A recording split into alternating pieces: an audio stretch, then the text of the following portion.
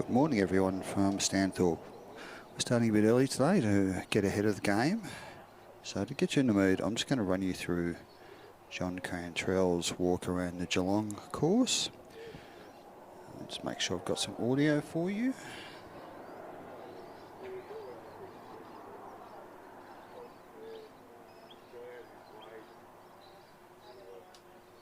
The 2024 High Pro Group Supreme Australian Championship. So we're on day 4 of the championship event. So we've finished the Interstate Challenge that we talked about the other day, which had the Trans-Tasman course that we had a walk around. So today we're going to have a look at the Supreme course, which the championships run on. So a couple other quick mentions is big welcome to our friends from New Zealand, the test team that come over to compete in the test match. The Interstate Challenge was also a selection process for us to select our Australian team, so congratulations to those 4 members as well. So moving on, we're going to do the same thing as we did the other day and have a competitor's look at the course. So we'll move over to the casting peg, and we're already familiar with that, so we'll get on course. And so while we're moving over, I also mentioned the other day about competitors using working sticks. So this is an example of one that I've got. It's a nice leather plaited stick, and I can use that to command my dog as I'm walking around the course if I choose to. If I don't want to, I can stick it in my pocket or just carry it while I'm walking along. One of the other ones that we mentioned as well, some people use whistles, and I've got a whistle that I like to use as well.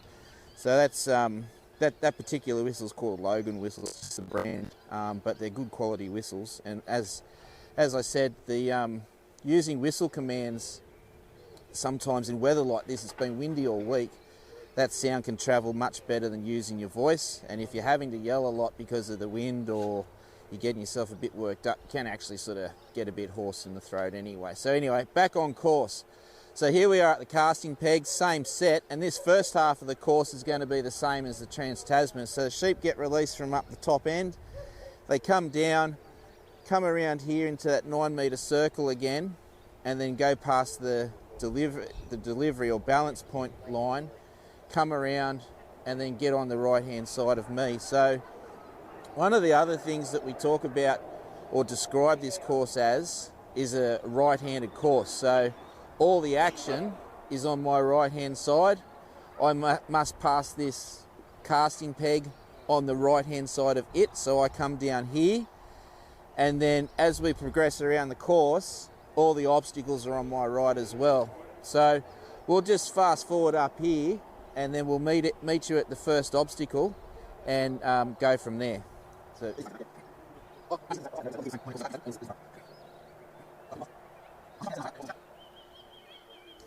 So this part of the course we're walking is the same as the other day. So it's a 9-metre course. So you can see the markers out to my side and in front of me. And again, I've got to walk on this line all the way to my first obstacle. So on the Supreme course, this is where some of the changes happen. So I step into my set again, and now we're at the gap. But you might remember, if you saw the video the other day, the gap was on an angle like this, pointing down the ground, but this time it's pointing up the ground. And the other slight change with the obstacle as well is the gap's just angled in a little bit like a funnel, so the dogs have to work the sheep straight through the gap. Now the other interesting part with this is the gap's facing the let-out yards where the... Oh, and just like that, our first competitors here. Welcome, Mr. Lee Jamison.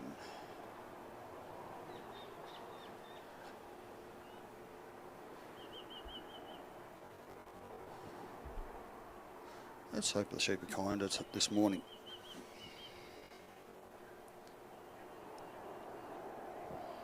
Our judge is asking for the sheep to board out onto the course. Oh, here they come. What have we got in store for you today?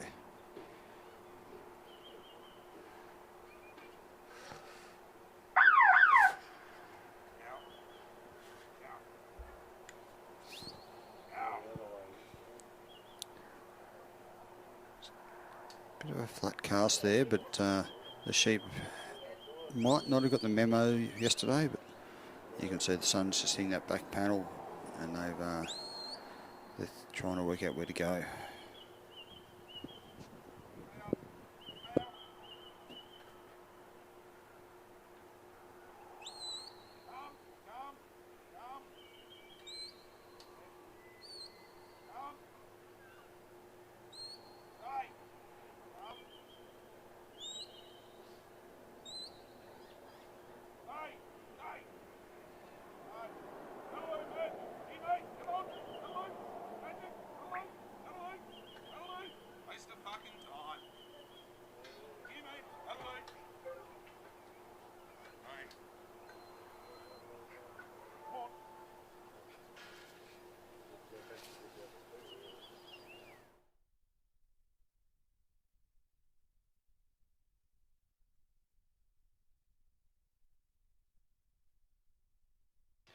And unfortunately, Lee's thinking the sheep aren't going to come up like they were yesterday, so he's retired.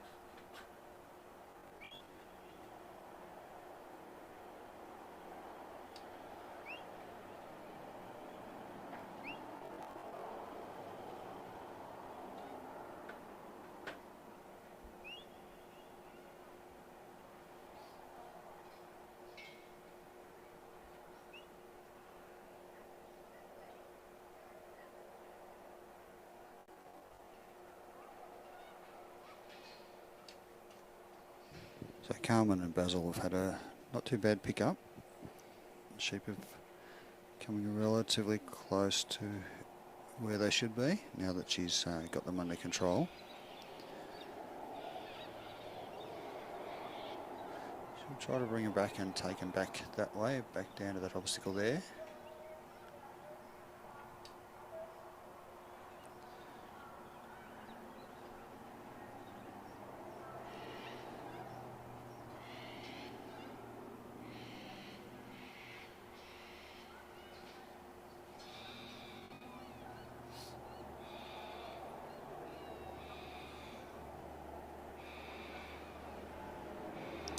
It's nicely done. She's brought Basil around and Basil pulled him back onto course.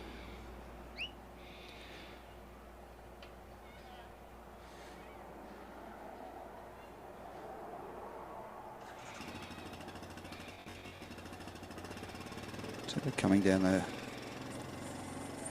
just out of course now slightly. Basil's bringing him back on.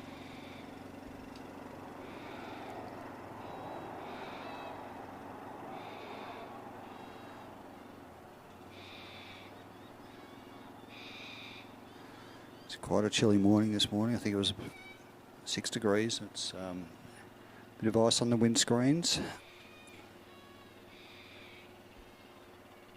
It looks like the rain's passed and they've got another few days the farmers don't want. A bit of drought up here.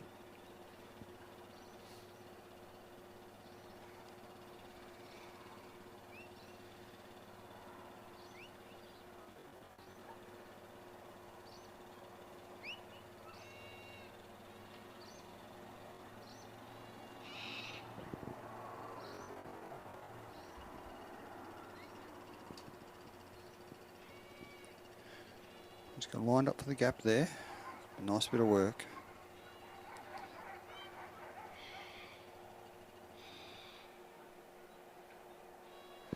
A little bit of a standoff while they have a think. Should we move or should we run? So far Basil's had their measure, and he does this time too. He's turned them through. Carmen's just going to spin them round.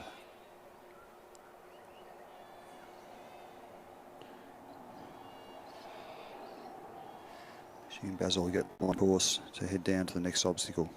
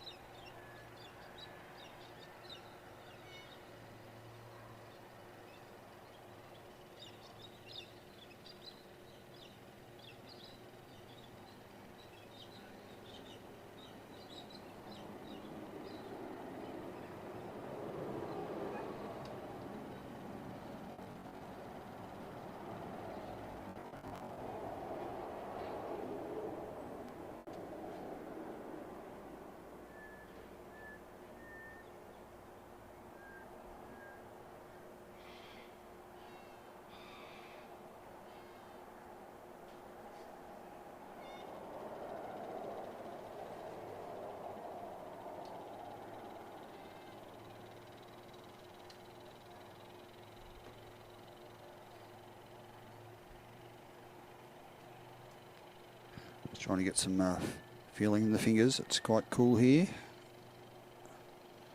Fingers gloves on. And I can't feel my fingers that well.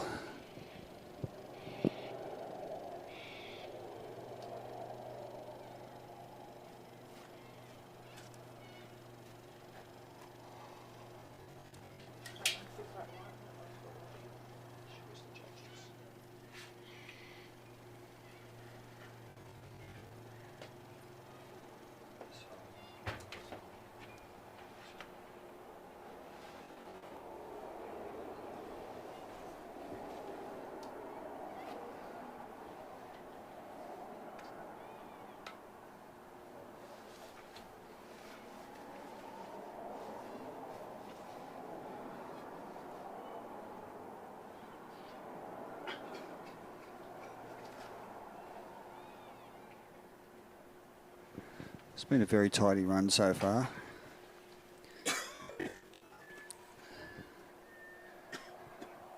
I'm sure all the competitors wish the sheep would have been like this all last few days. So they've managed to con Basil a little bit, and once took a step one way and then they darted around the other side of the obstacle.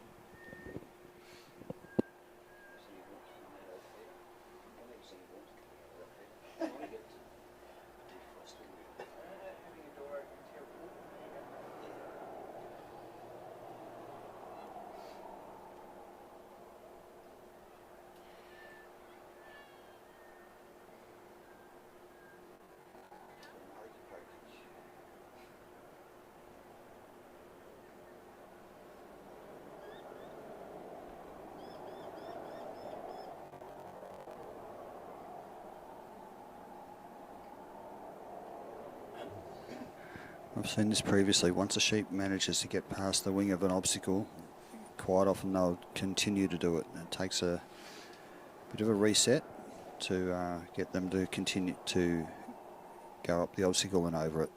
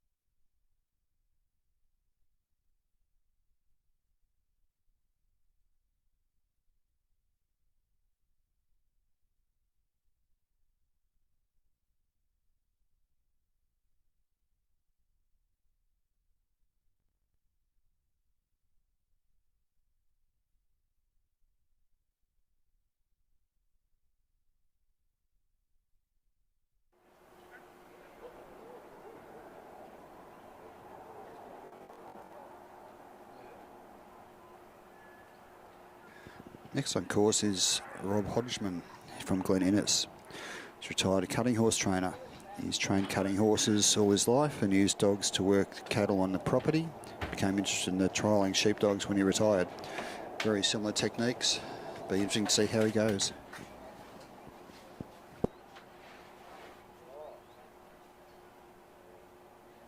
Morning, how you doing?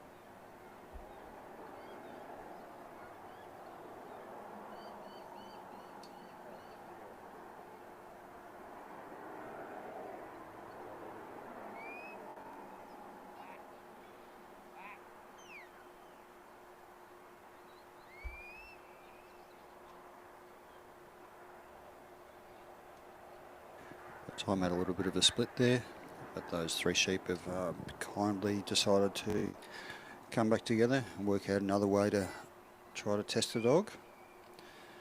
Love the name of his dog. A retired person who's called it Rob's Time. So this is Time on course with Rob.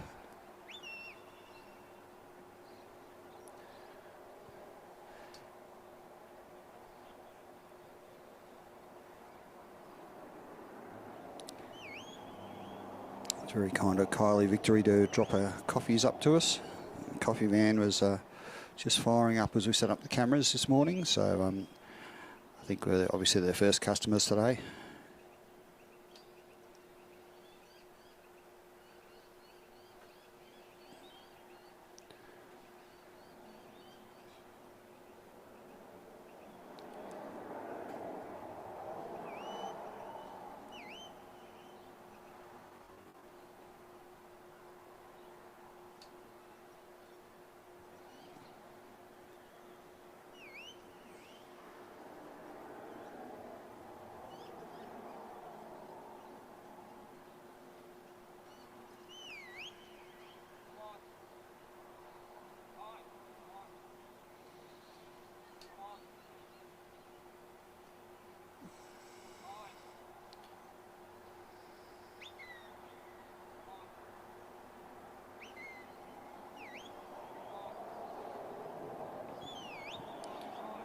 Rob's wanting time to bring the sheep up.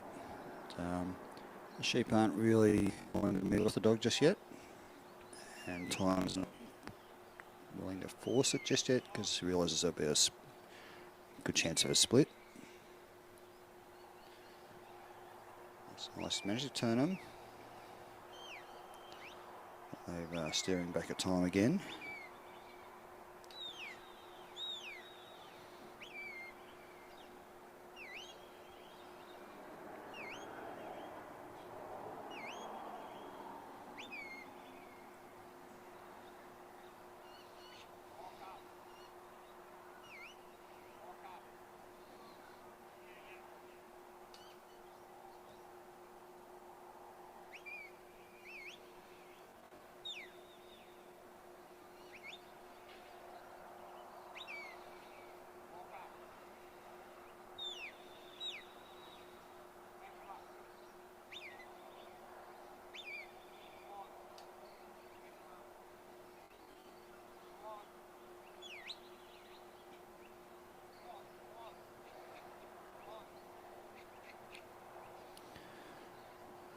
Nicely done. He hasn't had a break yet. He's managed to get him to walk off.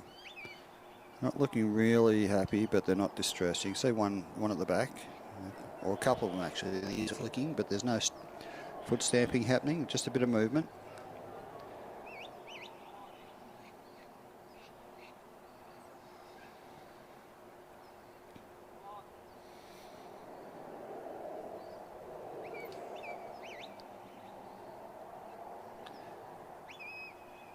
We'll be running through to about 11 o'clock, then you'll see a countdown timer. We'll leave the same live stream going. Countdown time will take us up to our lunch, our official opening at 12 o'clock.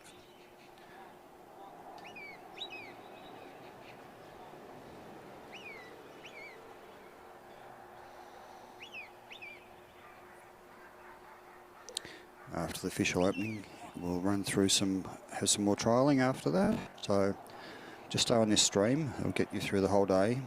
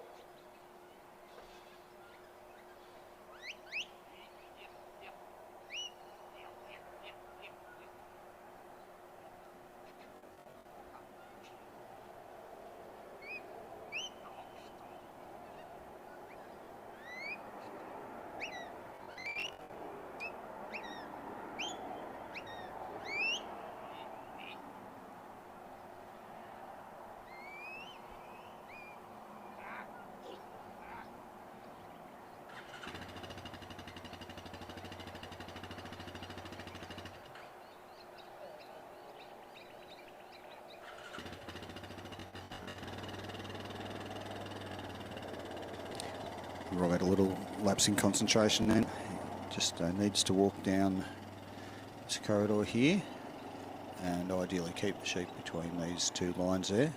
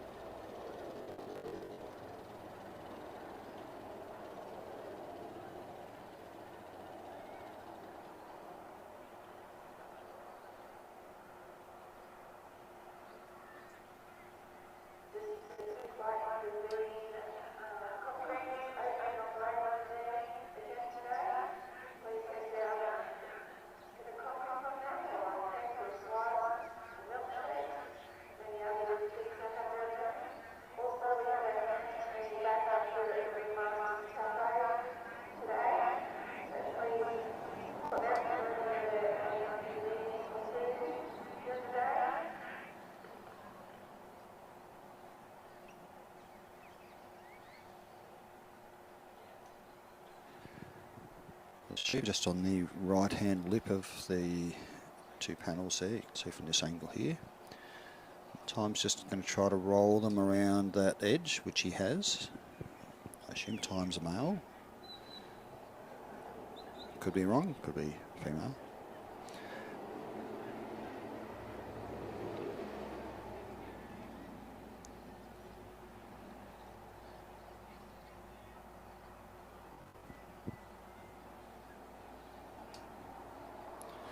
Just lining him back up.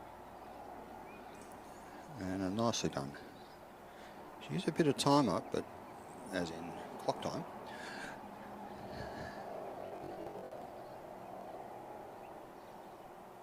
They're on course.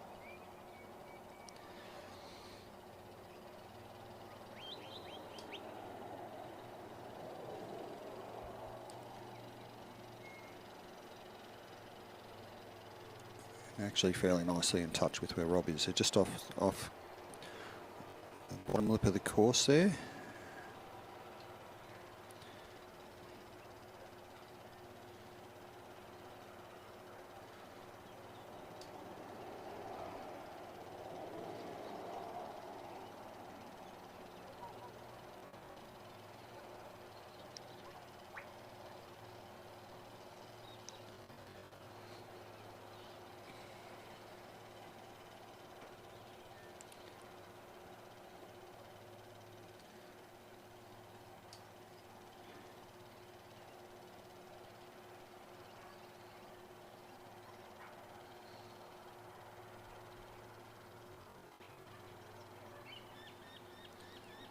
Rob's got them lined up fairly well and they're not that far out, so we'll see how he goes with this next obstacle.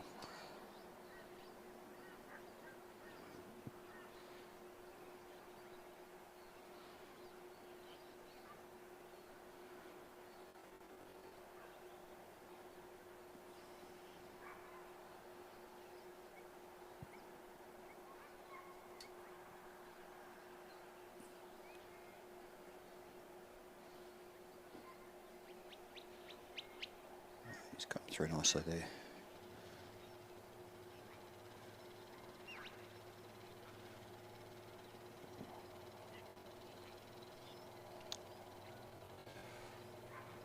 That's just my fingers can't feel what they're doing at the moment.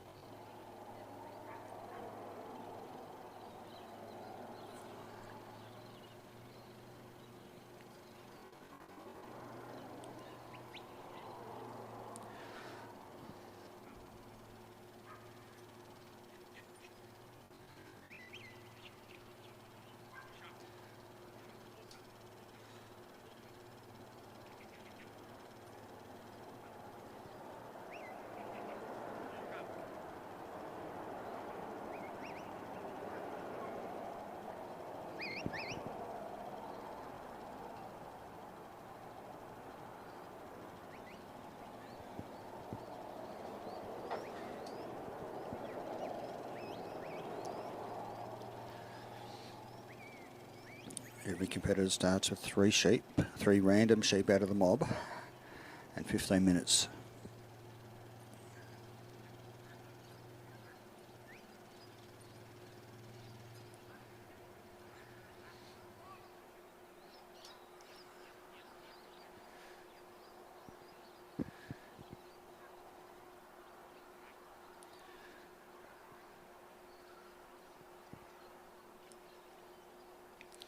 Previous competitor got this such at the trial as well, and the sheep decided this was a good thing to run around and round.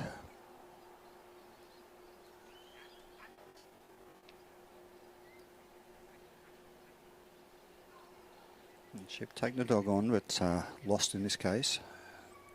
So now they're going to stare at the dog instead of going over the obstacle, and I think that's going to chew up the remaining seconds that Rob has. Let's see if we can get him to go over this bridge.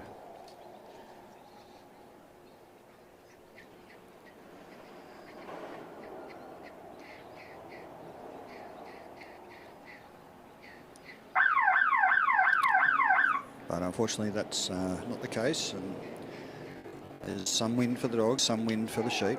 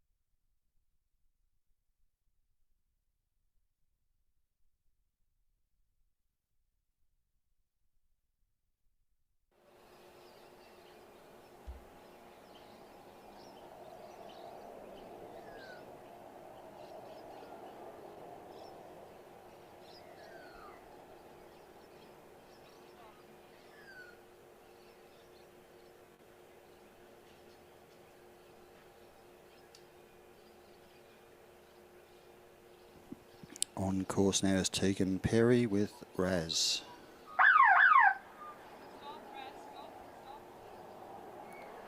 Just waiting for the sheep to settle,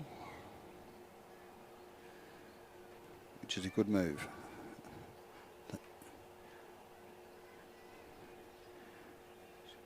As just a nice wide cast around those obstacles to the right.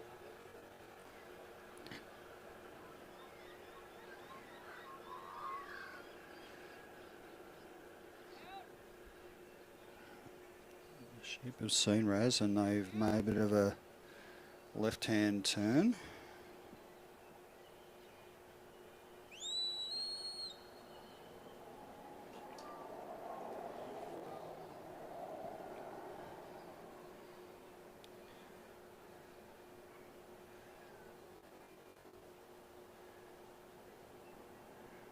As you can see, they're right over near the, off to the left of the bridge. They're heading that back now.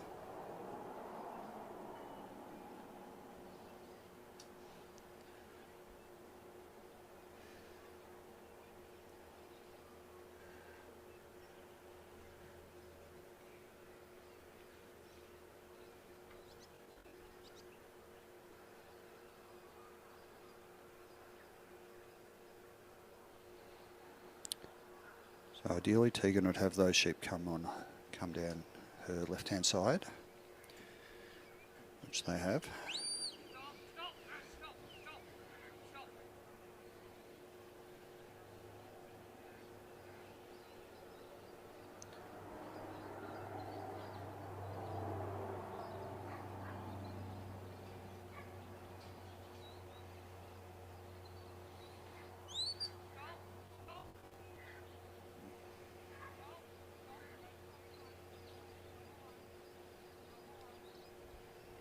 Back on course now. They've just burst over Tegan's left, so she's relying on Raz to bring him back to herself.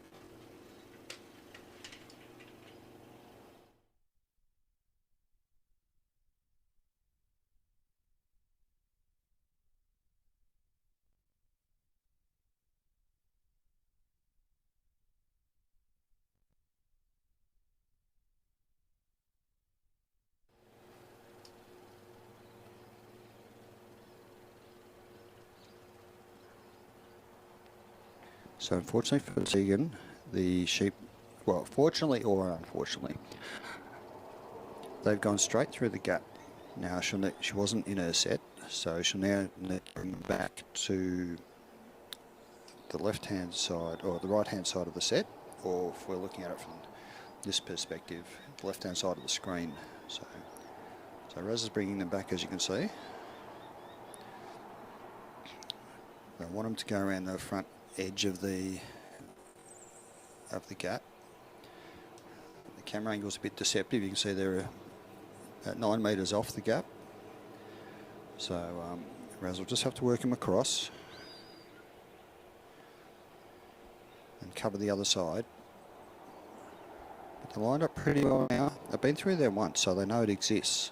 That's quite often the hard bit, but that was a little shallow and pushed them around the side.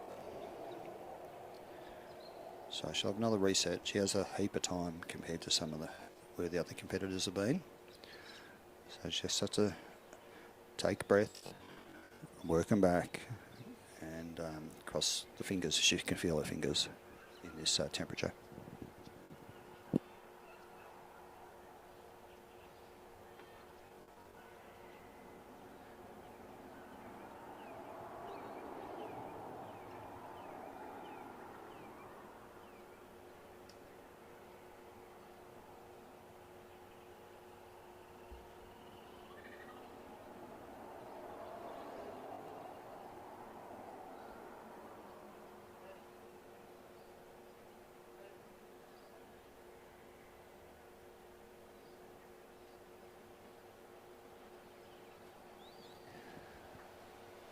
Just going to roll them around the front again, and hopefully Raz can get to the right position and get him through the gap, which Raz has done. Tegan's left her set.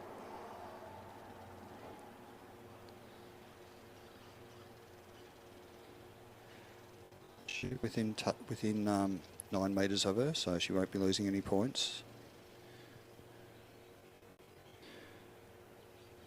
You can see that they're on course. They're inside the markers, but they have a bit of a run now. Nice little block there, Raz. Still within 9 metres of Tegan.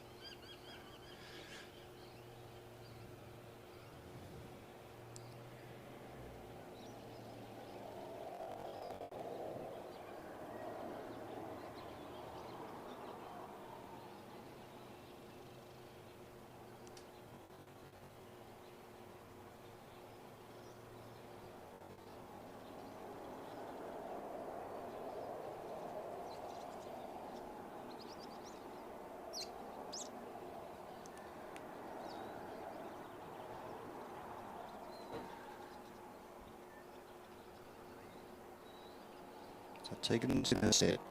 She'll let Raz work him up to the obstacle. They're on that lower side of the obstacle at the moment, but Raz looks like has good cover on these sheep. They're not actually playing. They actually must have got a different memo to the sheep yesterday.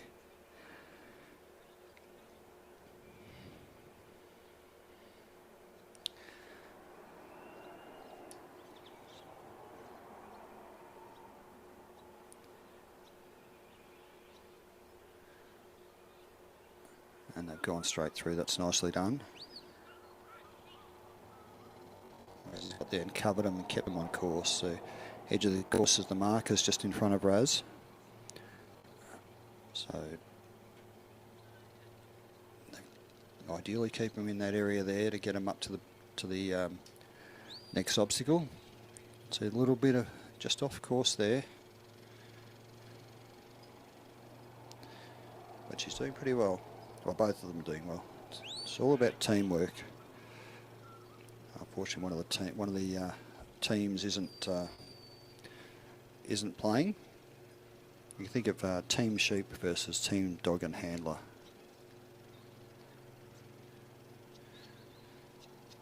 Definitely this weekend, team sheep have won most of the competitions.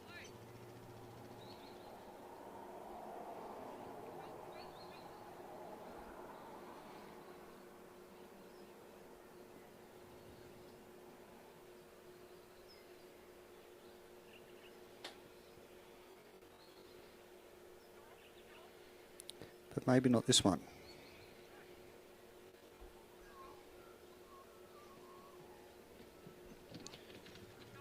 That's very nicely done. Definitely want a team dog and handler at the moment.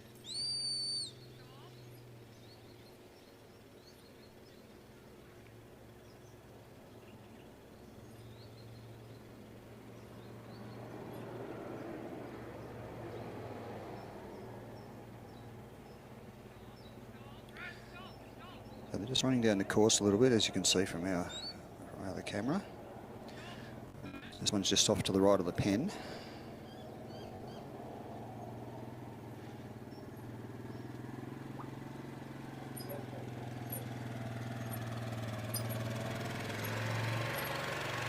Tegan's doing a nice job there, just bumping them along.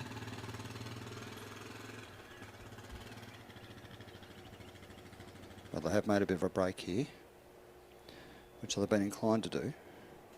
Dog's up to the task though.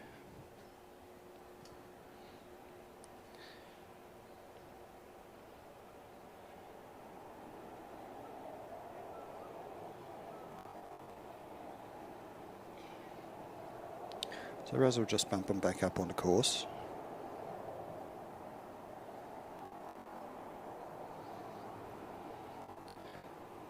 So going to move 1 foot over, as in sheep foot.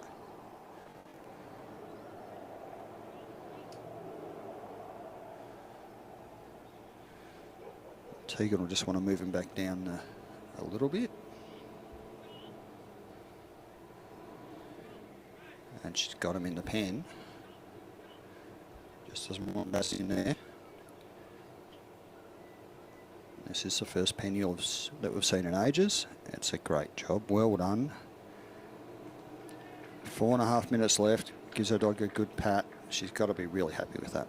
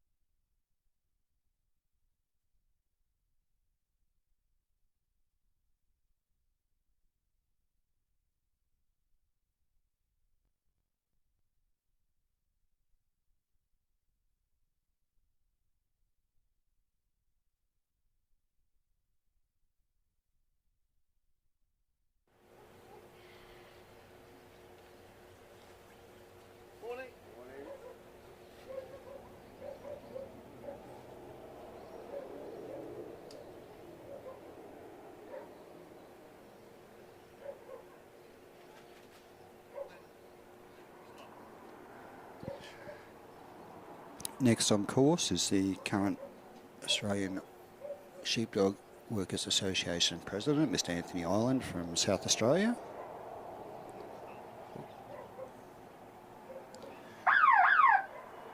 Sheep are out and the buzzer's gone.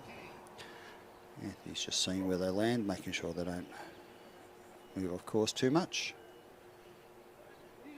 He's having a bit of a mill around and he's just trying to get Lenny to go right to the back fence because they've had an option where they've moved down to the bottom. You can see they're just right near this near the gap, and you can see where Anthony is in relation to that.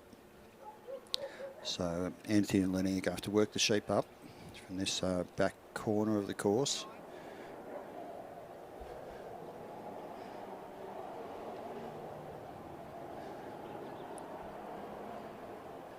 Lenny's on one side of the obstacle. The sheep are hiding behind the other side. They've got this sorted.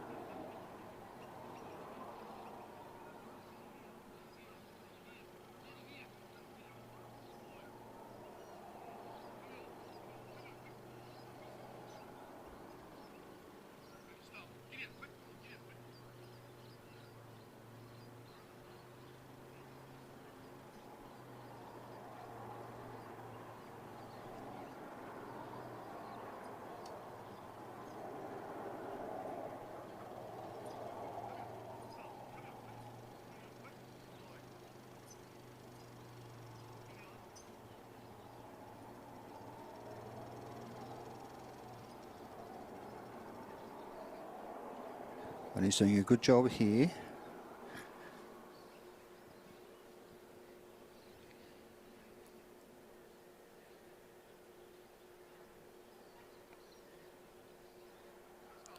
Just trying to line him up for the bridge. Not really doesn't want to give him a second thought. Wants him to go straight over.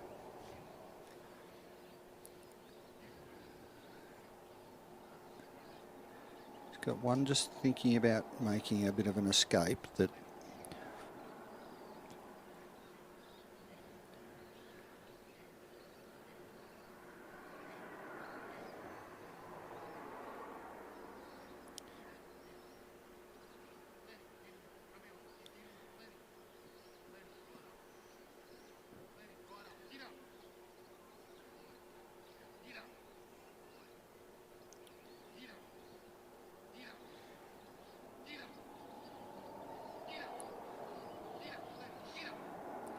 right in the mouth of the bridge from this angle.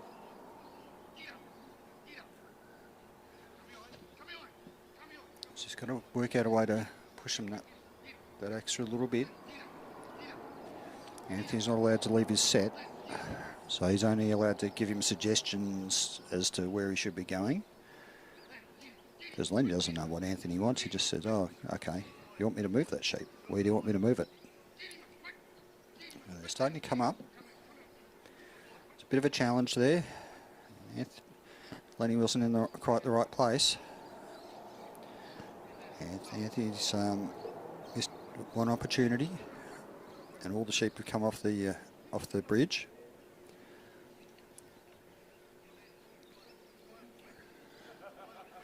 Just take a breath and reset. Doesn't want that one to come off again. It's 2 over, 1 down the side. We saw a bit of this yesterday.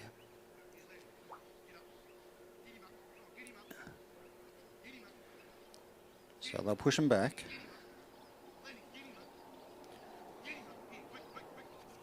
Anthony's more concerned about time. He wants to complete the course because there's still quite a few points to be made or lost.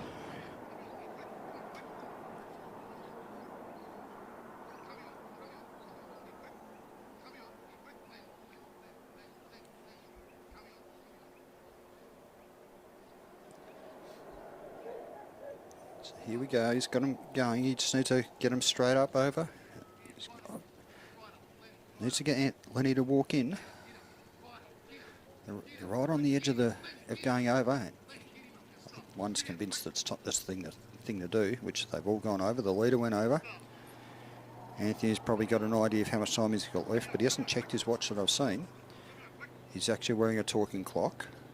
See that little silver thing on the front of his vest.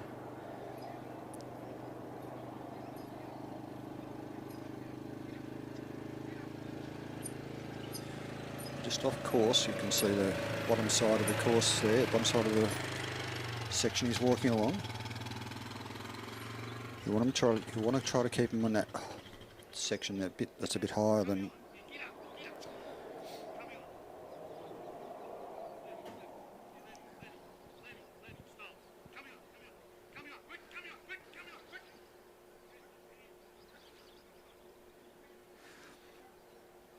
Sort of got him close to the pen now. He'll be happy he's got this far. A lot of competitors had a lot of problems yesterday afternoon. They've just gone past the bottom lip, but he'll work him back. He'll probably try to bring him back between himself or either around himself and then onto the corner of the pen. That seemed to work successfully for competitors yesterday. So at the moment, Team Dog isn't doing too bad. Team Sheep's had a few wins.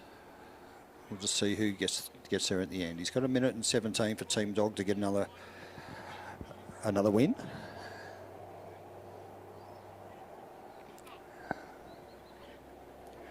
Well, they just balked away from going in the back then.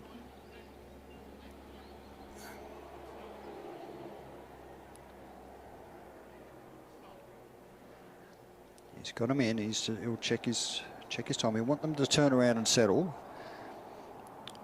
We must think he's close on time, because normally you wouldn't be closing it with the sheep looking out like that. But that looks like it's a win for Team Dog. Well done, Anthony and Lenny.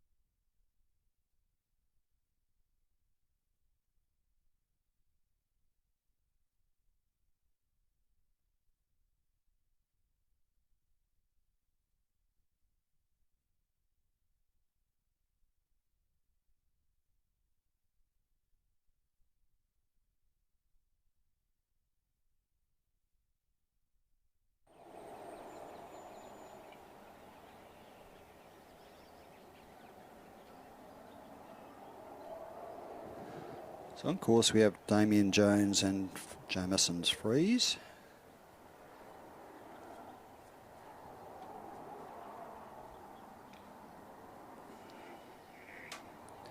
Freeze looks like a he. Looks like he's got. We'll just go with he. Looks like he's got a bit of a hold on the sheep, which is good.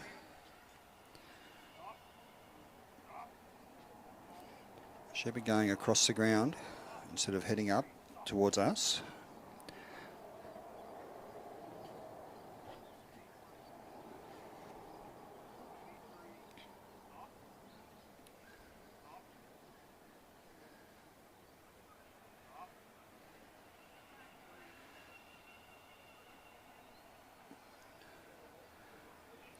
So the judges will have reset their pick-up point now.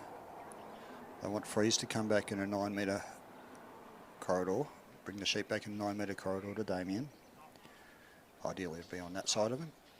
The sheep don't have haven't got the message yet.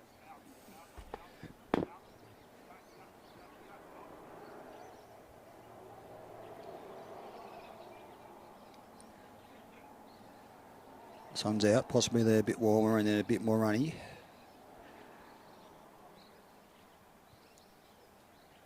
Still a chilly 8 degrees. Feels like a bit less than that.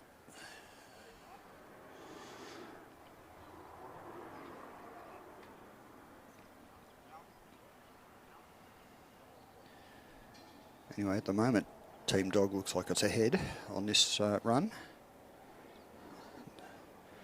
Team Sheep is being a bit more compliant. They're moving the way Freeze wants them to.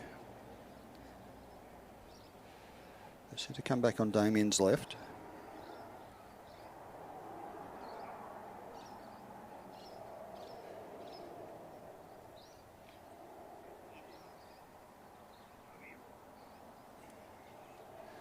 Freeze is just trying to bump them. Yeah, they've perfectly come around that obstacle, but they've made a bit of a head for home. Freezer's up to the task. Freezer's got to the right spot. Just wants to put a little bit more pressure, just bring him back on course.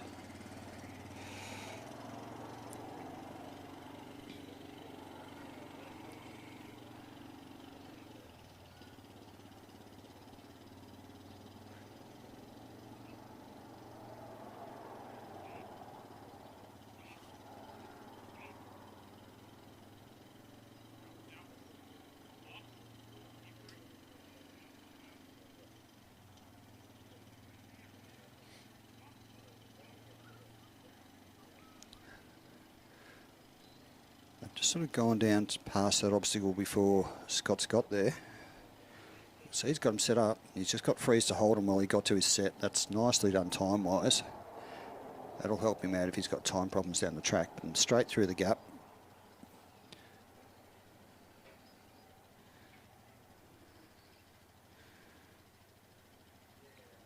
So Freezer's got him just held on course. They haven't blasted back the other way yet. They're thinking about it now, though.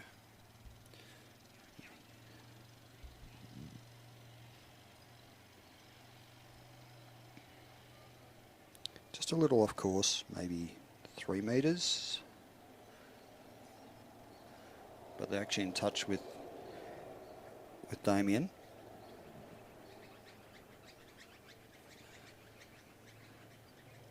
Now the in touch was within 9 metres. Now they've run a bit further up the course ahead of Freeze. So Damien will get to his set and just try to get Freeze to work him along the bottom of the course.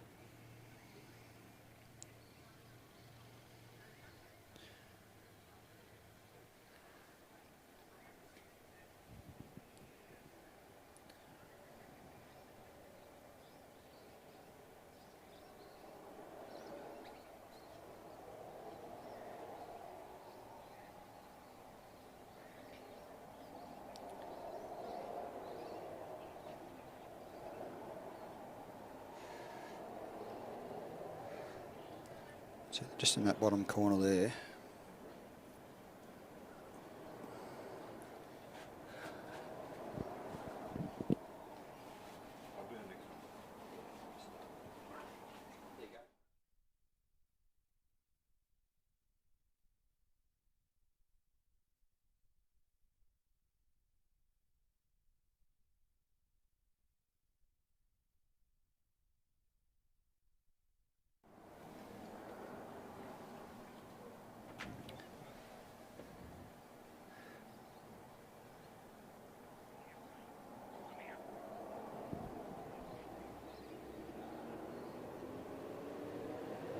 He's got him in the mouth there and he's been able to bring him straight through the obstacle. So there's 9 minutes left. I don't recall seeing many competitors with 9 minutes left all weekend.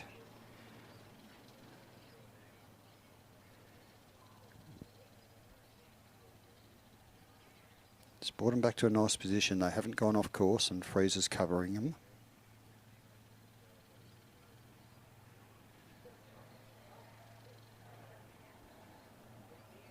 They're sort of hiding behind that obstacle and Freezer's trying to work out how to get a grip on them so that they'll go where they're supposed to. Damien's left them a bit behind.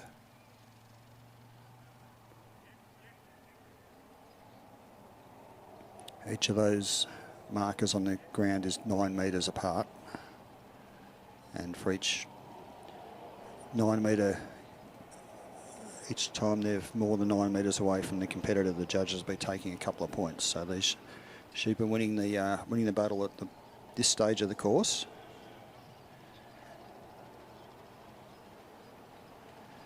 So far on Damien's run, it's been Team Dog has done pretty well.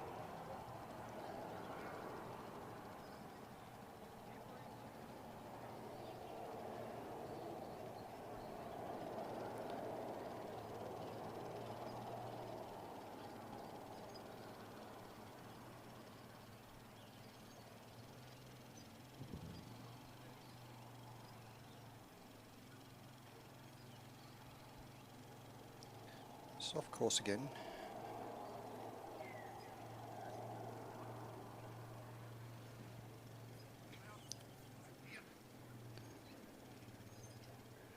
do a bit of work to bring him back around and settle him. He has plenty of time left.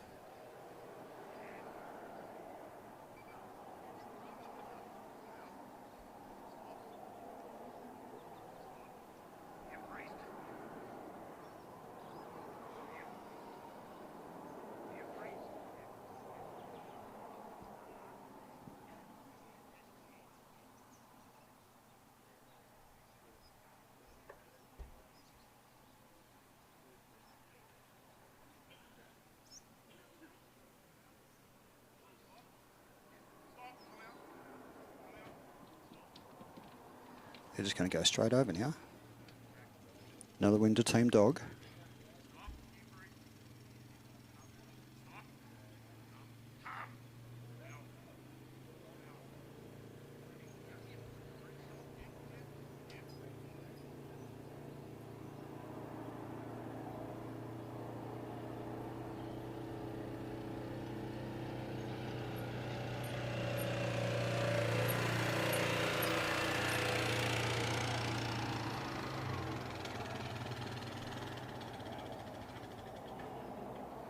So they're just going down past that bottom marker a couple of times. They'll be stealing a couple of points off him.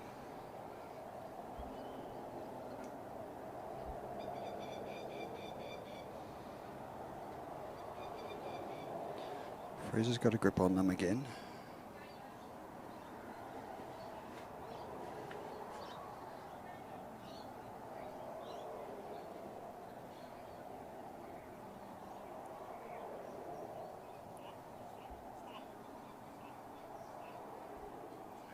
Got him into mouth of the pen. They're just going to try to squeeze between Damien and that lip, but the Freezer's up to the task.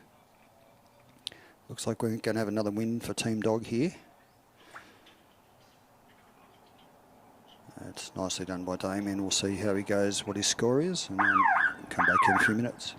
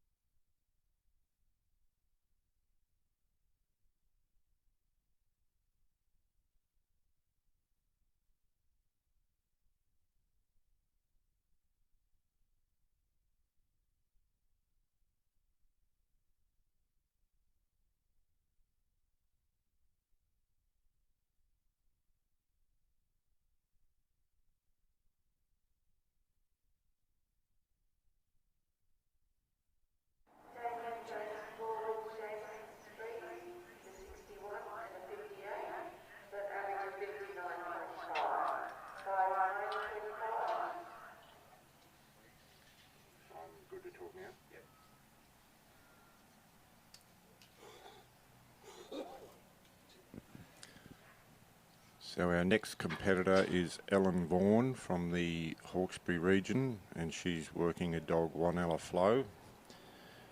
Flo is a pure New Zealand bred dog.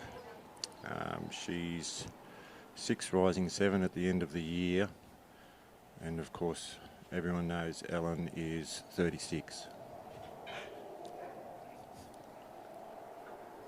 So Ellen has set Flo.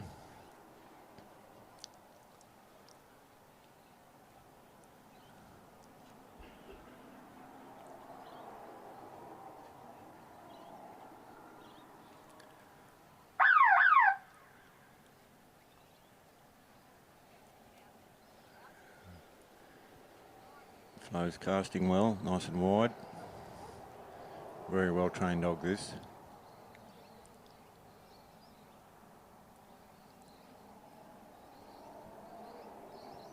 That's beautiful, hasn't upset him at all. The sheep have remained calm, so Ellen be hoping for a nice pick up here, so the and moving those sheep off as quiet as we can. So there's flows a little bit slow getting to the head there. So you really got to try and keep those sheep as calm as you can in that draw back to you.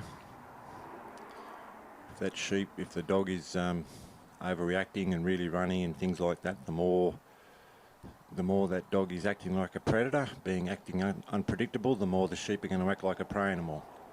And they just go into survival mode, and we've seen quite a lot here at the trial where the sheep just stick their head in the air, and just don't think logically, and it's very hard to bring them back down from that headspace.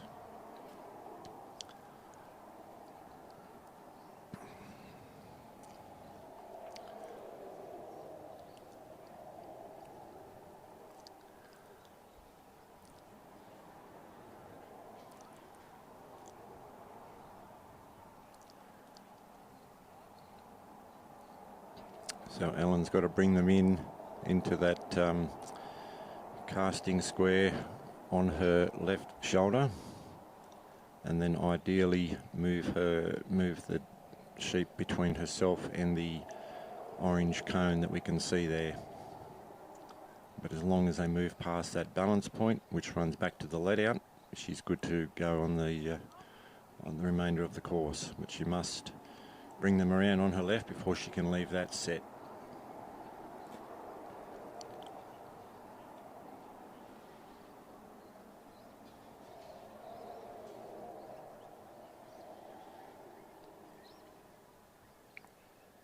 So Ellen's a very valuable team of the Hawkesbury region that run the Sydney trial. Her and her husband Tony do quite a bit of trialling.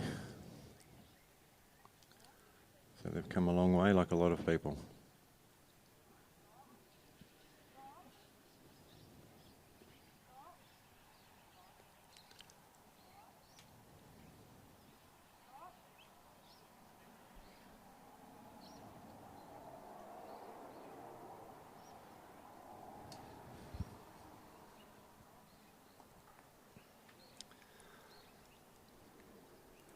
Sheep are pretty good, they're not overreacting too much. Flo's got good distance on her. The closer the dog is, the more the sheep are likely to react. So there's a fine line between how close is too close and how close is going to upset them. But then again, if the dog's too far away, the sheep will think that they've got the upper hand and they'll start to move on to the dog, and it all can go pretty pear-shaped pretty quick. But Flo's doing a good job at this point.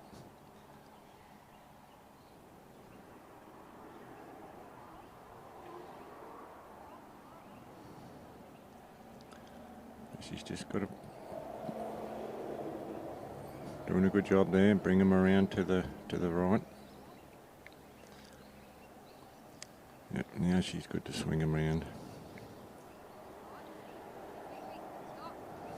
Okay, so Ellen is good to go from this point because she's brought him over that balance point marker between down to the let out.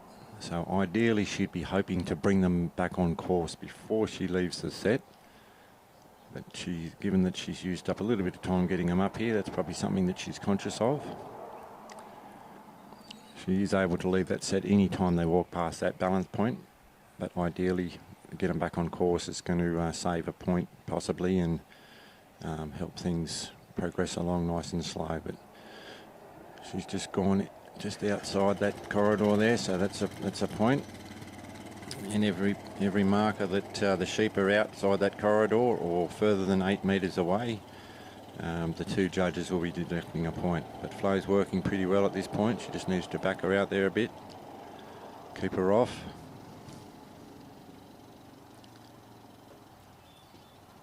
Good work.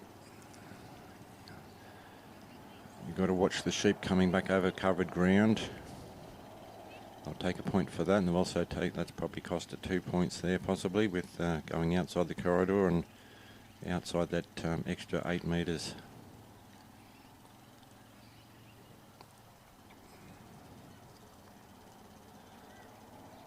So Ellen's got to maintain that same pace from point to point. She can change her pace from point to point, but walking from one point to another point, she must maintain the same pace. Can't stop.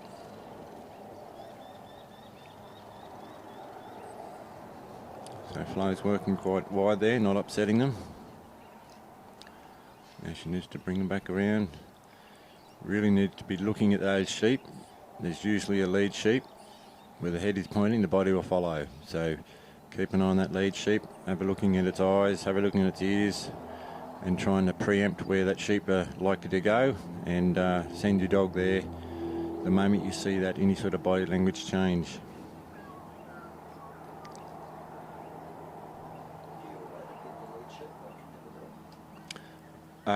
Pick the lead sheep. Yeah, it's... Oh, yeah. When it's obvious, it's obvious. Yeah.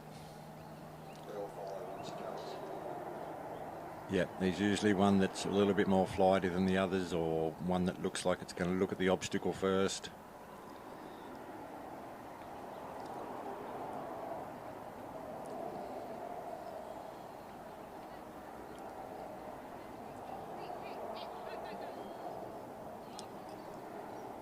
Bit of luck there. Good job. And she's going to lock them up again, and she's a little bit wide there, Flo. That's all right. That's paid off. So ideally bring them back on course there before Ellen leaves the set.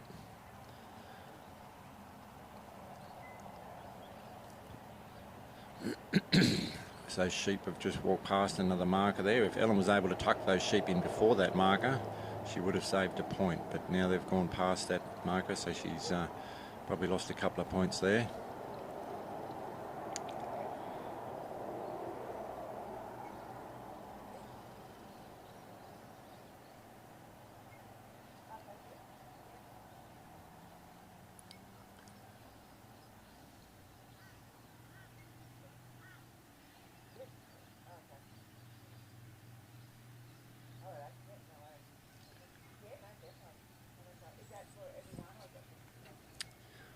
It's looking pretty good, within 8 metres of her. It's just come on this side of the corridor there.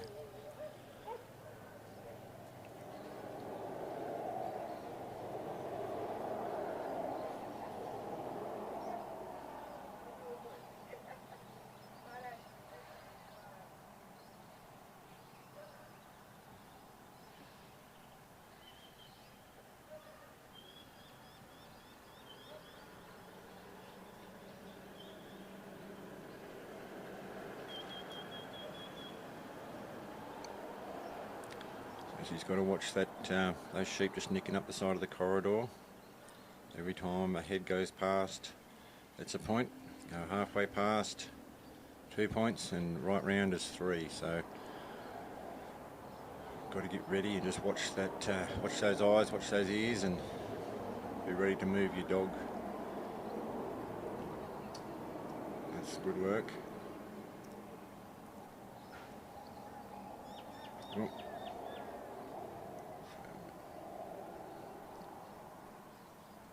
She's got to bring them back around again now with that one not going. So 2 have been through. They know it's not scary. They know it's safe. So hopefully this time they'll go around. Flo's a little bit wide there. Just needs to bring her in.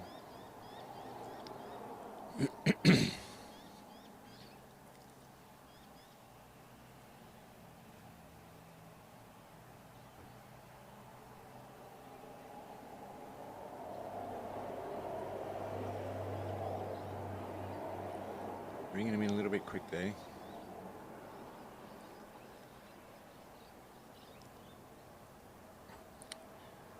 To work through the obstacles, they've usually got to be thinking logically, and if they're fast paced and moving quick, if they go through the obstacles, it's more luck than anything.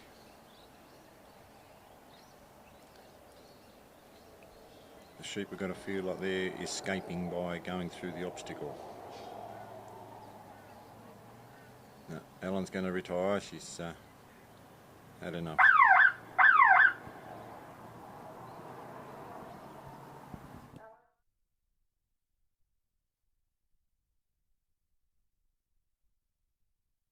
Forget it. Ultra Chew.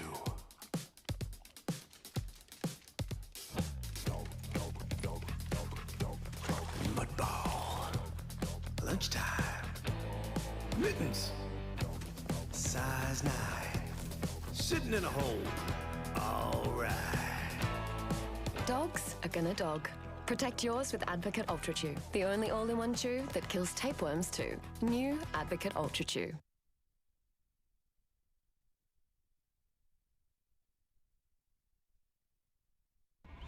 Push up. Push 'em up. Push 'em up. Big day. Other one tomorrow.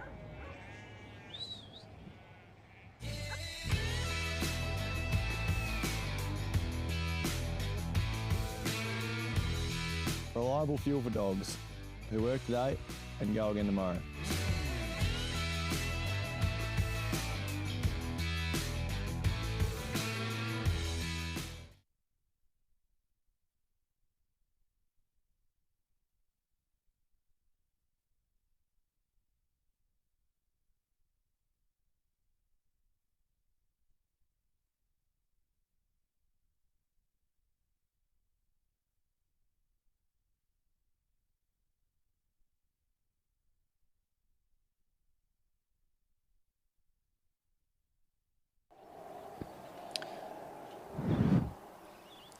Okay, at the set now we have Robin Elliott. Robin Elliott is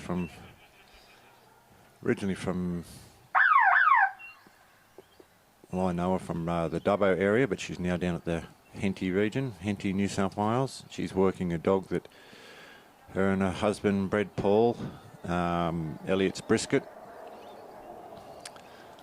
So Paul has represented his state before, very well-known trialer, originally from the Queensland area, and Robin's carrying the baton, working one of their dogs that Paul thought a lot of. So Brisket's done a good job at this point. Oh.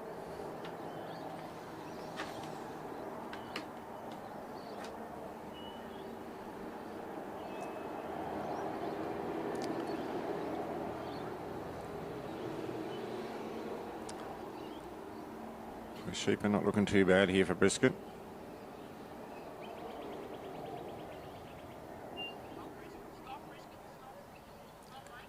Sheep are not really thinking logically at this point in time, which is not a good sign.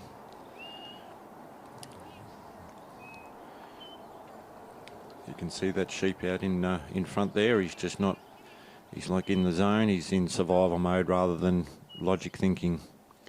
And when they get into that state of mind, it's very hard to bring them back.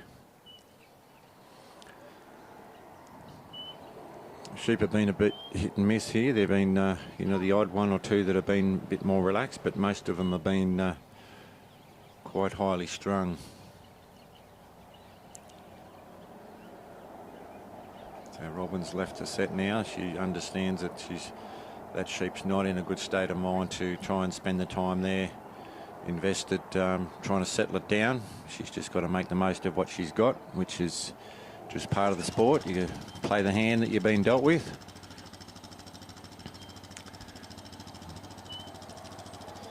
So that one sheep, it's just, yeah, it's not even wanting to stay with its mates. It's just,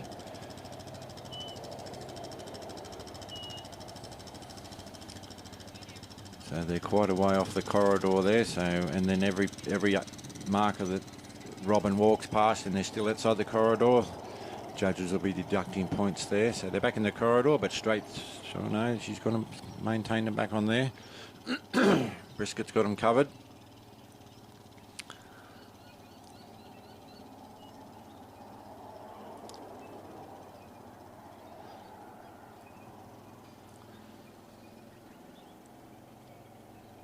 And that sheep looks like it's had enough. That's bad luck for Robin.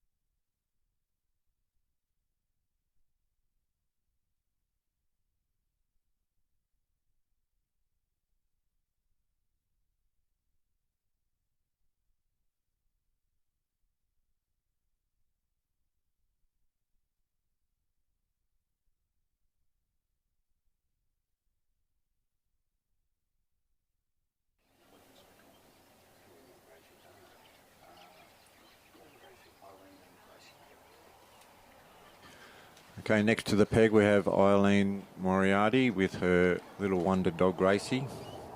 She's had quite a bit of luck with Gracie. Nice little dog. I'm pretty sure everyone would agree that Gracie is her favourite.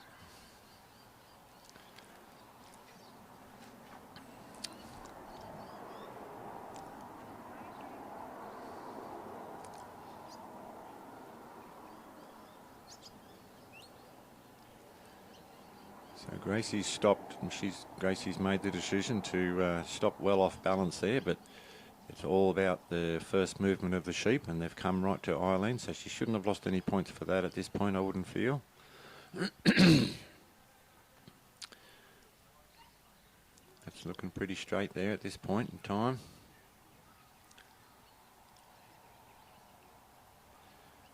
Although I don't like the look of that sheep in closest to Eileen now.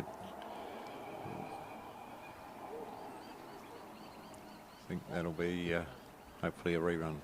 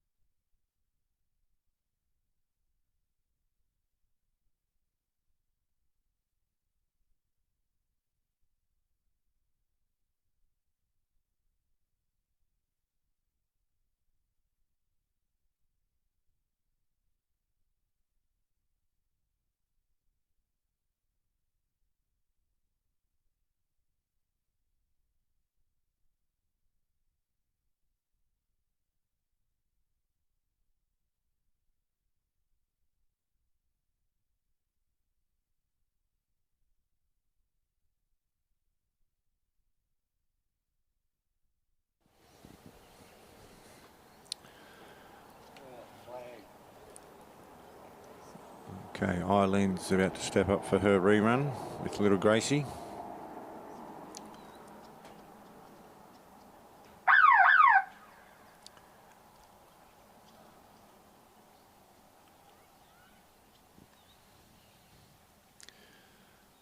Here we go, the sheep are not happy to stand there this time, but Gracie's done well again.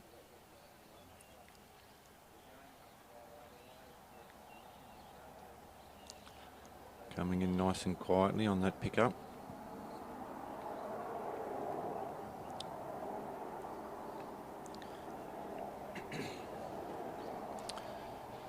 So Eileen is from Captain's Flat, which is down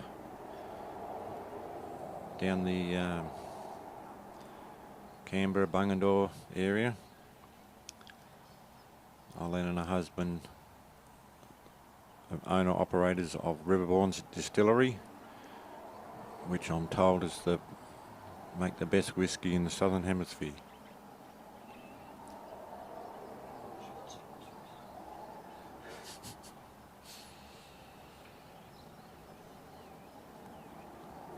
So Eileen is part of the group of ladies that run the national sheepdog trials down at Hall every year. Doing an outstanding job at that.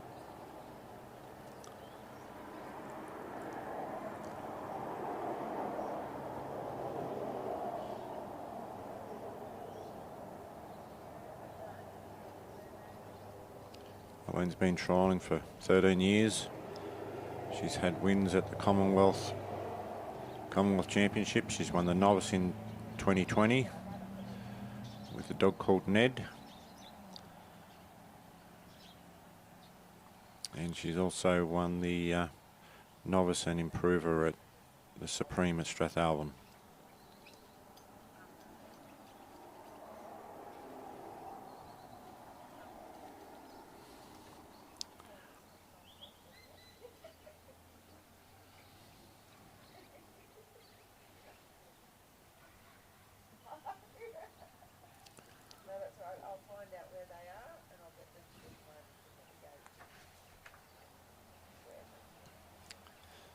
So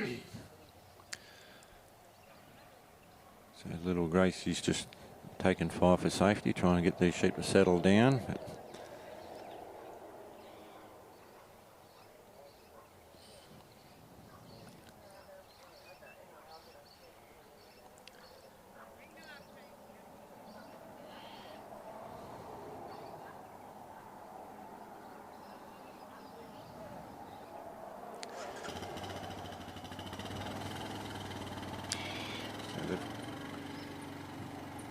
They've started their move, but they're zigzagging over that course that ideally they should be in to maintain points. So every time they go either side of that course that Eileen's walking down, they'll be losing points.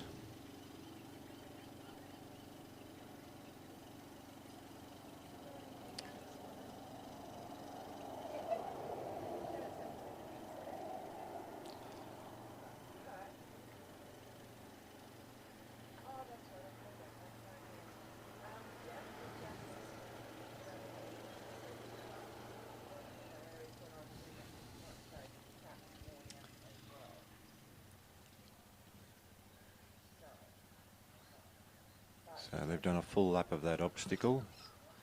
So Eileen's going to have to bring them back and get them through that gap. Given they're so heavy running back to the let out, she may have been better off sending a dog the other way to try and block them up and etch them through, but it's very hard to know with these sheep which way's the best way to go. Harder to pick than a broken nose.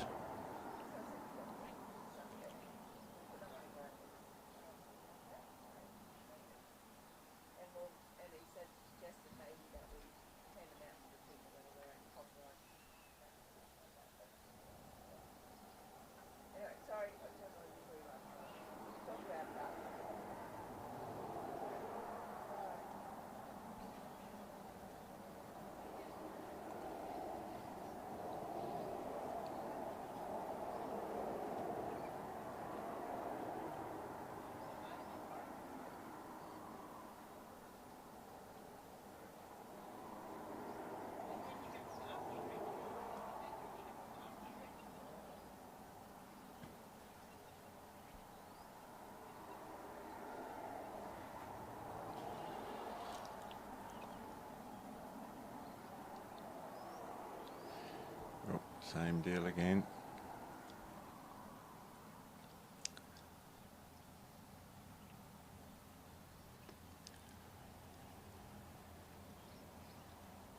So she can actually put them through the obstacle from that side and then just pop them back through as long as they clear that opening. So if she stopped the dog and sent it back the other way, oh, there you go. Yeah, she's saved that one. When something doesn't work, you've got to try something different.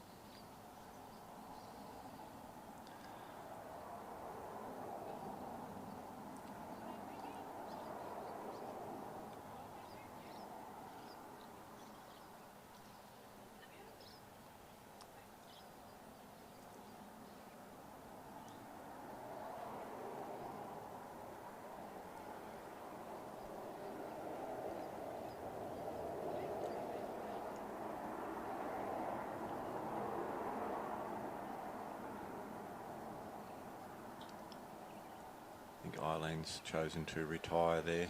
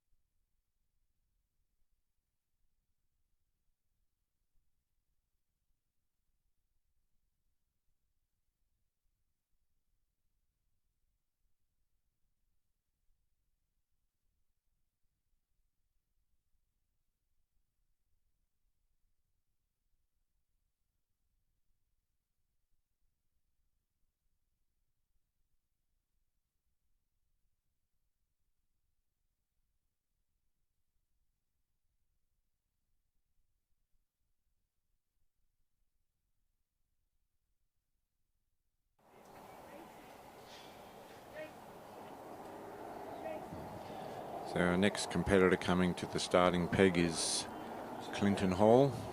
He's working a dog, Trapline Lil. Little dog, what's he called?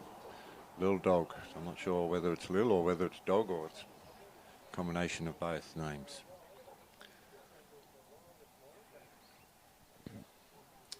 Turned into a beautiful day here at Stanthorpe.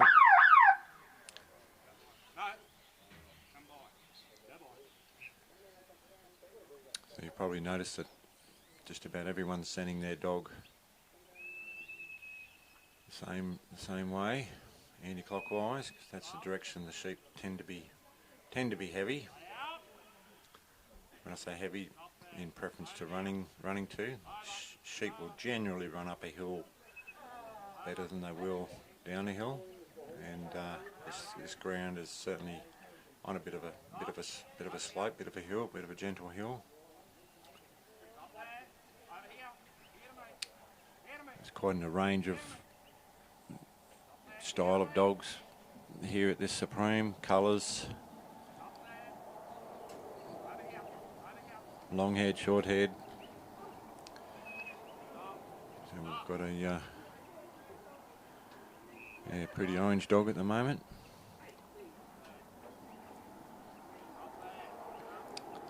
So Little Dog's got nice distance. So Clint's just trying to etch him up. Now that he's got him up this close, he'll be just trying to ideally just want them sheep just to dribble round behind him and cross that line and try and maintain that sheep thinking logically.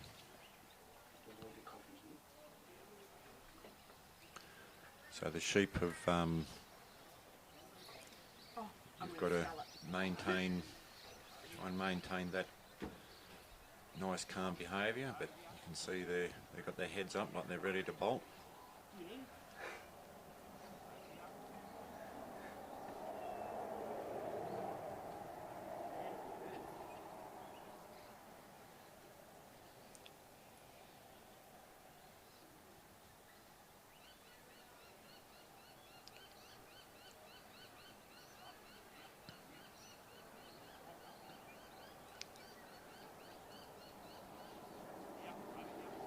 Some dogs' demeanour will, the sheep will react to more for whatever reason. There seems to be no obvious reason to us sometimes, but some dogs just tend to stir dogs up a little bit more, so they've got to have a little bit more distance on them. Other dogs that move a bit more gentle, a little bit more subtle, and possibly lighter colours, the sheep will tend to take them on a little bit more, so the dog needs to get in a little bit closer, and the sheep tend to allow that. But as a consequence of that lighter colour, or if it's a smaller dog, or a dog that's hasn't got as much eye, sheep will tend to take it on a little bit more.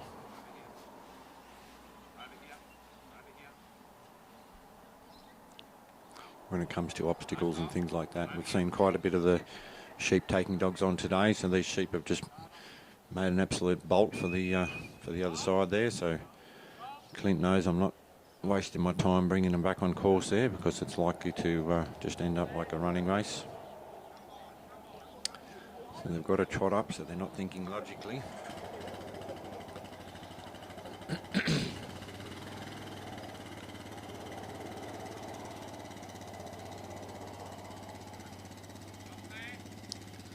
There's so much in this sport. It's a sport where you never stop learning. You don't have to be the oldest, you don't have to be the fittest. As long as you can walk, you can do it. It's just you and your dog.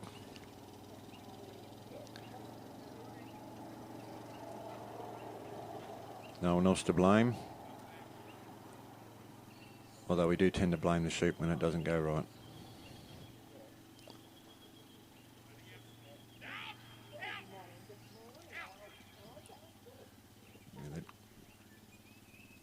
Dog upset him a bit, that little bust, which has cost him quite severely, with those two sheep running right to the far end of the ground. So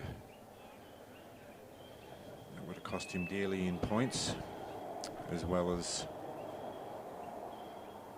time trying to bring them back. So as I said earlier, the more your dog's acting like a predator, the more the sheep are going to act like a prey animal and just go into survival mode. And now that dog's had that little bit of a bust up through him, the sheep are more on edge, and sort of makes them quite challenged to bring their body language down and try and get them thinking logically enough to go through those obstacles, which it's a big recovery for Clint from this point on, I would feel. They're just hugging that fence around, looking for a way out.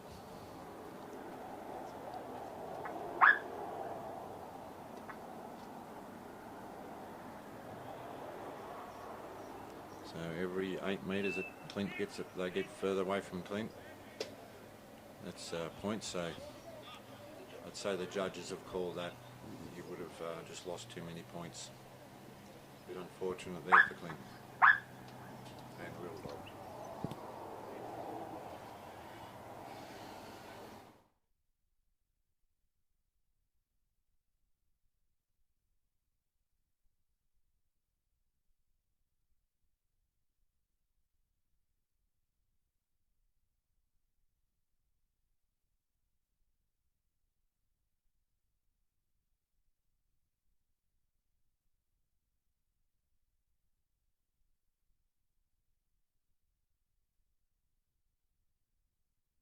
Listen up. Here's 5 reasons Aussie farmers are switching to Dogpro Plus working dog. 1.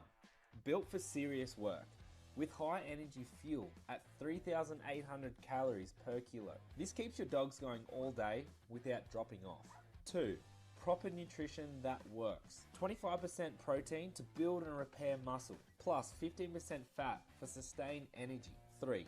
Aussie beef formula. Made right here in Australia with quality ingredients your dogs will actually thrive on. And 4, keeps them going in top condition, supports joint health, strong immunity, healthy digestion, and a shiny coat so your dogs look and perform at their best. And 5, clean and reliable feed. No artificial colours, flavours or preservatives. Just solid nutrition you can trust every day.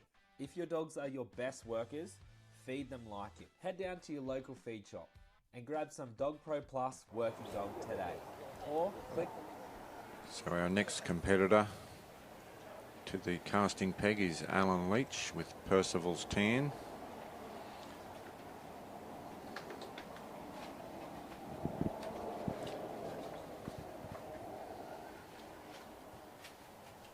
Fingers crossed that Alan gets a bit better sheep.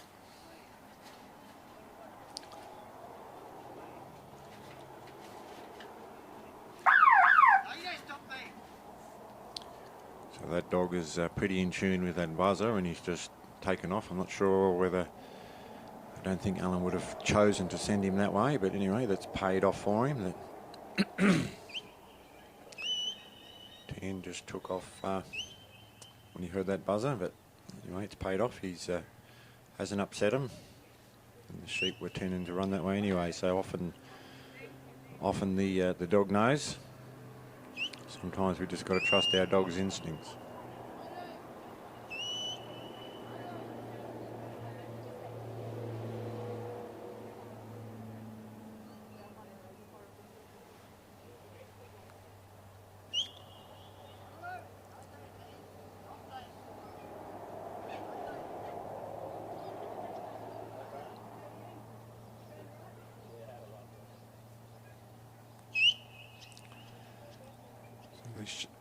These three sheep look pretty even. They're pretty settled at this point.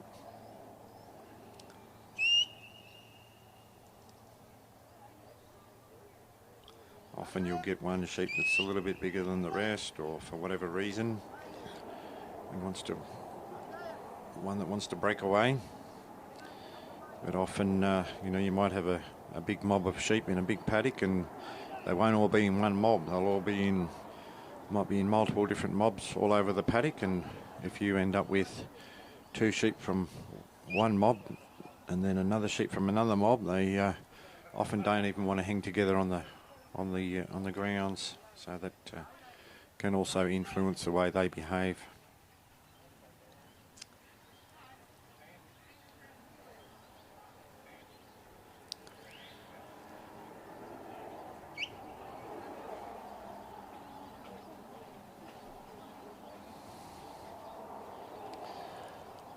So this is looking pretty good at this point in time. That cast left and jaw, just trying to etch them into that delivery square.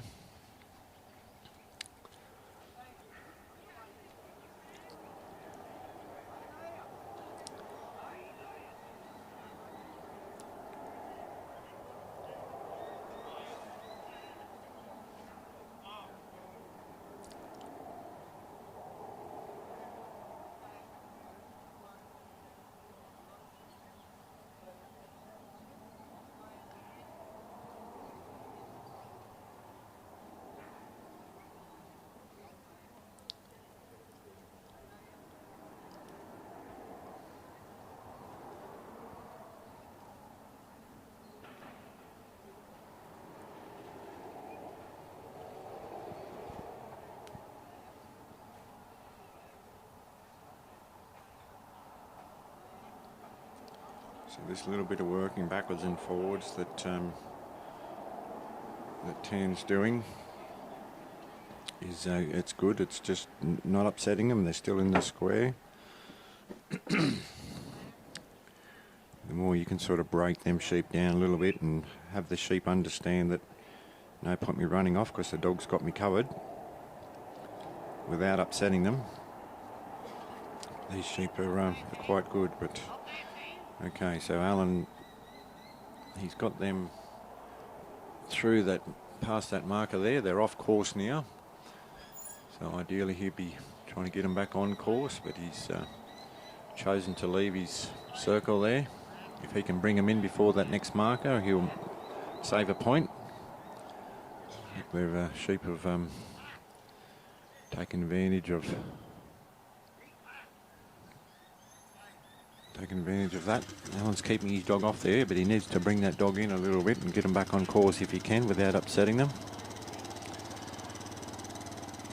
It's just working out that how much pressure is too much pressure, because then often you'll bring them back on course and they'll just keep running and go to the other side. So they're back on course now. But they've been a little bit calmer, these three, than the last few runs. Looking pretty tidy, so he's just got to try and bring his dog in nice and gentle. Try and get those sheep to respond rather than react. Oh.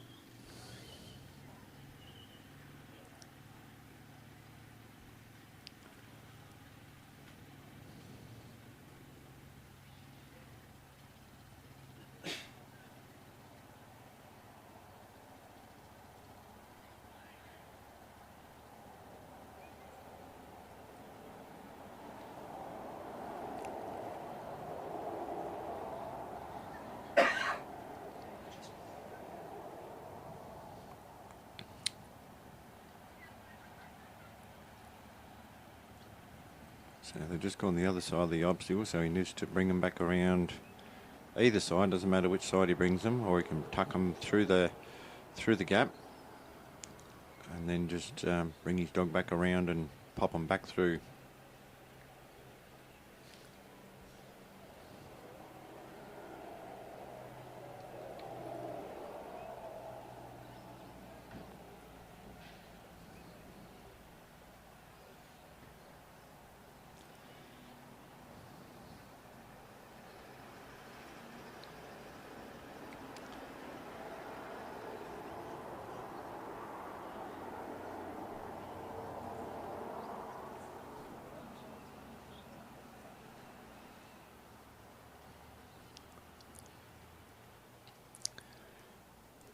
So Alan will be conscious of his time ticking away, 15 minutes to complete the course.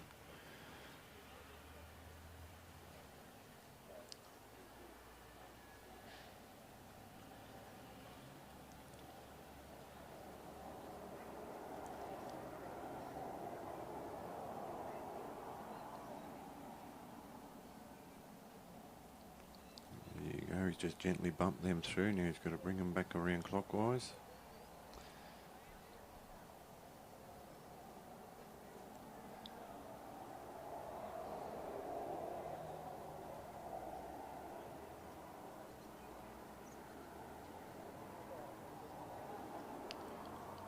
Just got to dribble them sheep back through that gap without upsetting them. Looks like they're going to do it.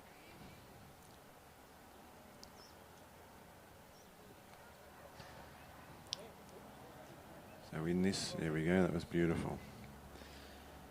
In this game, often the sheep need to perceive that they're training the dog. So they're going a certain direction, the dog leaves them alone, the sheep feel empowered from that, and they'll just keep going that way. But if you upset them, and very hard, but they're moving along now quite nicely.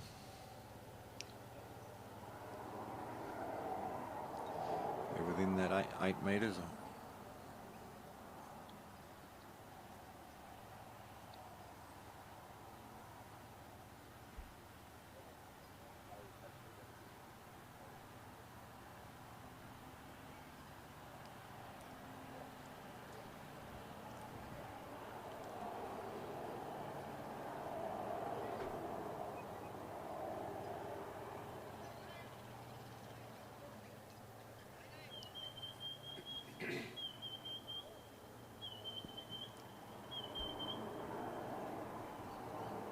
Tidy going across there from the gap to the race.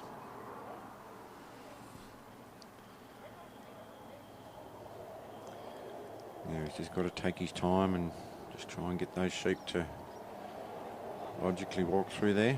Sometimes you can get lucky where they just continue on walking and don't hesitate, just walk through.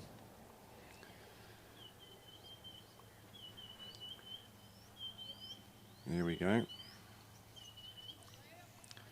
Now he's got to bring him back on course.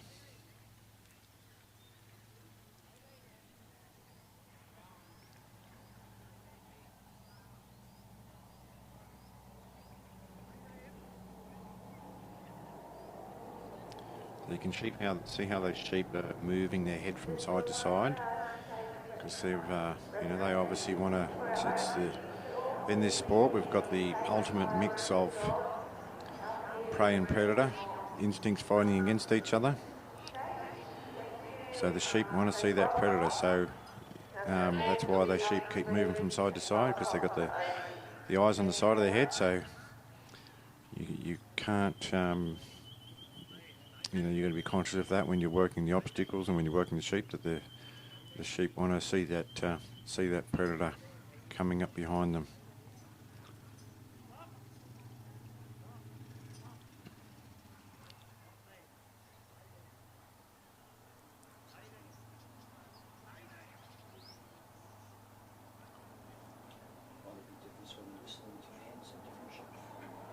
Yeah, some people use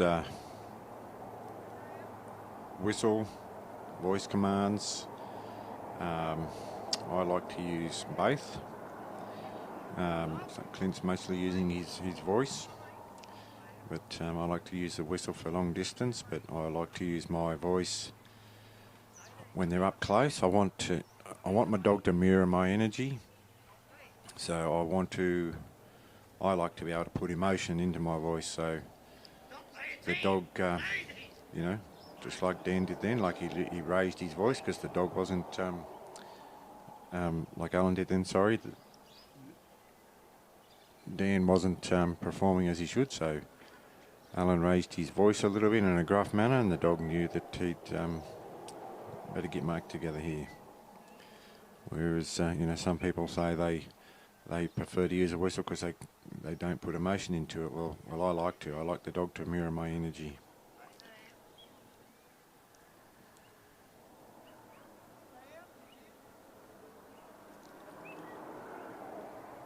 There's no wrong way, no right way of training a dog. It's just, well, I guess, at the end of the day, it's whatever works for you. But we do overcomplicate things, I feel, when we're training our dogs. We often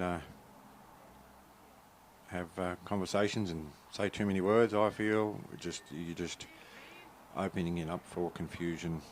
And I believe a lot of our problems are with our dogs, and working sheep are us with confusing. That's a nice bit of work there. Sheep were relaxed enough to go over the obstacle.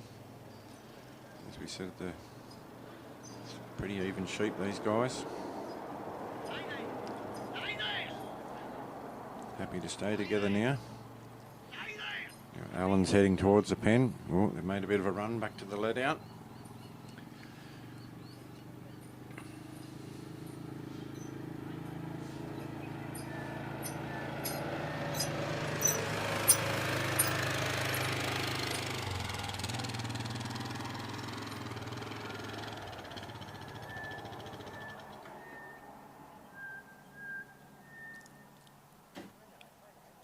Alan must be short on time. He's putting in the long steps there. No, he's got plenty of time. He's got a couple of minutes to go, which is, if all things going well, is plenty of time. But you never know. Sometimes our ambitions and the sheep's reality don't align. They look like, I thought they were going to go straight in then, but no, they've chosen to nick around that pen, which has cost him 3 points at that stage. So if the sheep sticks a head up one side of the obstacle, it's 1 point. If it goes halfway up the obstacle, it's 2 points. If they go right round, it's 3 points.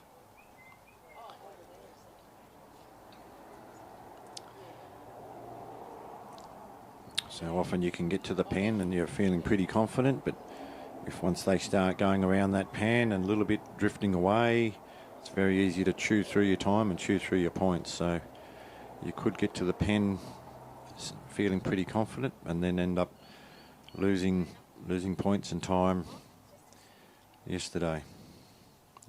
Losing points and time with on your sheet.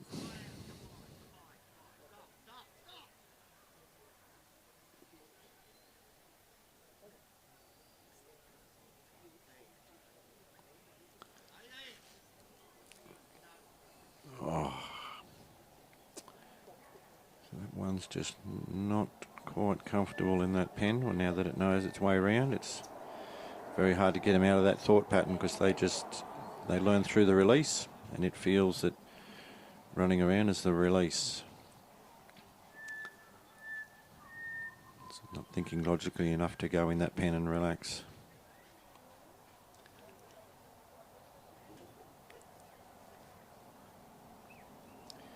Alan be just hoping to try and bump those other two back to that one that's in there, but he's not having much luck at this point.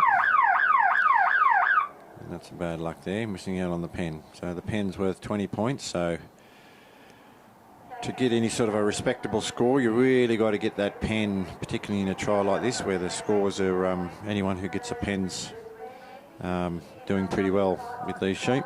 Very tough sheep.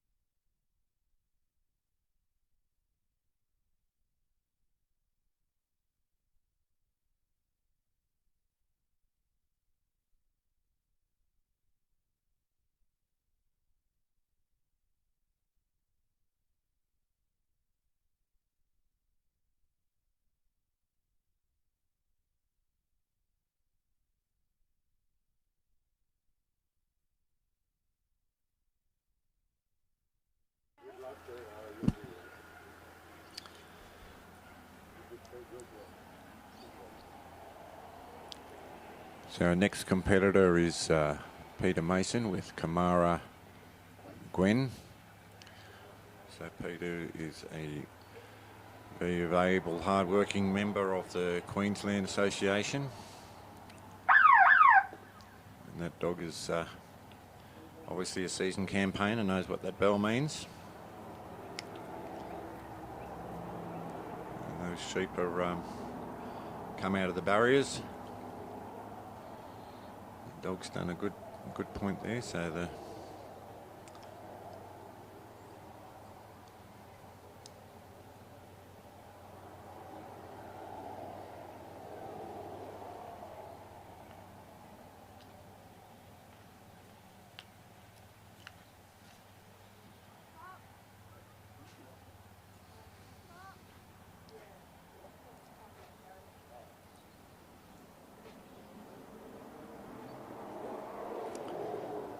So Gwen's just got to, as much as she's got to keep him in that imaginary 8-metre corridor there, she's got to bring them around that obstacle or through the gap, doesn't matter.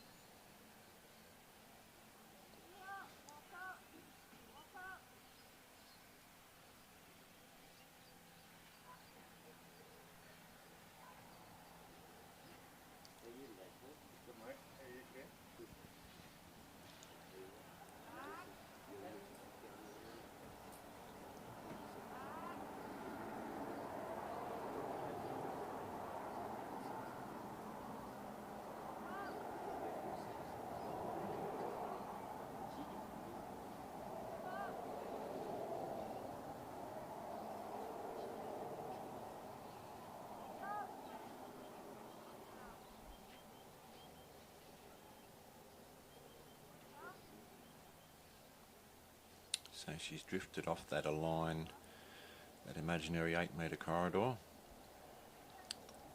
So that 8-metre corridor starts to where that dog first picks them up. I suppose is the best described when it first gets there, and every time those sheep drift 4 metres either side of that imaginary corridor, so that starts again, that corridor.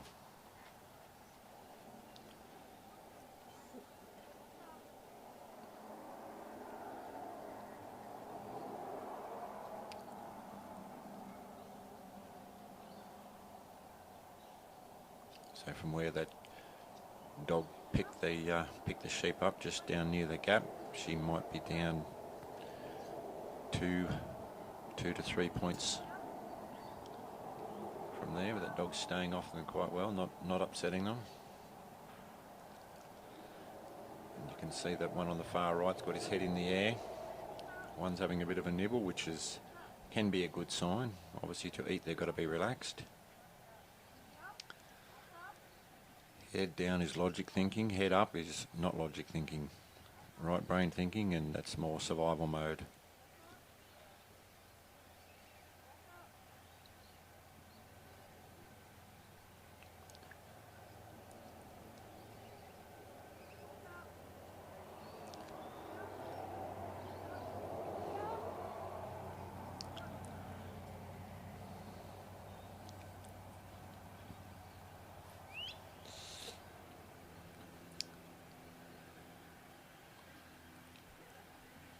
So I'd say that sheep to the far right is the lead sheep, the one that Peter's going to have to be watching.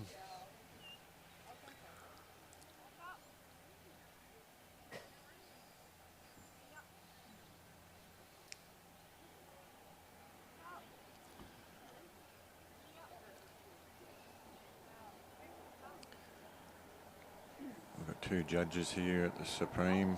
We've got Mr. Kenny Robinson from New South Wales, around the Willow Tree, Marundi area, and Roy Pottercarey from Queensland.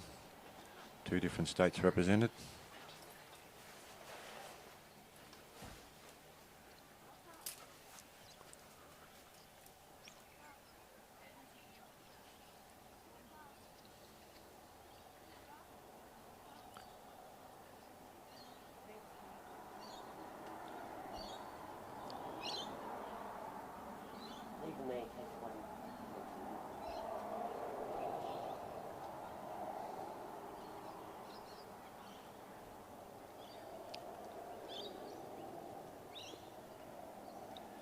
These sheep are looking pretty good at this point.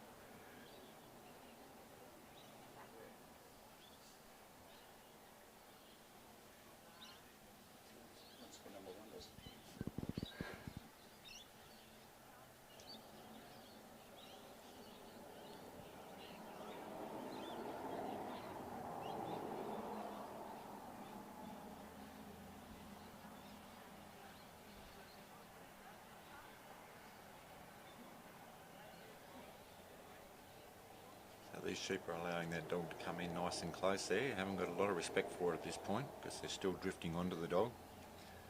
Something about that dog's demeanour that the sheep are feeling very confident about, which can be good or not so good. It's just depends. It could obviously that little dog needs to just establish enough. Gwen just needs to establish enough respect that she's having an influence on the sheep and respectful influence without upsetting them.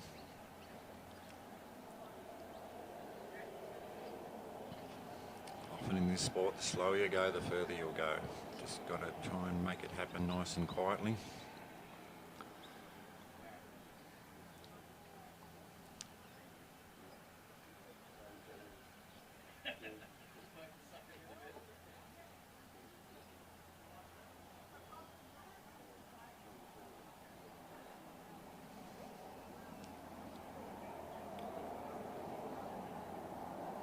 Peter will be conscious of that time ticking away. She's got seven minutes to go, a little bit over 7 minutes, which is, you know, it's getting up there for time to bring them down. So that dog's got to the bursting point and done a little bust in there. Often dogs will do that just through sheer frustration. That you know, the Peter was just trying to coax her in with words of encouragement, and the dog just gets to a point where it's going, something's going to happen here, and I don't feel that confident in close. Whether it perceived that it was, you know, felt a little bit threatened by the sheep's posture, maybe stamping of the feet, things like that. So the dog took. They'll dive in because they don't. That predatorish behaviour just comes out when they get uncomfortable like that, and it's usually a sign of weakness, as opposed to a dog that will just walk in nice and quietly and just give them a gentle nip on the nose if that's what's needed. Too much and you'll cause a reaction, whereas we ideally want that we want a response, not a reaction, to keep that thinking logically. But Peter's been able to bring these sheep back and hasn't upset the sheep too much, so it could have been all they needed for the rest of the trial. But we'll just wait and see what happens.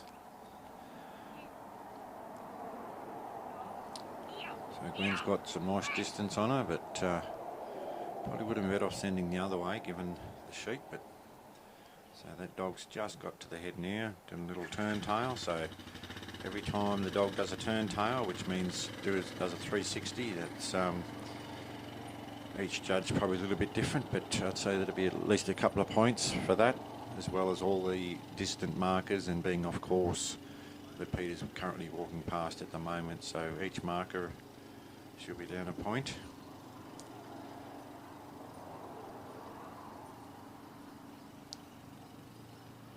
Little Gwen's working her hard out there. Just trying to block them sheep up. She knows they're heavy, wanting to get back to the let out.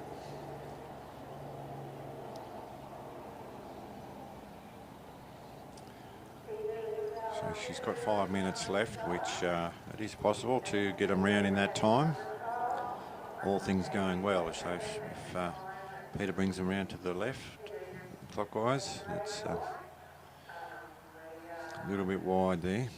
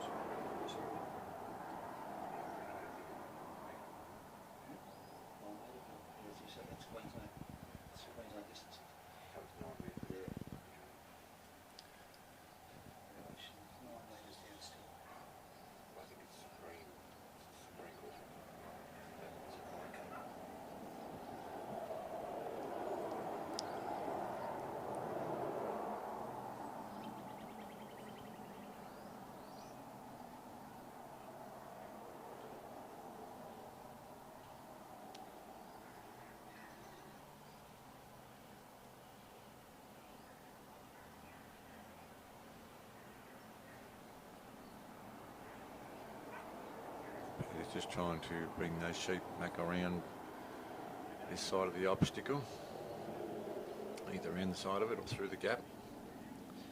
But once they go through the gap, they've got to come through from this side through to the other, through to the lead outside before she can leave that set. If she was to leave that set, which is the hoop on the ground, before the sheep complete the obstacle, that'll be a disqualification.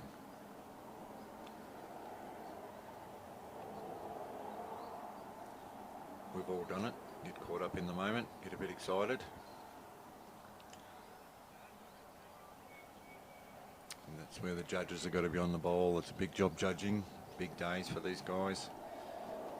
Started at 7 o'clock this morning and often go through till dark at some trials. They have been getting through the 50 a day quite easy here, given the sheep that are quite a bit runny.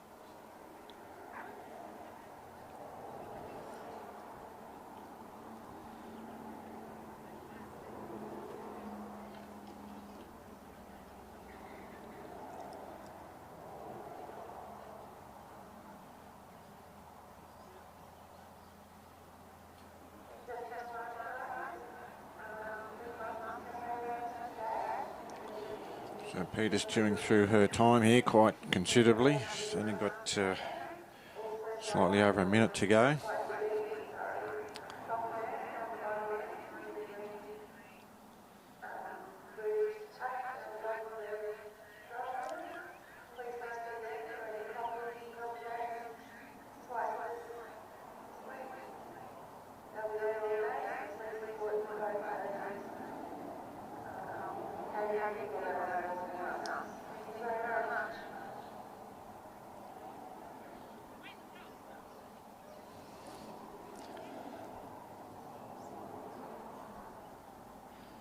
Here we go, we got him this time.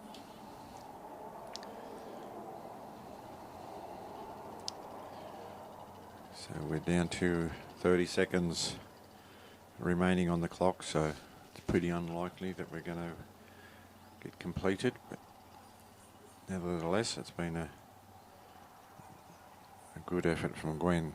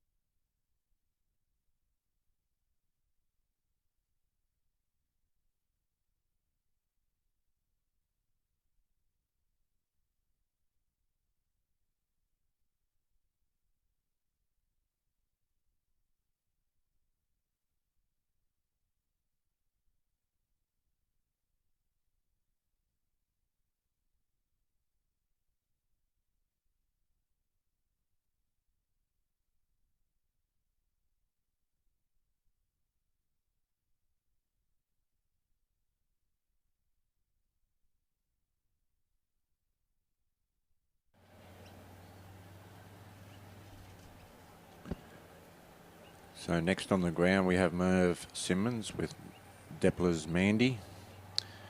So Merv, I believe, is the patron for South Australia. And he's had his son here also, Ben, but Ben has had to fly back to go to work. But Ben was the representative in the Interstate Challenge. So we've got Merv with Depler's Mandy now.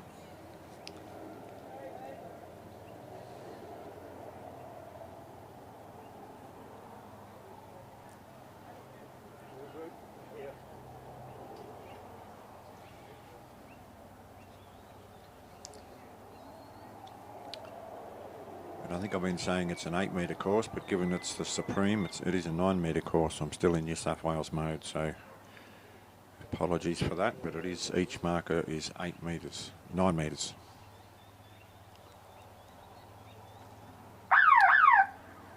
So those sheep ideally need to be at 20 metres at a minimum.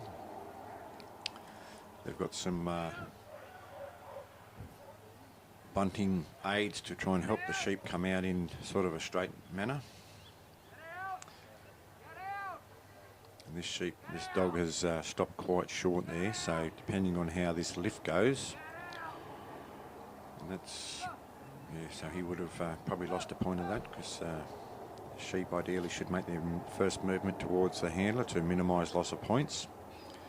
May have lost one there, but the dog probably didn't get to point of balance as quick as it should have done.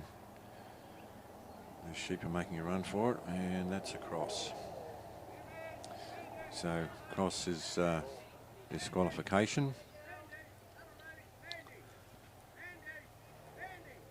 So that's a bit unfortunate for Merv.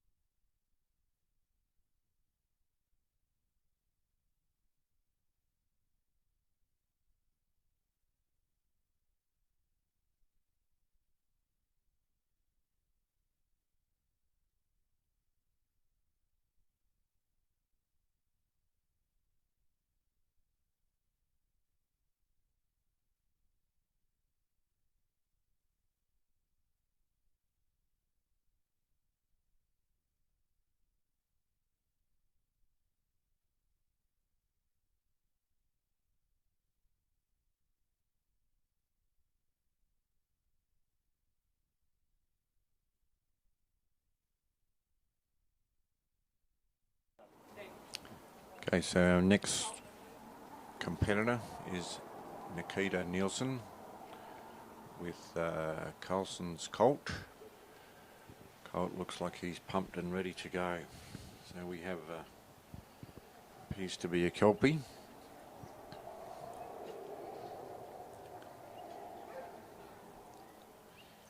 So Nikita is part of the hard-working committee for this Supreme. Queensland resident. Quite a big Kelpie too.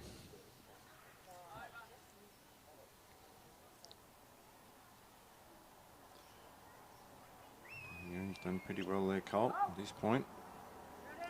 Ideally, Colt needs to just stop there and just, if those sheep are going to stand still, Colt's caught something that he would rather smell than chase the sheep. So he's probably, whilst those sheep are standing there, Colt's probably better off to just let them settle.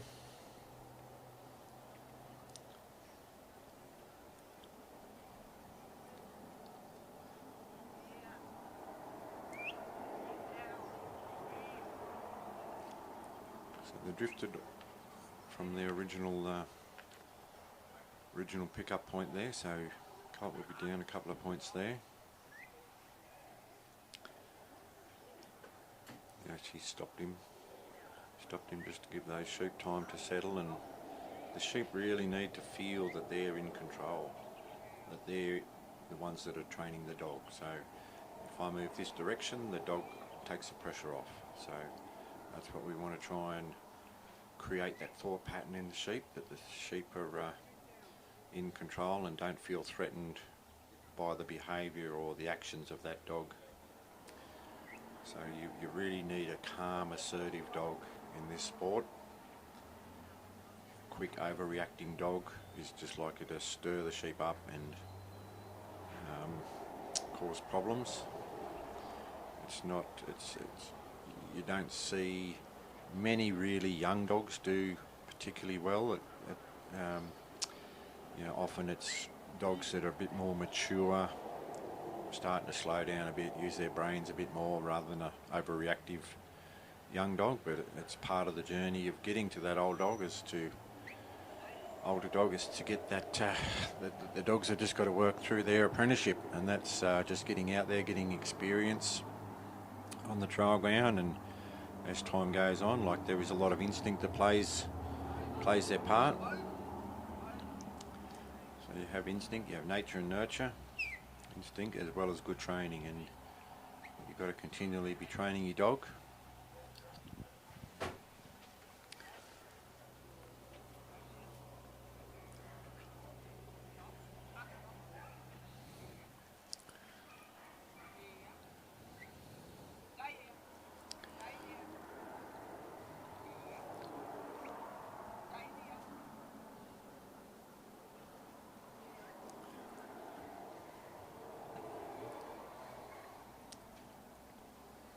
So that one there, he just not happy to stay with his partners, but Colt's brought him back, but you can see that head posture on that sheep.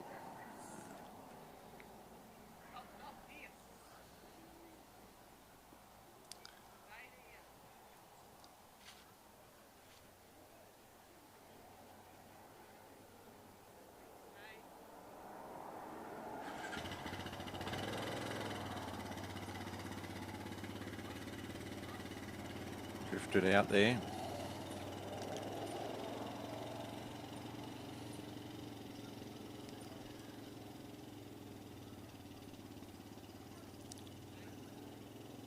So they've gone past a couple of markers there, so 9 metre markers, so each 9 metre marker is a point.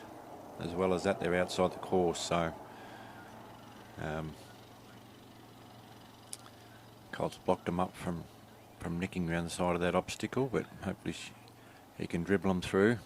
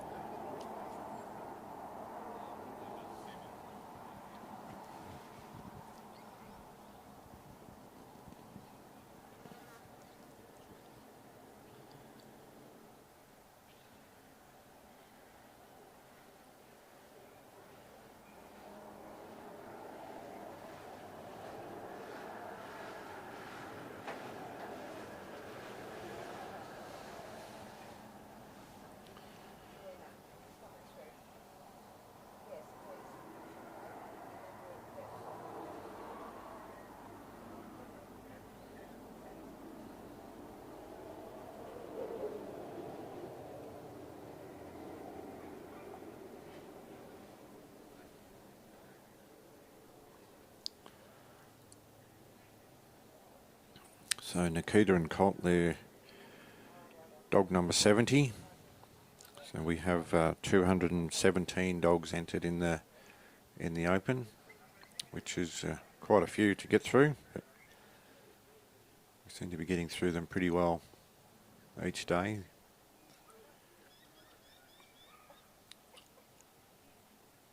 The Queensland Committee have done a great job with putting it all together, and in the schedule they've had it marked down each day to what their ultimate goal is for the amount of dogs they want to get through.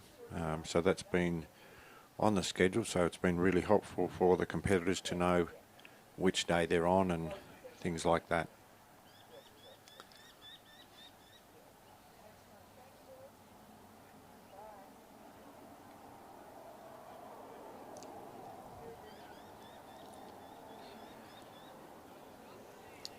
So I believe this afternoon we might be lucky enough to see some of the New Zealand team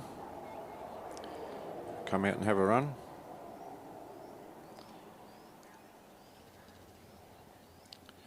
So we've got Mark Copeland, Lloyd Smith, Scott Hunter and Ben Miller.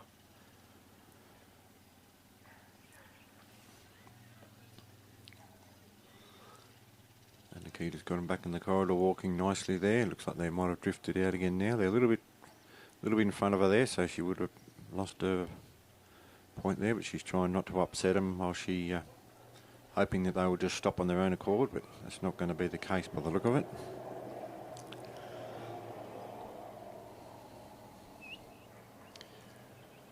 So she's bringing them back there, so if they go past the obstacle before Nikita gets to that set, it's just course points, but the moment she steps into that set, which is the circle on the ground, the hoop, the moment she steps into that set, they then revert to obstacle points. So if the sheep sticks her nose up the side, it's 1 point. If it sticks its halfway up the side, it's 2. If it goes to the end, it's 3. So that's the way most judges would work, I would think, but each judge may have their own variant. But the sheep just gone through that obstacle, so Nikita's good to go, and she's walking along there nicely. The sheep are not in the corridor. Here they are, but going pretty well. But the sheep are definitely not settled. They're that one out in front. He's looking everywhere where he needs to go. He's got him lined up now nicely. No, just going to nick around the side.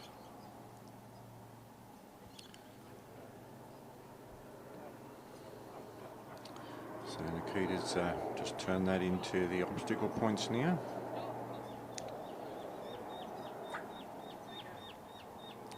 This Kelpie's done well to get to this point, and he looks a young dog, and he's got a very, very lopey motion, which sometimes can upset them. Some dogs just run very smooth. Other dogs. There you go, that looks pretty good. So ideally she'd like to dribble them back around the front before she walks off. Try and set your sheep up before, it's a pretty good moment to walk off there, that's a good job.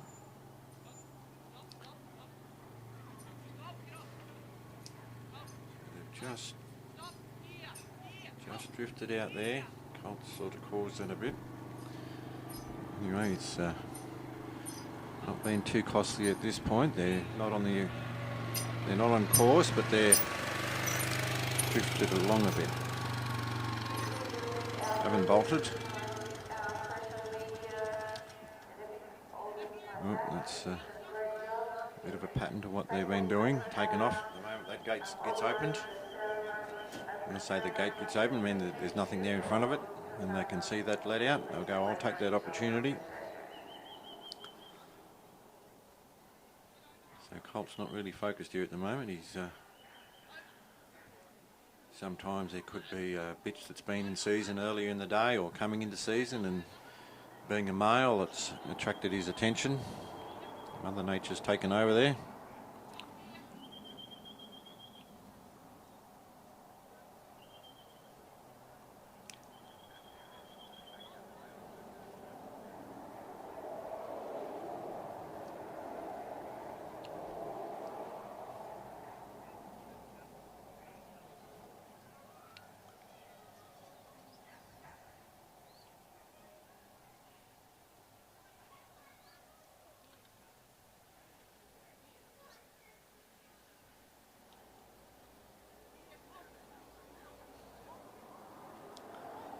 Come on, Colt, pull yourself together. Nearly there, mate.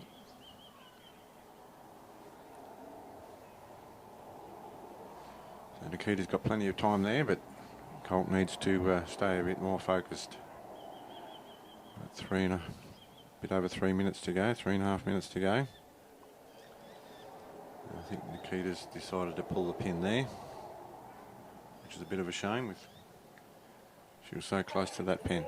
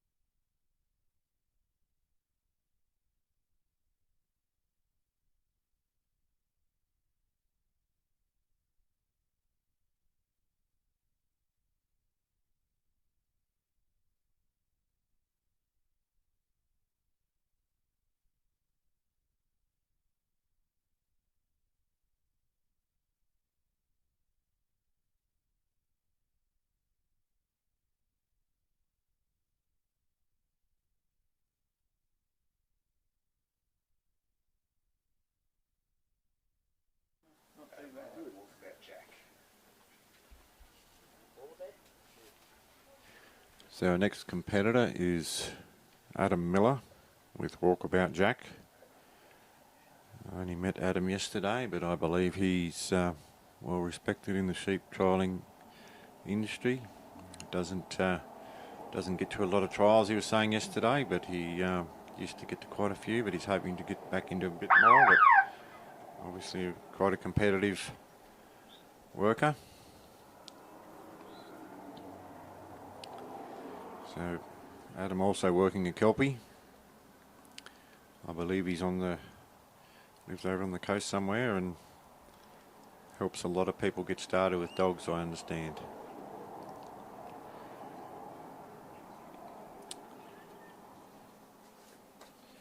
So Jack's done a good job there of picking those sheep up. He's got to move them in a direct line as possible within a imaginary 9 metre corridor back to Adam.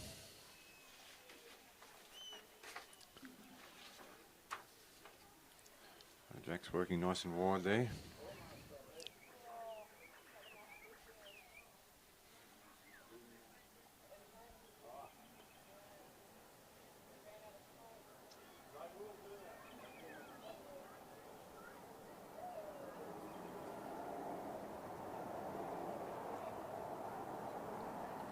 Adam does a lot of sheepdog demonstrations and runs helps people out at his property, getting people started. A lot of city people.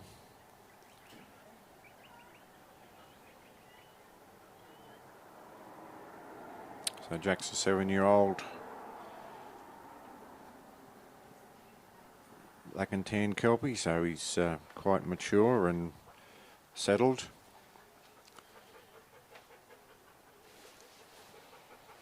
So he's an open 3 sheep dog in yard and utility.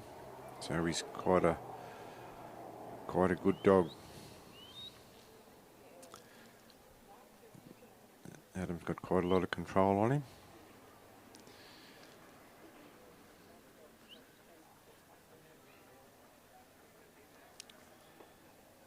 These sheep look pretty even. Sometimes Kelpies can be a little bit more intense, which can upset them, but there are a lot of good Kelpies in our 3 sheep sport that I'm guessing just been selectively bred for this, so you can have your your kelpies that are more suited to yard, or you can have your kelpies that are more suited to paddock and utility and things like that.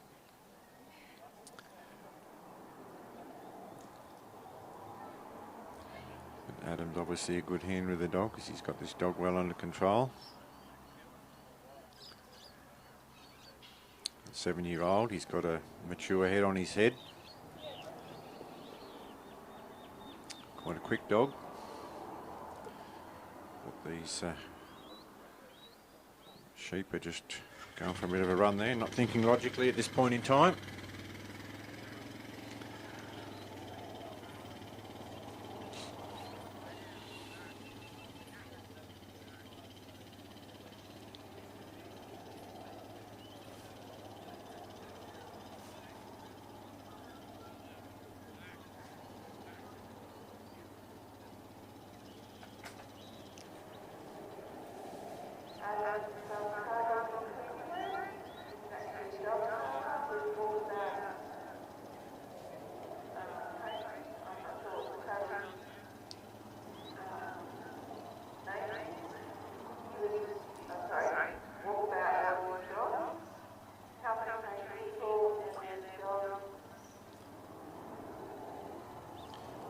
Adam's just sort of walked down quite a few markers there, 9-metre markers, so the sheep are off course, as well as quite a few markers away, so we lost points for being off course, as well as each 9-metre marker.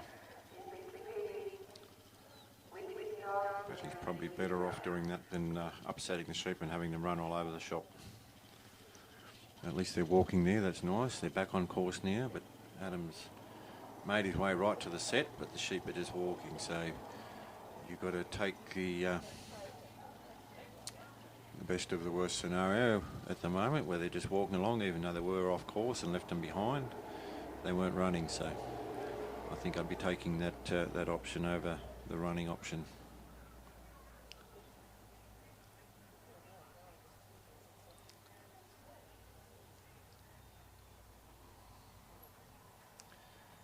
Moving in nice and quietly, this kelpie.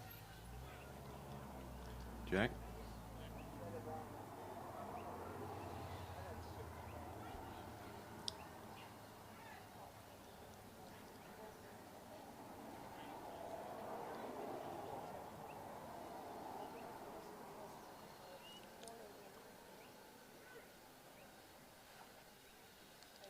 So you'll be just hoping you can just dribble those sheep through that gap without upsetting them. Do seem to be going along quite good.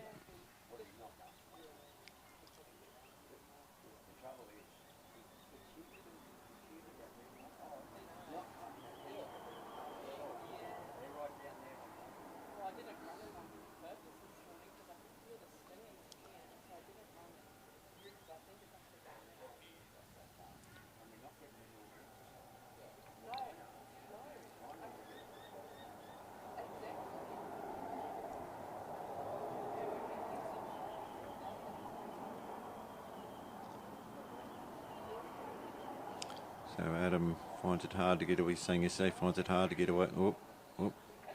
Finds it hard to get away to trials. He's got a young family, and his busiest time helping people with dogs is on Friday, Saturday, Sunday, which is when most trials are.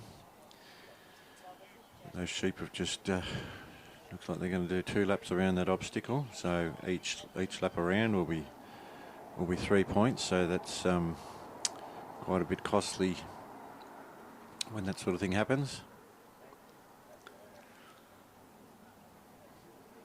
Jack did have that look in his eye where he's take things into his own hands, but Ben was obviously able to persuade him not to do that. That's not a good option. It doesn't look like he's upset him too much.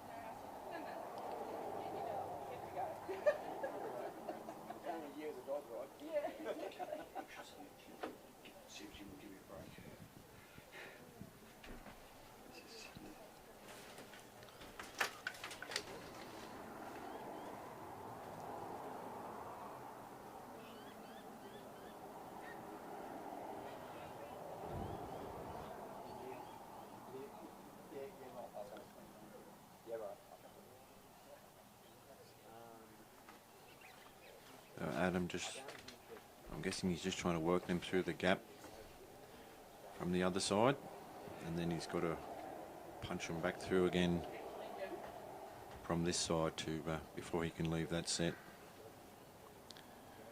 So see that dog wagging his tail there? That could be a little bit excitement there, a little bit excited, anticipating. So that could mean the dog's about to dart in, or it's a little bit weak sometimes when they do that, but I wouldn't think that would be the case with this dog being a utility dog and yard dog.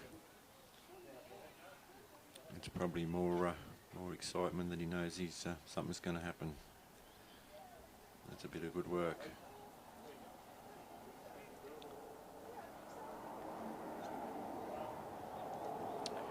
Now it's just, the sheep have been through the gap, so they know it's safe to go through there. Sheep are naturally claustrophobic, so going through small areas is something that Mother Nature's not hardwired them to do. That's why our obstacles, the race, the bridge, they're all claustrophobic areas which are not, as far as a prey animal goes, it's not something that they're most comfortable with. They like wide open spaces where they can see, we see predators. Often that's why you see when they go through gateways and things like that, you'll see them start jumping and things like that because they want to get through it quickly. So Adam's got him through that gap and he's just walking off nice and steady there. He's got the sheep nice and calm at this point. Jack's working well. He's working the outside of the corridor, Jack, because he knows they're quite heavy on that side. It's nice work. He's got about 4.5 minutes to go, so you will be conscious, Adam, be conscious of the time ticking away. Most competitors will have a timer with them. Not that there's much you can do about it at times, but it is handy knowing how much time you've got when you get to obstacles and things like that, or so you can set off, like Adam's set the pace a little bit quicker than you know, now that he knows he's running a little bit short on time possibly. At 4 minutes, that's enough to get him in the pen, all things going well. Usually depends on how much grief they give you at the obstacles. So Jack's out nice and wide. The sheep are thinking logic. There you go, first two went through and the other one goes, where's my mate's gone? Wait for me. So it's worked nice there. Adam's let the sheep settle, and Jack was enough distance off him for the sheep to relax, and the sheep won't go up the obstacle if they feel threatened by the dog right behind them. So for them to go and turn up the obstacle, they've got to feel relaxed, and if that dog's right up their bum, they're not going to want to look up the obstacle. They're going to look at where that dog is.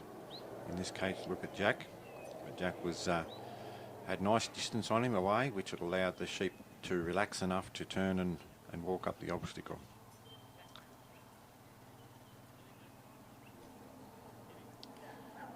So he's going along quite well now. 3 minutes to go, so he's going pretty good.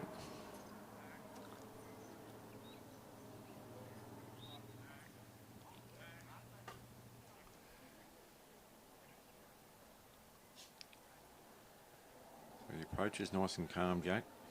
Very nice kelpie. The sheep are looking up the obstacle. Look like they're going to walk up. No, now they've turned around.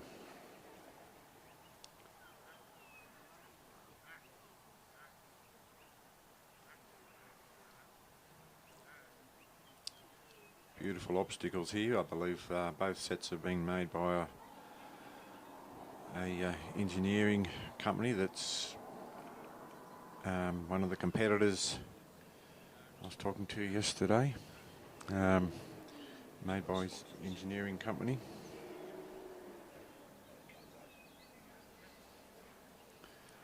All aluminium, I believe.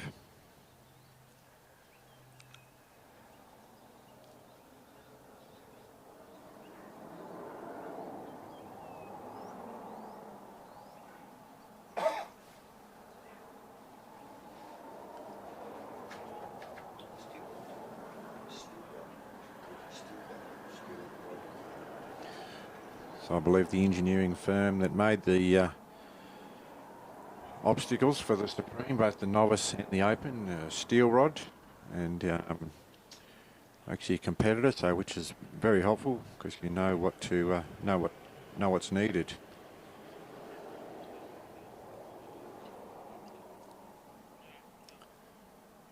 So if anyone needs any obstacles, they know where to go.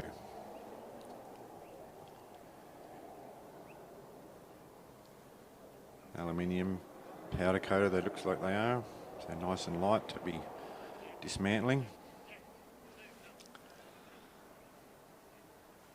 And professionally made, very good.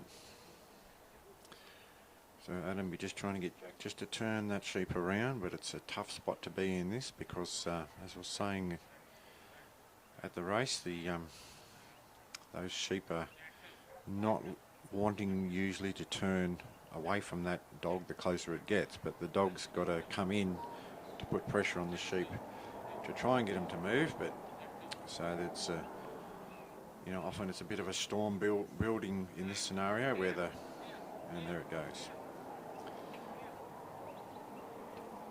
So that is a common thing that's been happening at this trial. The sheep have been standing up to the dogs at the bridge and look like they're going to go over, and then at the last minute, just as they hit the ramp, getting back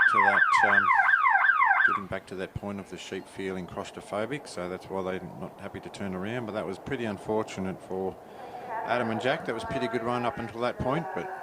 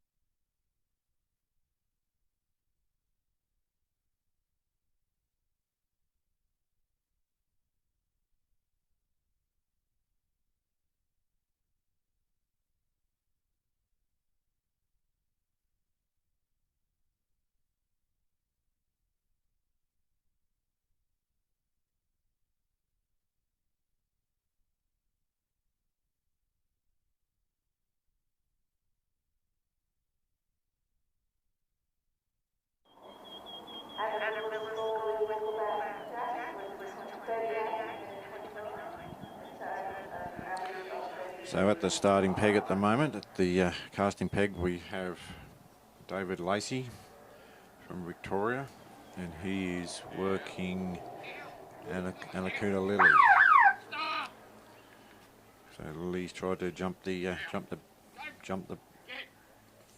choose her way to go when she heard that bell, but Dave was quick to correct her and send her anti-clockwise, the direction he wanted. So you can see that she has stopped quite short there, but given the sheep, that may not be a bad thing. So if those sheep move directly towards Dave, it really shouldn't be any loss of points. But if that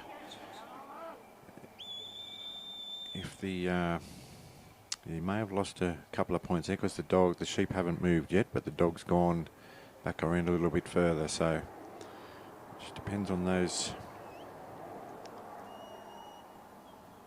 Sheep are quite relaxed at the moment, but if those sheep choose to go the other way, no, that's pretty good. That lift. The other sheep, so he would be down a point there.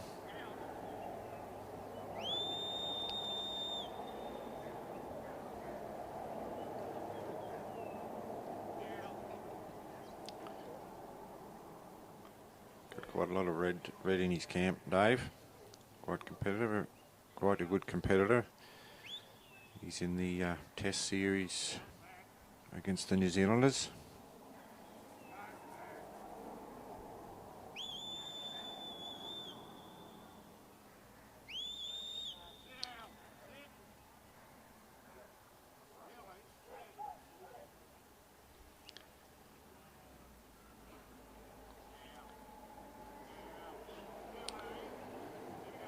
Dave and his wife Vicky were originally WA competitors, and then I think they moved over to I believe they're in Victoria now, a bit closer to family.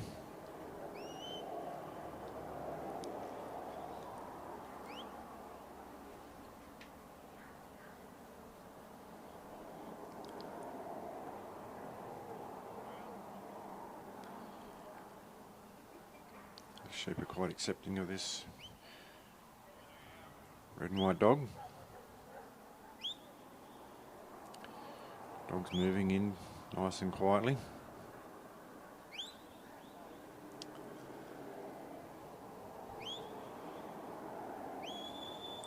Nice work.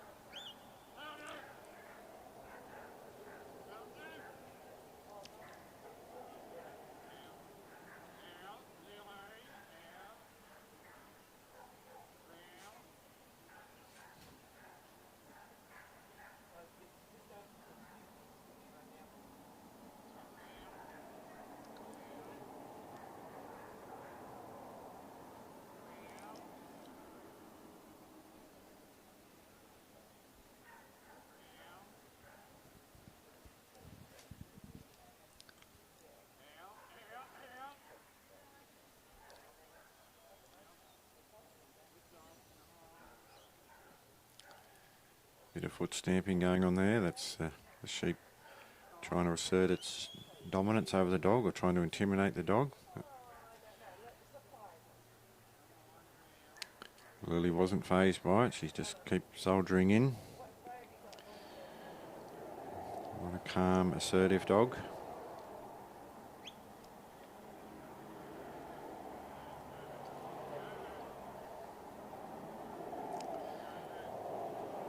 Being a little bit lighter, got a bit more wide on it, this dog, so that sheep might be, this looks like it could get a bit exciting here at the moment with that sheep, the way it's stamping its foot. Little Lil's not taking a backward step neither, so we'll see what happens here. So Lil's got to show enough presence to have that sheep respond. And if she can avoid any conflict, that's the ideal scenario, but she's just got to show enough presence to get that, just that one sheep there on the right there now. That's obviously the one that dog's got to work majority, and Dave's got to keep an eye on that sheep, because it's if it's going to be one to take on the dog,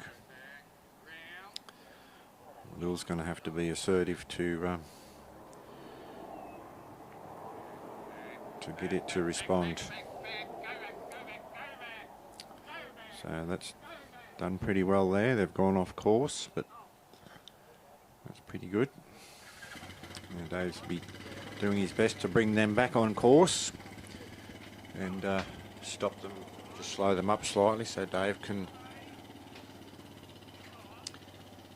get them back within 9 metres of himself.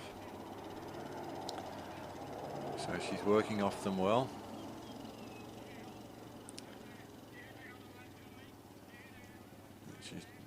Dave's just trying to get his little Lily to retreat back and just give those sheep a little bit of room, but they're gone off course there, so that's just trying to etch them back on course.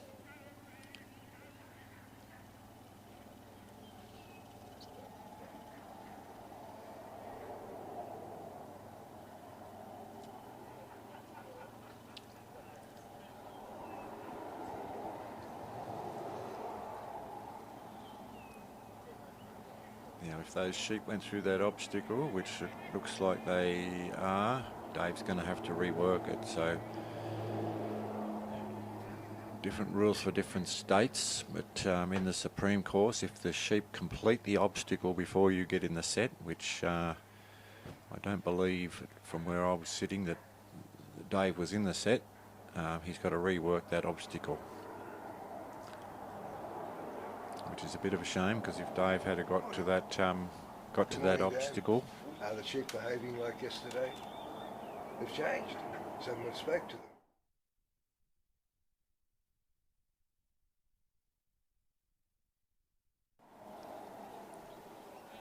think I worked out why they had an early start.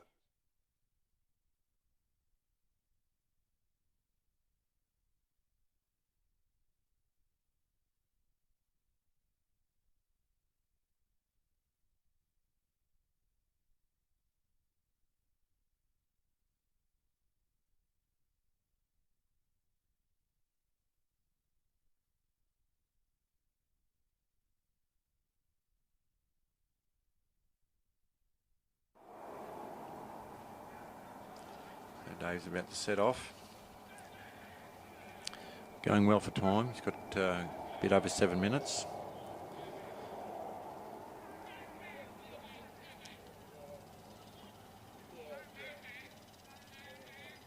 So you can see how Lily, while she's taking Dave's command, but she goes and then she goes, now listen Dave, I know those sheep are going to run off, so I'm going to keep running back to the head.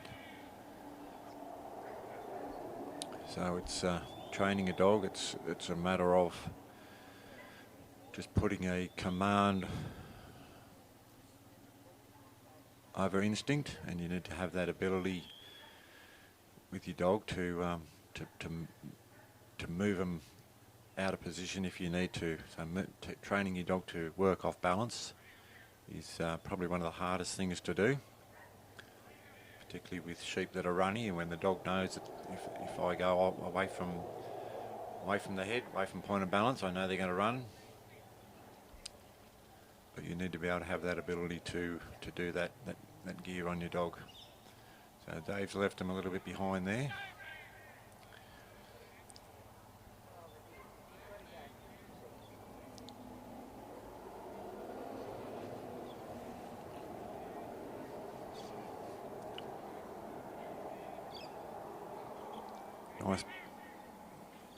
Nice position there. That's good work.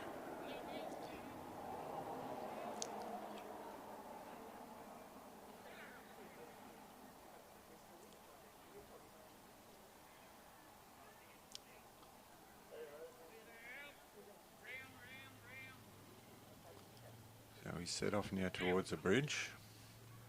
But they're off course. But Lily's working nice and wide.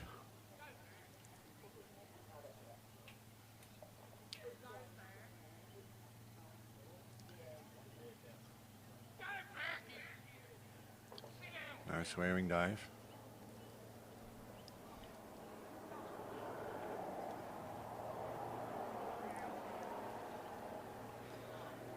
So they've done a bit of running around these sheep on that way to the bridge, but it's very common.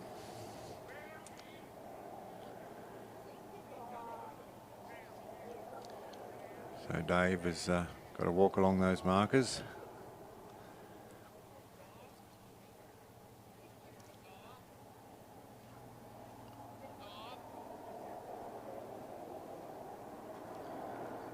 Now he's got him in a good position there. He's in the set, he can take a breath. And just etch them sheep up nice and slowly. We've got 4.5 minutes to go, which is plenty of time. All things going well.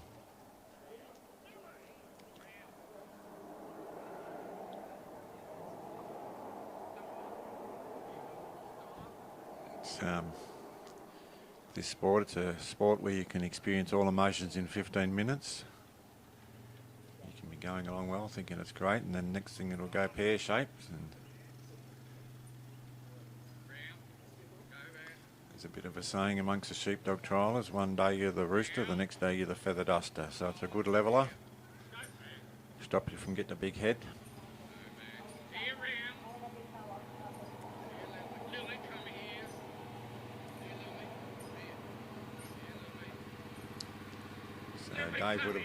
Dave would have ideally liked to have start those sheep walking down the corridor before he left, but he's conscious of his time to get away. And just to move him away from that obstacle there, because it's a spot where further he gets away, like the more potential for a cross, really. So he's got to get that dog in behind them there, which is very hard when they're right up close to an obstacle. So this has been quite costly for him because they've gone off course, as well as that he's left them behind for 2 markers.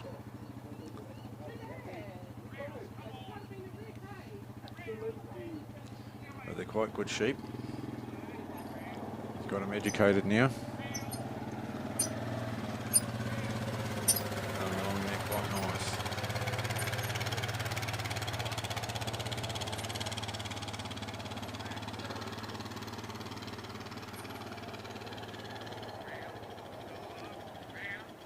Heading towards the pen with 2.5 minutes to go, which is ample time.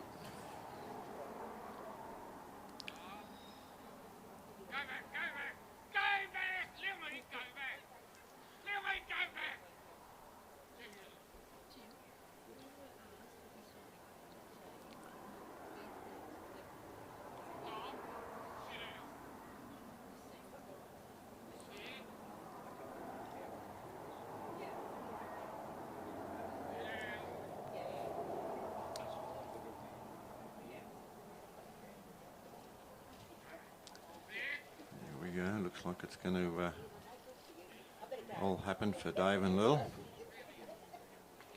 So he's got to get them in the pen, and that opening of the gateway, the sheep must be clear of that, which they are at the moment, before Dave can step out of that set.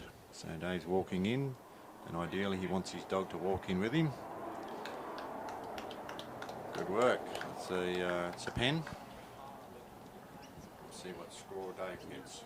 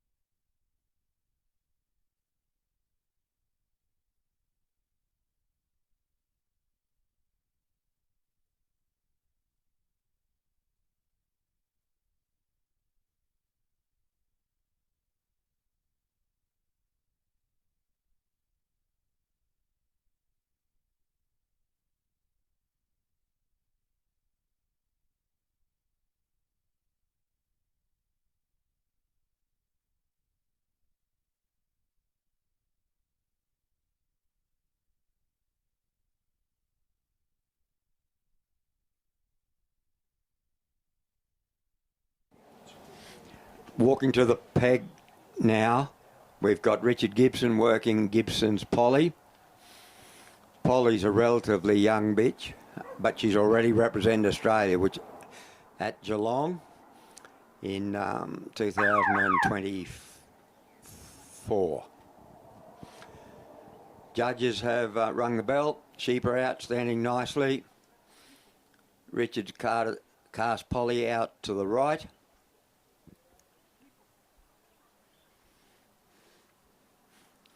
She's by Flowers Sweeney out of Gibson's Maya. Maya was a Queensland Dog of the Year, worked by Jeff Gibson some years ago, and she's thrown left quite a few good pups. Flo's sister, Flicker, worked earlier in the week.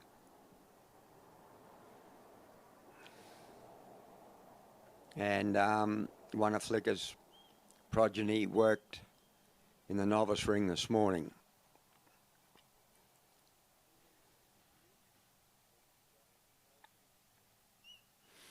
By the name of Bales Wes. Flo's doing a good job. As we've seen all week, these sheep are heading to the handler's right or to their left, leaning that way, but Flo's keeping them pretty straight. I suppose she'd be about 5-year-old, maybe 6, I doubt it. Richard's only started working her in the last 3 months, I think.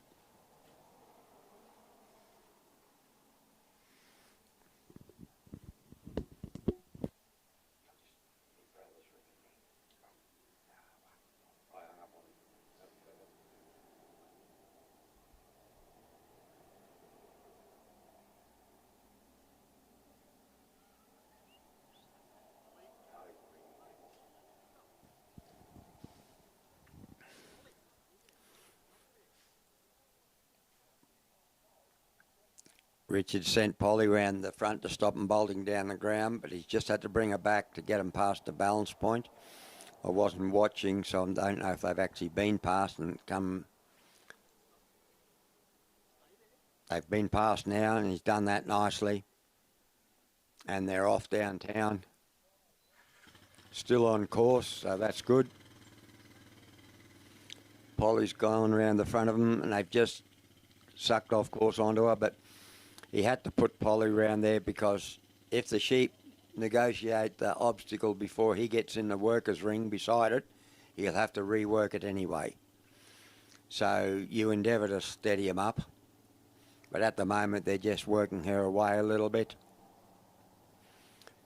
We start with 100 points in this game and we lose them, and the judges pick them up when we drop them. Sometimes we just drop them in singles. Other times we lose them in big mouthfuls when it all goes wrong. The lead sheep, he's seen a gap there around the outside, so he's taken his mates with him and ducked around there. Polly's got around the front to block him, but he'd like to go home. He said there's a bit of hay back there to put away, so I'll head that way. Polly's got around the front of him.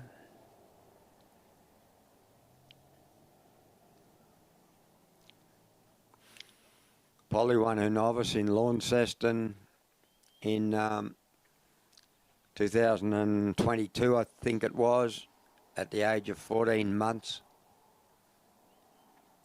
So she's been a very good trial dog for the Gibson family.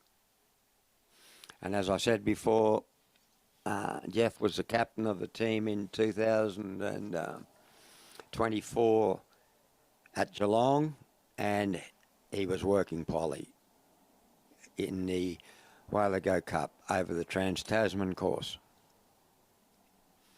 Richard hasn't been trialling all that long, but he's been around his parents and Richard's daughters. They've always been around. The grandparents helping with the pups, with a love of animals. And they're great girls, or young women. Jeff, who started Polly and worked her, he's been trialling for about 35 years. Very successfully represented 2 states. I don't know if I've got much information here on Richard. How am I travelling? No, Dan, have I got any information on you? Make it all up. Yeah. What our policy in here is if they didn't give us any information, we make it up.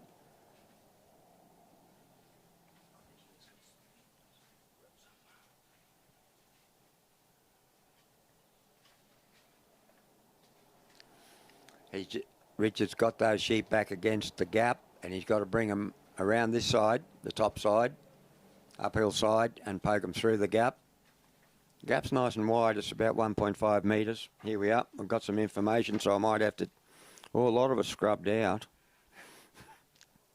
Gibson's Polly's a 5-year-old bitch. Yeah, by Sweeney out of Myer.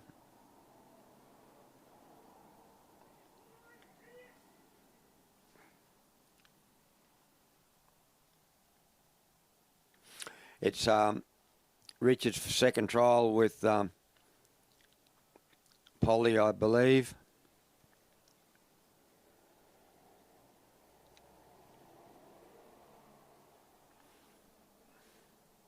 Richard lives with his wife at Swan Creek in Warwick. Looks like he's a parks labourer at the Southern Downs Regional Council. Been trialling for 12 months. He's won his 3 encourages. He's been going well. Placed in 2 open finals using dogs bred by his father, Jeff.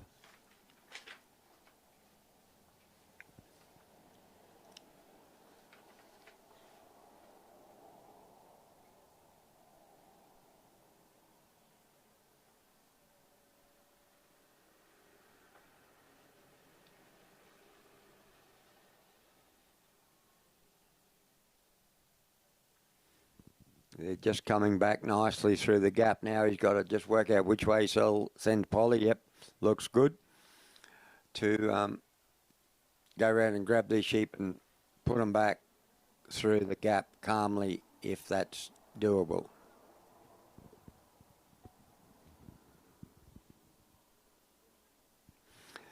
They've achieved the gap and the sheep have settled fairly nicely. Polly's got around the front and bring them back on course. You can see our course there, leaving the casting peg is 9 metres wide. And every 9 metres we've got a marker. And if we don't want to lose any points, we've got to keep the sheep within the 9 metres. 9 metre box really in front of us, beside us or behind us. And we've got to have forward motion. If we go backwards and forwards, we'll lose points for going over the ground. We've already done now. Our leader mate, he's seen a gap there, I think. I don't think he went through. But if Polly had gone up any earlier, he'd have come this side. They're still nice and settled, and that's the main thing. They're very hard to work neatly if they won't look at your dog. If all they do is turn their backsides to the dog and scarf it. Good work. Polly, Richard just put Polly around the front. They're going to bring him back on course. And he's off to the bridge. I don't know how much time he's got, but he's got his sheep pretty settled now. He's got plenty of time. He's got about 6 minutes, so that now he's got them settled down. He's got plenty of time. We've got 15 minutes to complete this course, and you don't get any extra points for doing it fast or slow. You've just got to get it done before that timer goes off after 15 minutes.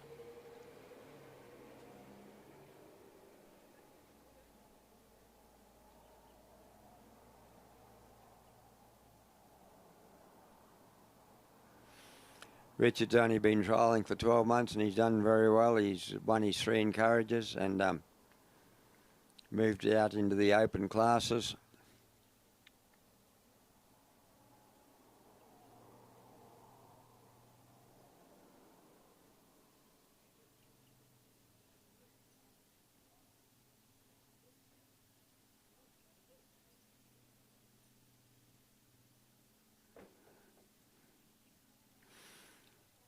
He's just holding them there quietly in front of the bridge, hoping that they'll look up and go, and they often do. But some don't want to.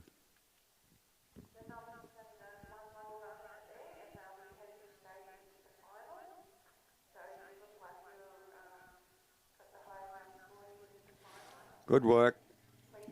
They've just walked off the bridge nicely, stood there, just what the handler wants.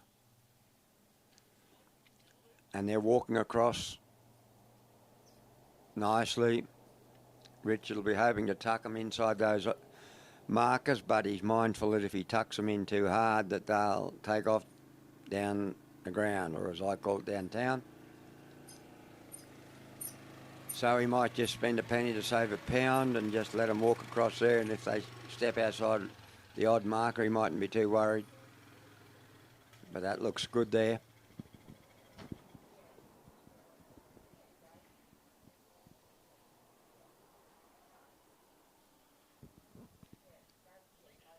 I think we've got quite a few people watching the live streaming over the last 4 or 5 days.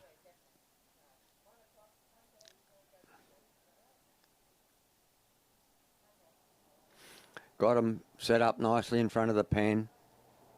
I haven't seen too many runs this morning in the big ring. I've been down the novice ring, so I'm not sure if they're being a bit difficult to put in or whether they're going in quite nicely.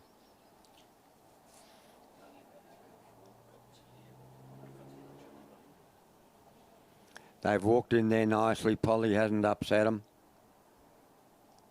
Richard steps out of the set and he's shutting the gate. Polly's holding the gap so they don't come out. Congratulations to Richard Gibson and Gibson's Polly. Minutes left to go.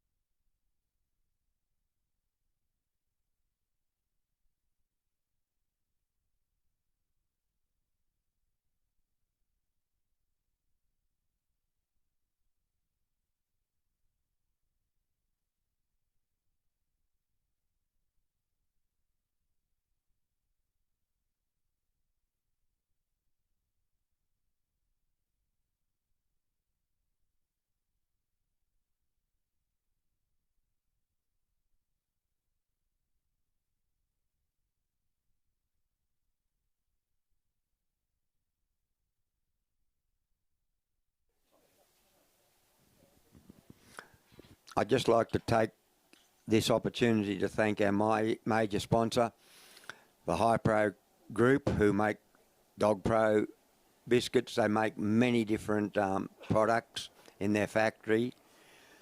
Good products, so I'd urge you to support our major sponsors, because without them,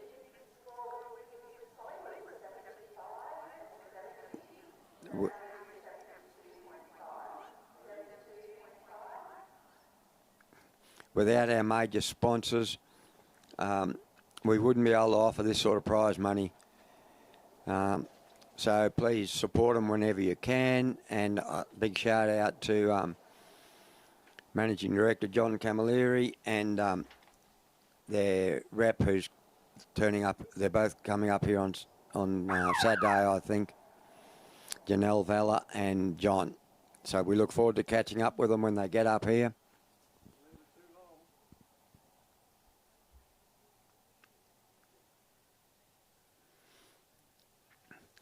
Out here now we've got Renelle Welton from Bullingarook in Victoria. She's a bed and breakfast owner. Grew up in far north Queensland on the Atherton Tableland and travelled to Victoria for work. With nil farming background, she bought 50 acres outside of Melbourne and purchased sheep in 2014 for the first time I'd ever seen sheep. She bought her first working dog in 2022 as an 8-week-old puppy named Jack, and have been learning how to work stock, learning how to work the dogs and control my own inputs to the equation. She now runs a B&B, bed and breakfast, and also a Corriedale and Romney stud called Cloverleaf Stud, where I use their wool to produce fleece, top and boutique yarn for crafting markets. She started trialling in October 23.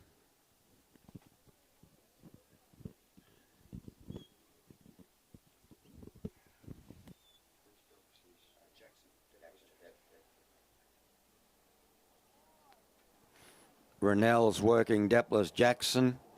He's a 4.5-year-old dog. First dog she purchased as a pup. After competing in encouraged trials in 2024 and 25, we won our novice in November 25 and then the improver in January 26. Jackson's got around these sheep and settled them nicely in the middle of the course there. He's got to bring them up here on Rennell's left-hand side and bring them past the balance point that before they can head off to the gap. Got to put them past that bollard that is behind Rennell. Then they're considered delivered, and she may leave that casting peg whenever she sees fit after that.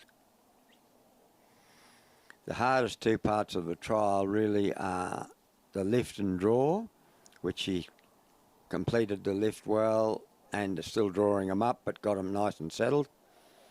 And after that, the walk from the casting peg down to the gap, because the sheep are going home and they'd like to do it quite quickly and get away from the dog.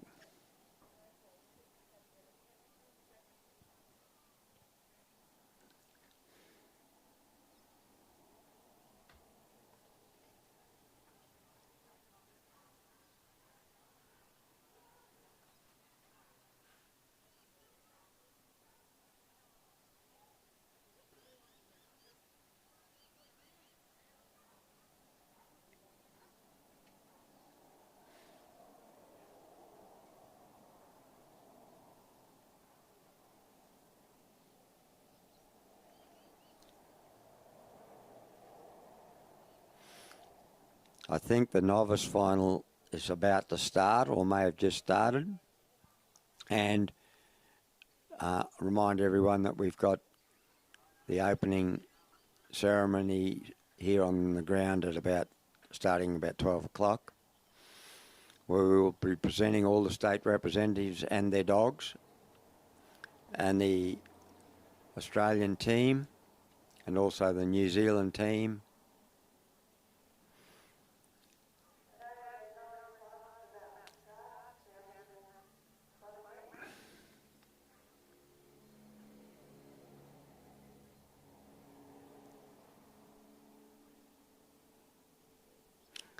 Jackson settled these sheep nicely.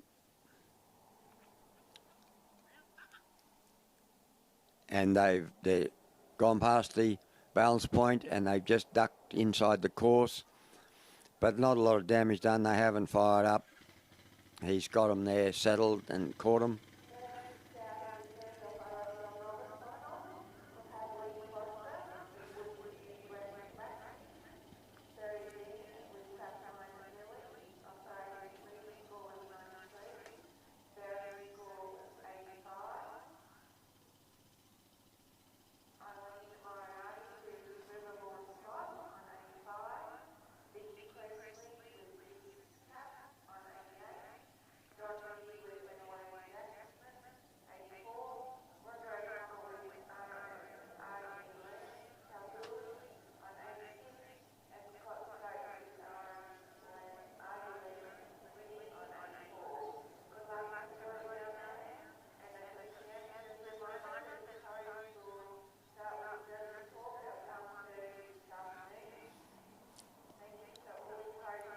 Rennell's 3/4 of the way down to the gap, and the sheep are still on the inside of the course, but Jackson's got them fairly settled.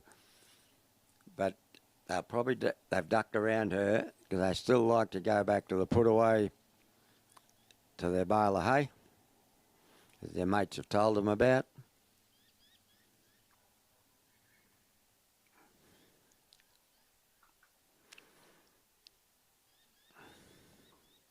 Your dog has to be very proficient on either side to hold them on course.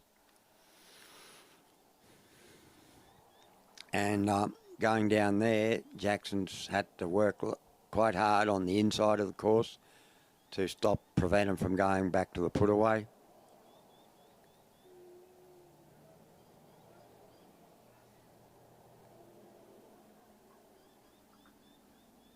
Got him nicely positioned in front of the gap now, and through they go. It gets a bit easier most of the time in this carry across to the race because there's bit more consistent weight on your sheep, put more consistent weight on your dog going across there, and it makes it easier to walk them along steadily.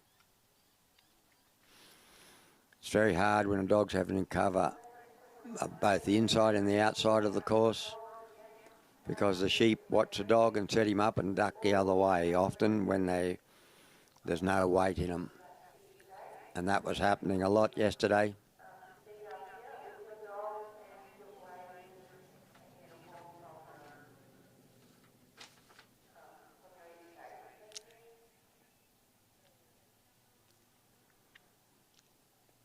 Jackson's got these sheep travelling along nicely. On Australian courses, you cannot influence the sheep. That's cheating and will lose you points. You can communicate with your dog by whistle, word of mouth, or arm movements, but you've got to be careful not to influence the sheep. Little break out there. Sheep ducked around the race. Rennell stepped into the set at the race there, and Jackson's gone and pulled the sheep up, and he'll bring them back steadily towards the race, probably on the outside, and hope to just roll them around and through it.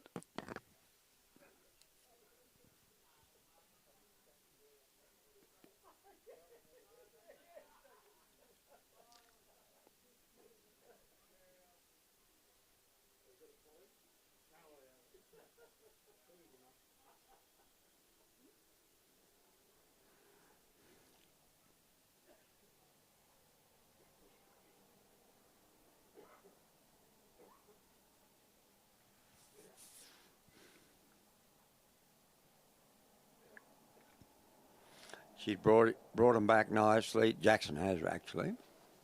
Got them pretty much, I think, in front of the entrance to the race. Now, just got to calmly turn them around and show them that there's somewhere to go. Let them see that. They still like to duck up the outside by the look of it. But Jackson was there to block them.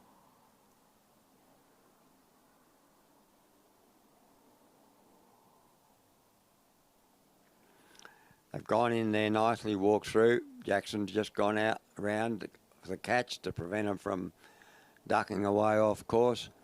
Have to be a little bit careful here. Sometimes the sheep come back on the obstacle and use it as a place of refuge from the dog, but Jackson's got them off nicely and bringing him up the ground. They're just yo-yoing about a little bit, and they've ducked off the inside now. Jackson's there to catch him.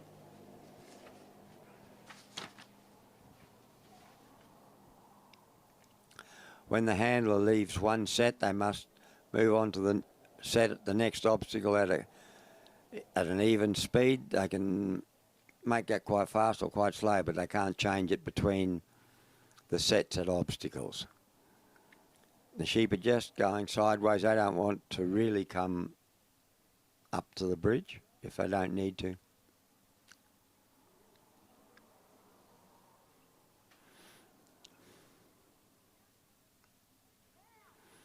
Jackson's getting a little bit sick of him, and he just gave him a bit of a squeeze there. Jackson was bred by Mike Depler from Victoria, Western District, I think, of Victoria. Mike represented Victoria here for the probably second or third time in the Interstate Challenge, and he's just been elected Vice President of the Australian Sheepdog Workers Association. He's a stud Corriedale breeder, I believe, and judged throughout Australia and I think even in New Zealand. Very respected member of the sheepdog community and the sheep community.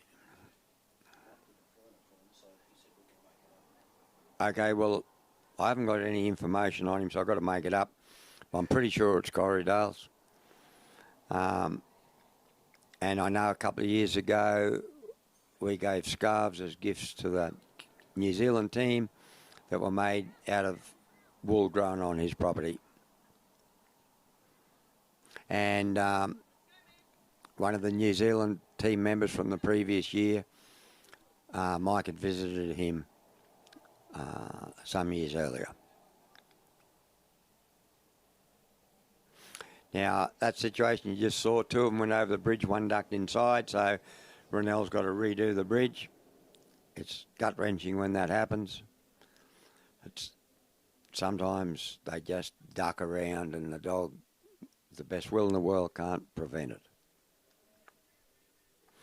Now he's found his way there, got a flight zone, worked it out, happy to reuse it.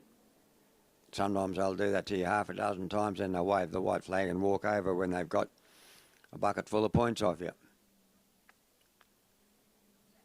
And they'll do it with a smile on the fence just ducked up the side there. So that'll probably cost another point.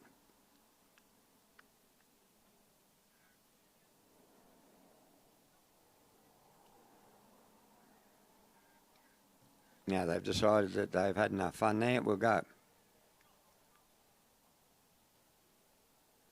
Off they come. One fella says, well, I'll just have a quick pick here. Nobody else is eating this bit of grass, so I might as well.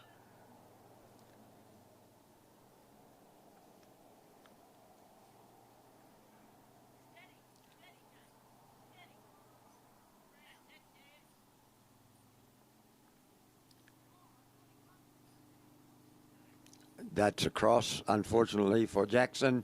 Judge is just telling Ronell what happened. He was right on the line. He saw that. That's bad luck. Jackson was just taking a shortcut. He's probably getting a little bit hot. So that's no score after looking like they're going to go to get to the Penham. That's sheepdog trialling. As I tell everyone, luck's involved and it's not always good. Next to the president. Hello, Jackson wants to stay out there. Michael Rigby from Gordonvale at Ilfracombe. Ilfracomb's right way out west, if you don't know, just 27k east of Longreach. Michael's been doing a lot of work here this week, shifting sheep around.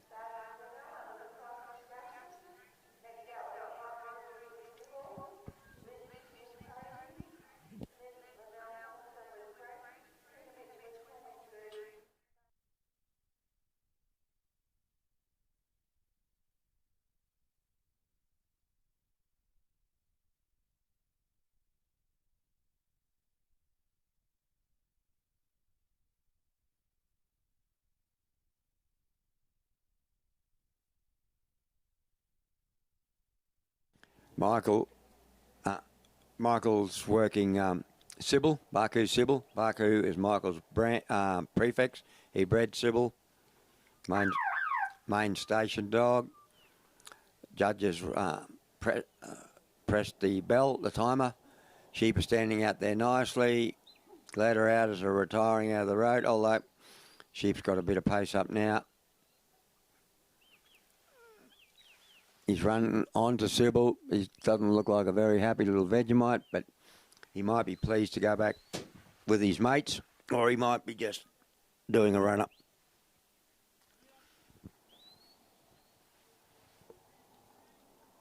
Sybil's a very good station bitch. She works sheep, cattle, goats. They run a goat depot at Gordonvale.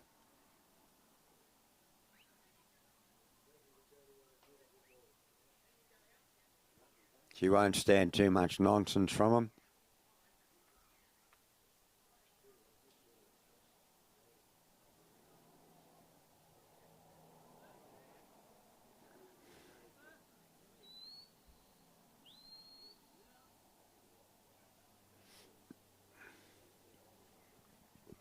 I don't know if we've got any information on Michael, any written information. No, got to make this up too. Yep. Michael's one of the unsung heroes of the Queensland Working Sheepdog Association. He's always there to help. He's been up late, up early and still up late, shifting sheep around, working in the let out.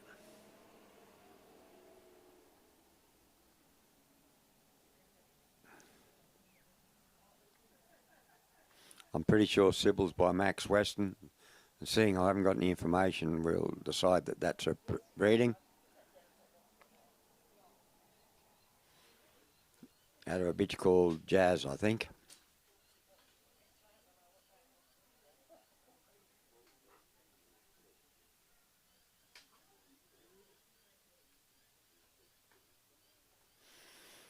One of Michael's other dogs, Basil, he's down there. He's the put-away dog. He's down there taking the sheep off when they finished their run. Basil was working cattle last week. He's had a run here, and now he's down there working for anyone bringing the sheep off, which is a pretty good effort. A lot of our dogs won't work for other people, or even if they work for them, won't take any notice of them. And some of our dogs, half of mine, don't take any notice of me either. And on their epitaph will be, I did it my way.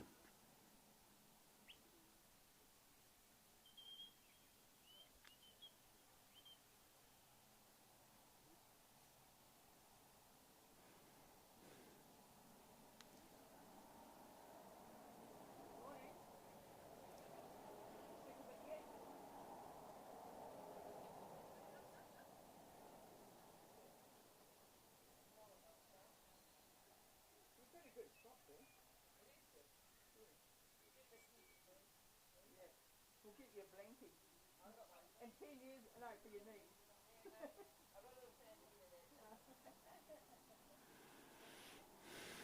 mention those, they just blew the washing machine in our trailer and we had to get the electrician out, so $600 later. Sybil's working these sheep up nicely, just rolling them around. They'd like to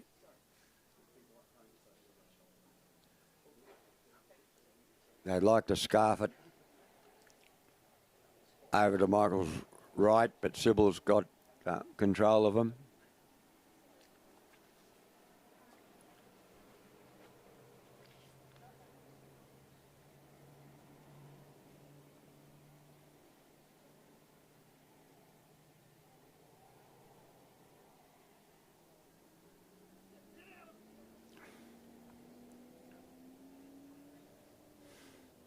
Michael just asked her to give him a little bit of ground. Sybil would have preferred to get on with the job, but she's obeyed Michael, and now he's got to get the sheep, spend a little bit of time and let the sheep trust her if he can. In this game, if we've got a weak dog, we've got to make it look strong so the sheep don't pick it, just by where we position them and when we let them come up. And conversely, we have to make a strong dog look a little bit weaker because sheep feel threatened by a strong dog, because you've got to remember that the dog is a predator and the sheep are the prey. And the more threatened they feel, the more they'll do a runner, they'll take off, or they'll turn around and fight. Back themselves into a corner and fight because they don't want to be exposed to attack. And that's been bred in them for many, many generations. It's just the predator and the prey, and dogs know they're a predator, and the sheep know that they're prey for the dogs. So they like to stick together in bigger mobs, as you'll see in some of those docos on South Africa. They always lose a few, but the majority survive because they huddle together and run together. They lose a few of the weak ones or the young ones to the lions or the tigers, whoever the predators are, but they hang together and most of them survive.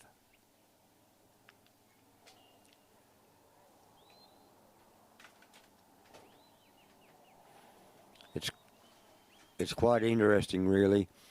If you can have sheep walking along a road, bare road, and you come to a gully with long grass in it, and if it's only 6 foot wide, the clearing for the road, the sheep will leave that road and they'll go upstream or downstream on the gully, even a dry gully, and they'll pick somewhere else to cross because their instincts tell them that there might be a predator lurking hidden in that long grass, waiting for, the clear road is a trap for them.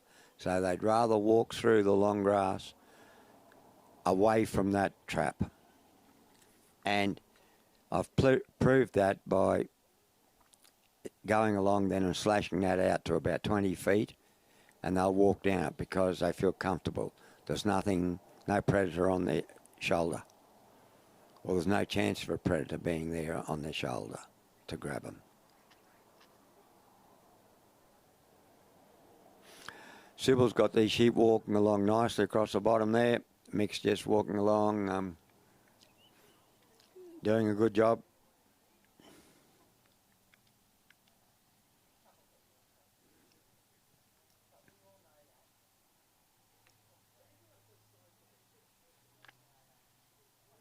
Sybil would be about a 7-year-old bitch probably. By Max Western Australian bred dog, who goes back to Grass Valley Moss. Grass Valley Moss represented Australia on more than one occasion. His mother represented Australia. His daughter represented Australia, and they all did a lot of farm work for Grant Cook at Grass Valley, just east of Northam. That's the second buster.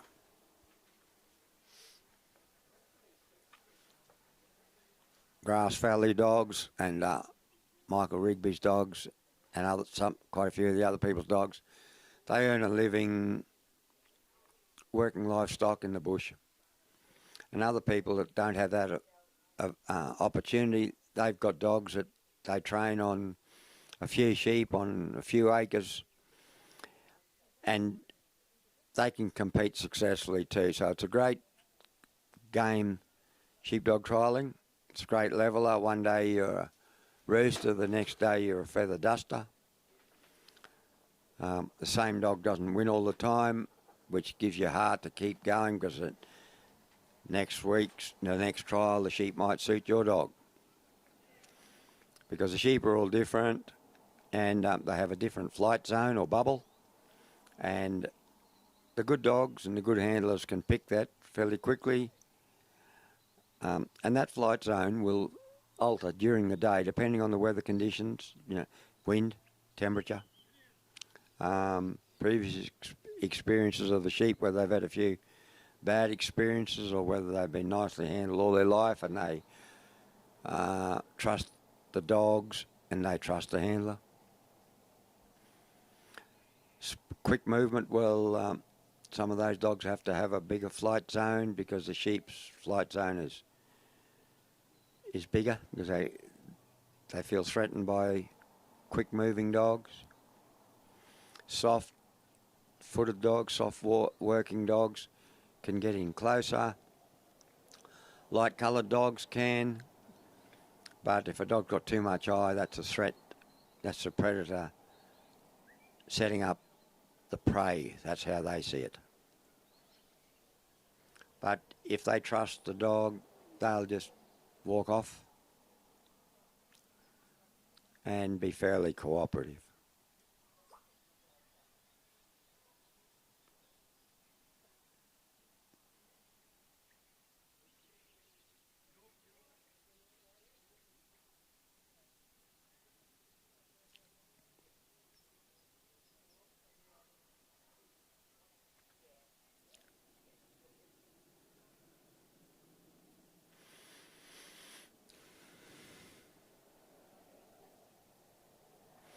Sticky-eyed dogs are often not quite as pliable or movable for the handler, but they've often got quite a bit of feel and balance.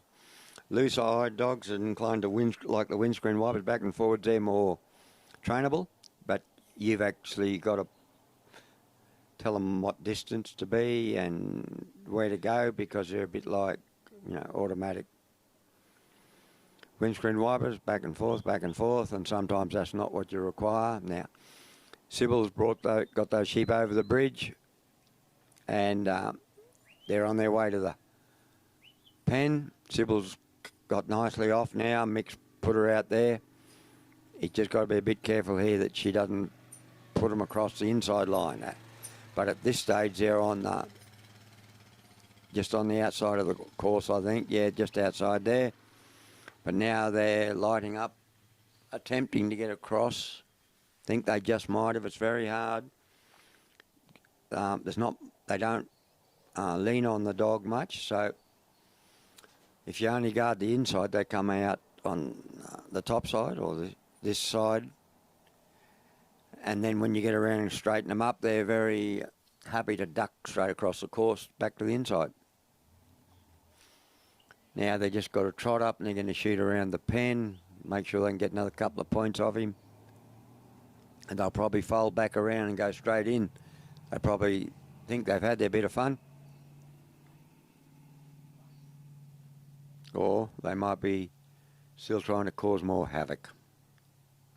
Mick's brought Sybil round anti-clockwise to catch them. Stop them going down past behind him. And he, in a nice position, he's just calling her now towards him. She is a little bit slow answering, but she's got there. But the sheep eyeing that gap between the end of the gate and Mick, and just deciding whether Sybil can block them or not, because Mick's not allowed to block them.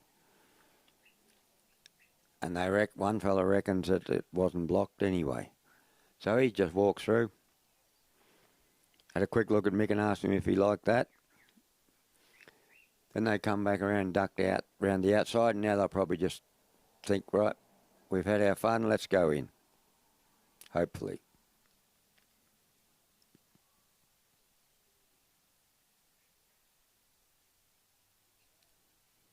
Very hard for a dog to be everywhere.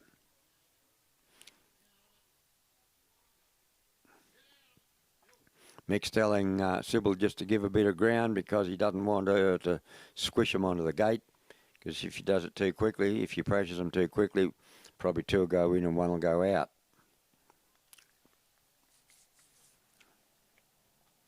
So he's asking her to arc around and just turn them ever so steadily.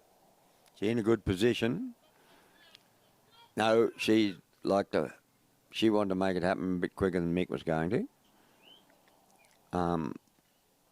Bit of good old stock work came in there.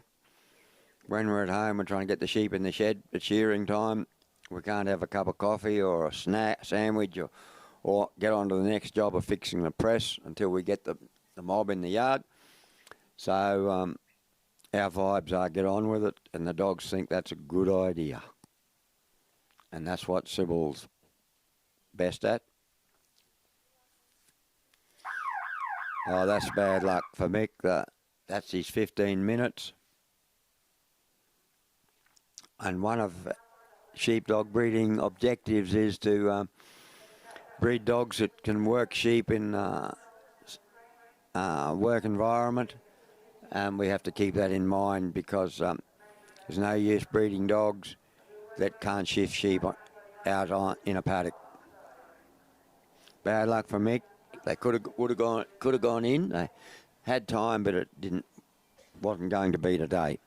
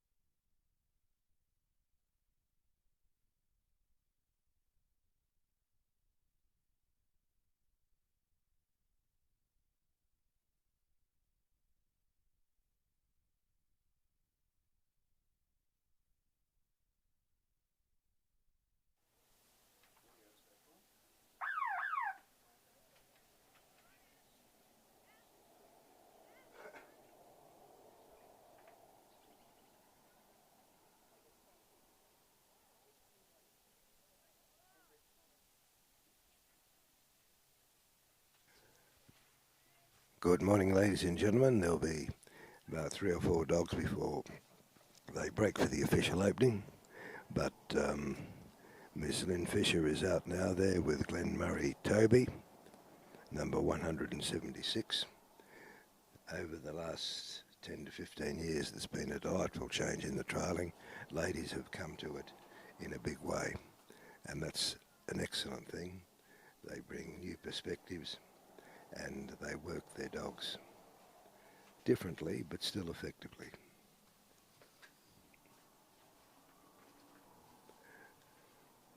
Toby's down there at the end of the cast. Lynn comes from Queensland and is a sales manager for one of the major sponsors of the trial today, Elanco.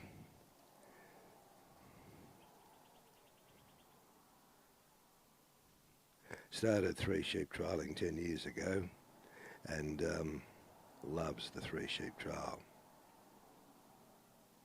Toby is a 5-year-old male, Tasmanian born, big strong dog with strong work ethic. That's an interesting question. What is a strong work ethic? Most of these dogs are born naturally to muster sheep, and that's their work ethic, I suppose.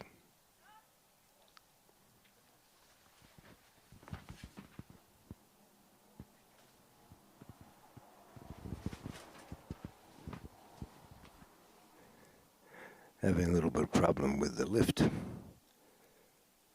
The gap is blocking them coming forward. So Toby put them through the gap. Hope they remember that on the reverse route.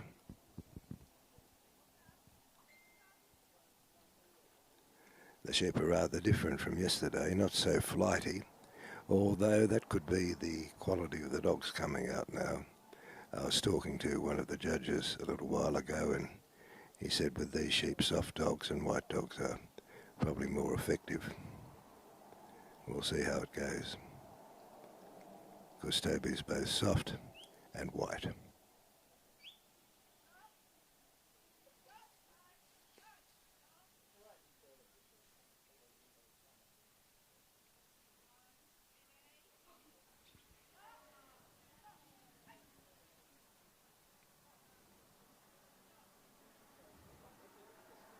Coming up nicely now, about to do that wonderful U-turn.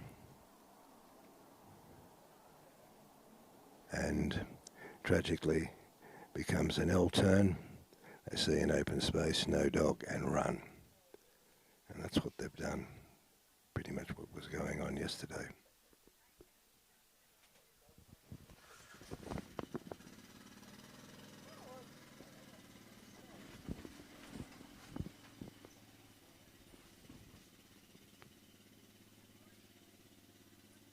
Dan, you went and spoke to the organisers. What number are they running through to before they break?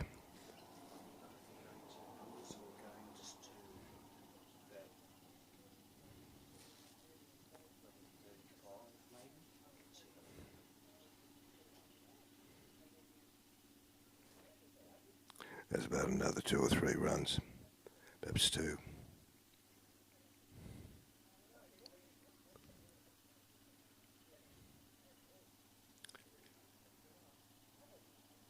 Well, you didn't have rain last night pattering on your caravan to help you sleep. Did you have a good night's rest? Excellent. Thumbs up.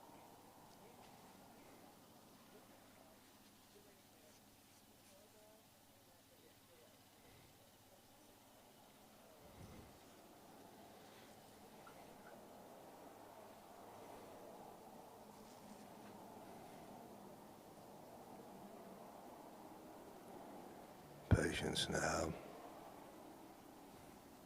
Toby's been sent around, slowly moving in to move the sheep, turn them, so they look towards the gap. One's turned, all turned now. Do they see the gap and go? 2 are going. The third one is thinking of joining them. And they've done so. And they're through. and they haven't run. Toby's been blocking them very effectively. And Lynn has now started her walk to the race. Toby's trying to get the sheep to join her, but she's leaving them behind, and they haven't started to move. Still milling around and now moving towards Lynn, only for a little way.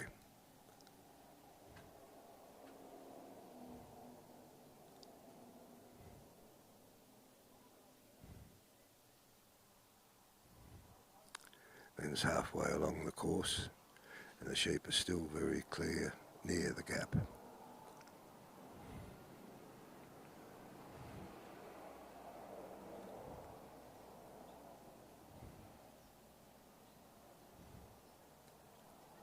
And one of the sheep decided to challenge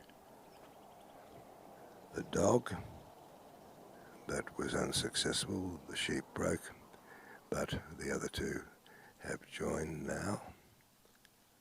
But again, they're stationary.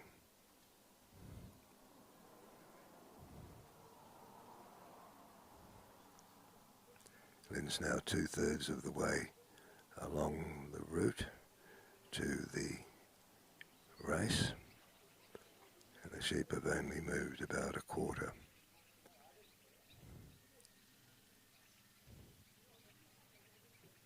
Toby's got them running now to catch up with Lynn.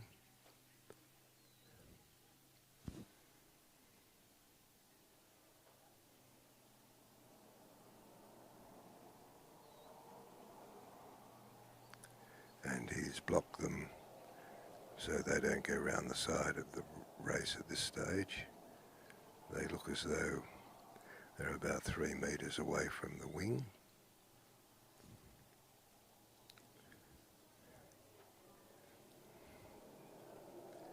Still difficult to move. Any movement seems to be just milling rather than a forward motion.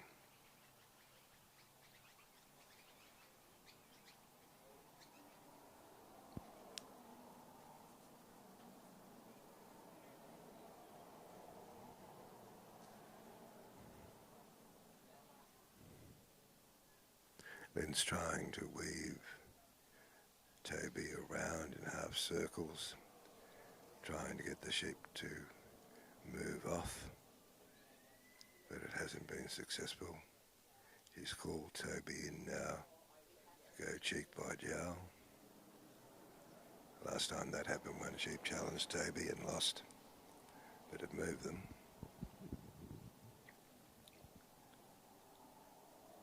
An earlier commentator spoke about an eye on the dog having an effect upon the sheep.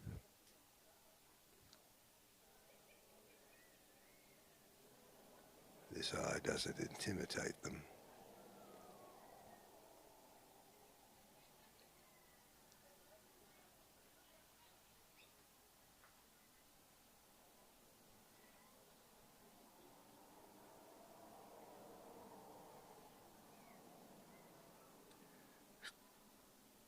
Still no activity. Dog is still. Sheep is still. Dog slowly moving again. Will this time, will it work?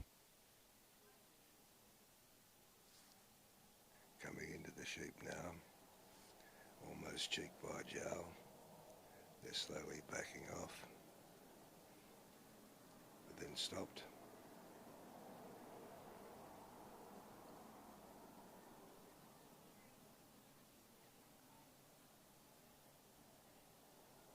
Perhaps if Toby was granted permission or instructed just to walk up slowly, eye the sheep, because that's turned them before, they're moving backwards away from the dog.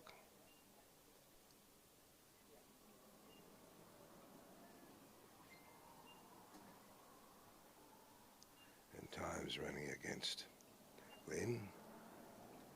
At least they moved and broke, went round the side. Points deducted.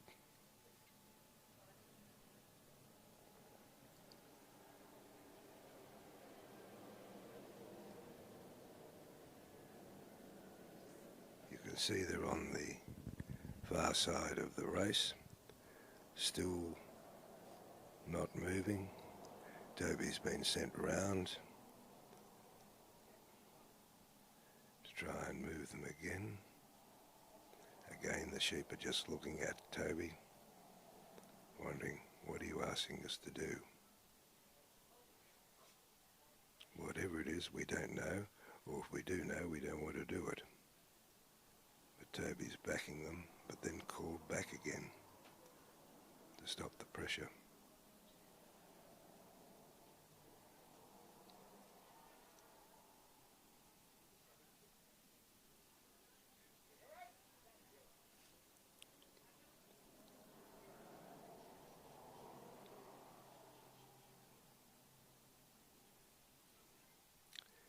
Time is running against Lynn.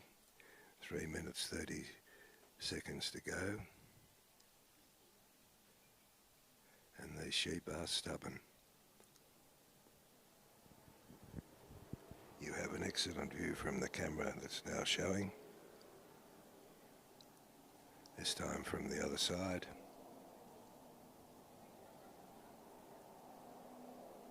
Now a close up.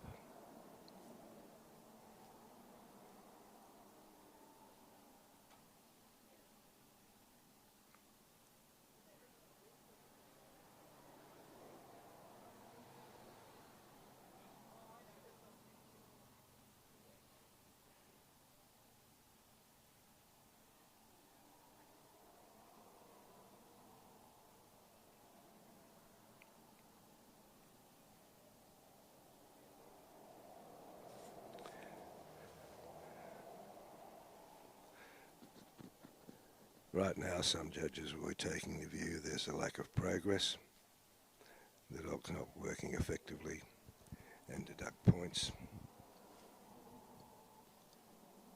Some start off with 1. If it continues for a little bit of time, say 20 or 30 seconds, they'll take another 2, and so on.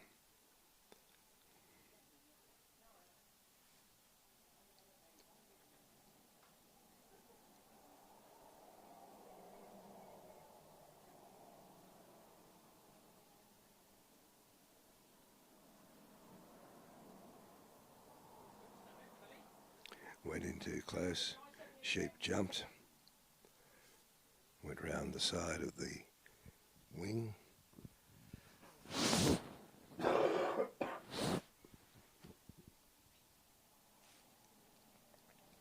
One minute 30 seconds left.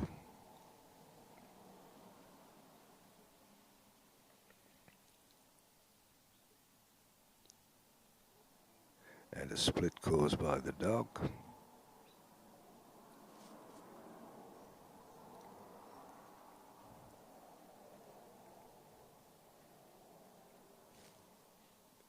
But again, at least they were going in the right direction, but not through the race.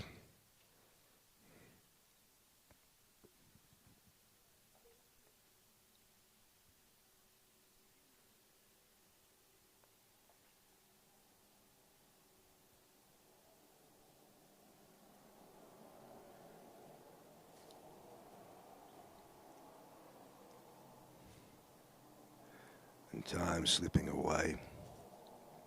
It's unlikely that Toby will get the race, which is tragic. He had a reasonably good run before then.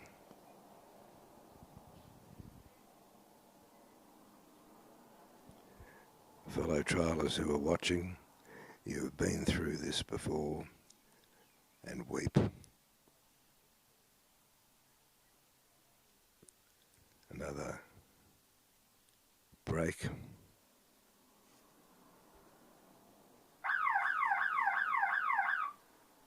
And that's time's been called for Miss Fisher.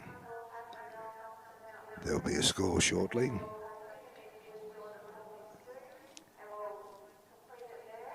The next worker is Miss Lynn Neil Hamilton with Knights Frank with a Queensland registration.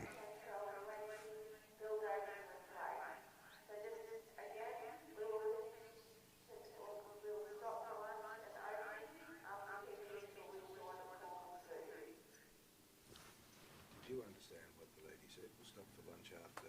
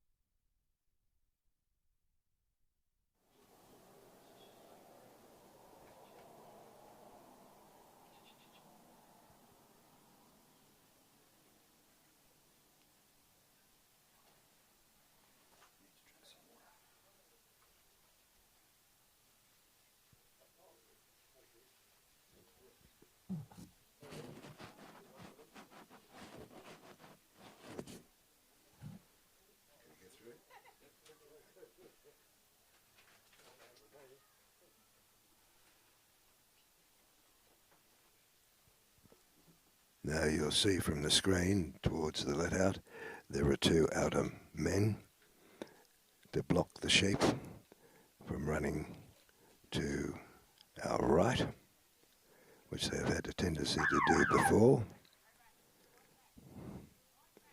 Time's been called. The sheep are in a good position.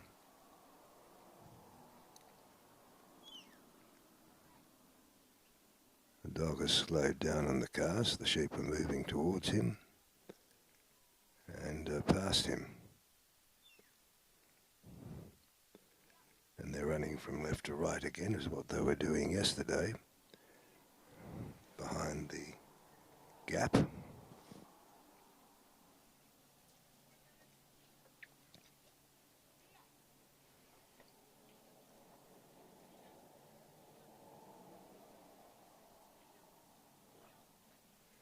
Again running horizontally, not vertically.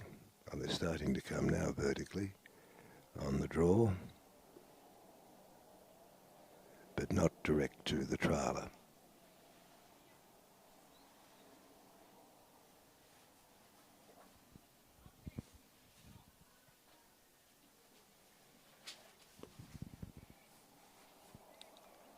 Dog has got them moving purposefully towards the trailer with a minor correction here, going away again.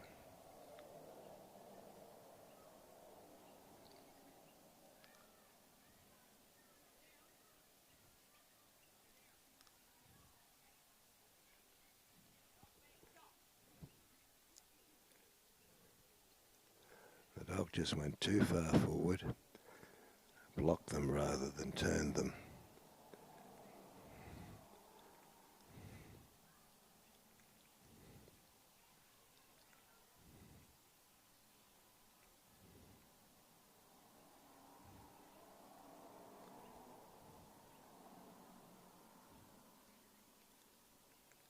Again, he's coming over to face them directly, and they started to move and then decided, no, we don't like this. We see some open space, we'll go there. And they moved off to our left.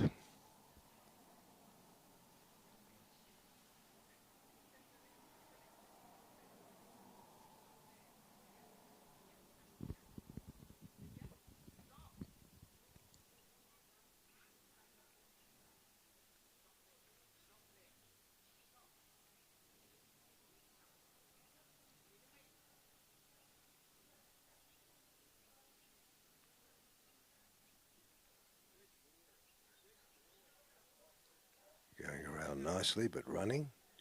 But the dog was there to block them, so it was a reasonable U-shaped turn. They're on course. Still on course. They want to lean to the right, but the dog's there to stop them.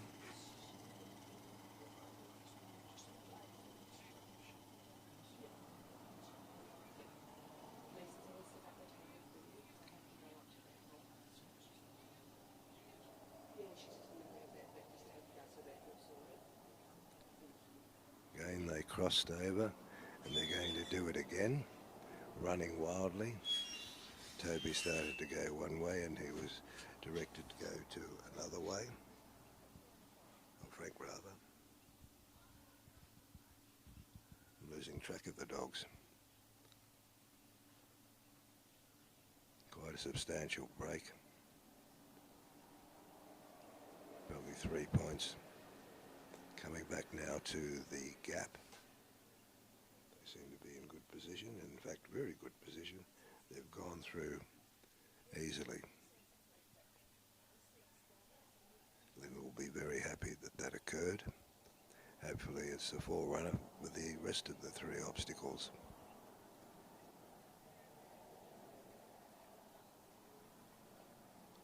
Waited until the sheep were settled before she commenced her walk.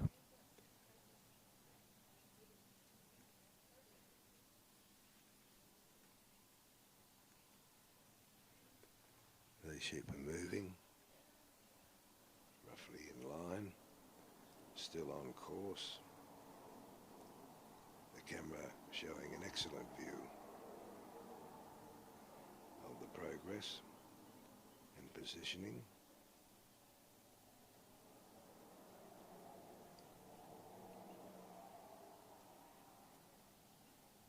Tragically off course and perhaps leaving them behind. Sheep are running all over the course.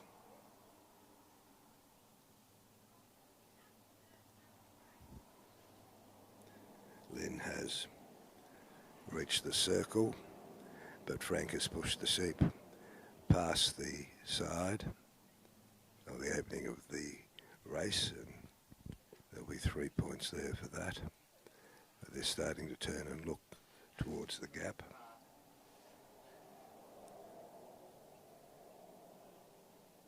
They're lined up reasonably well, and there they go.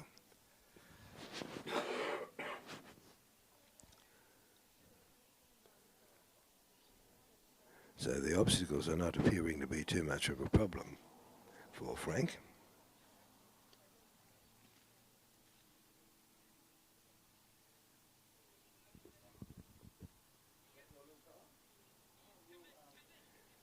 Keeping them on course seems to be the problem.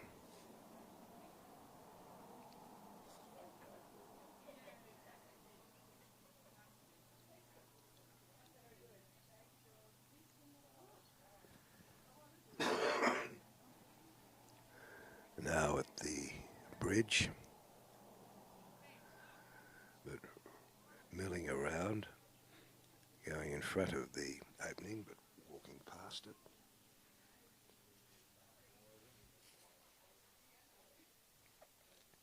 Frank's there to block them, fortunately. But they're seeing the space between the trailer and the wing, and they decided that looks nice, we'll go there. But Frank got around pretty quickly to stop them going all the way around, so it's probably only 2 points.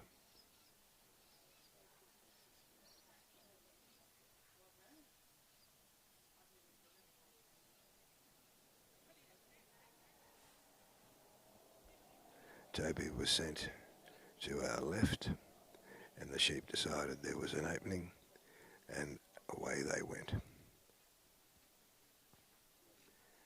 As an earlier trialer said, the dog can't be in 2 places at once.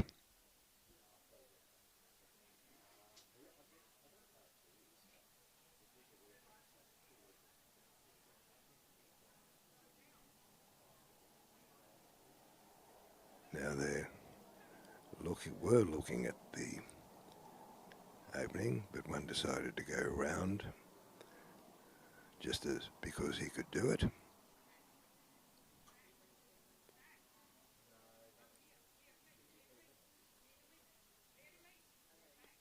Again, around, just because they could do it. Then back past the opening of the bridge. 6 minutes 44 seconds to go. Ample time if Lynn can get the bridge.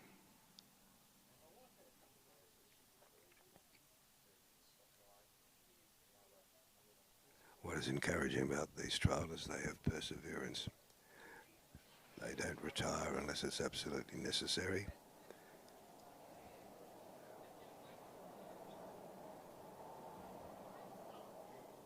They were looking, but decided no, still not in the wing, going back and forth in front of it, side to side.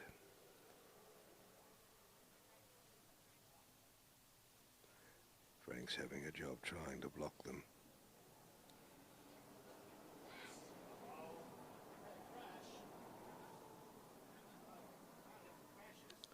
In the wing, and they're going up. Remarkable. Well done, Frank.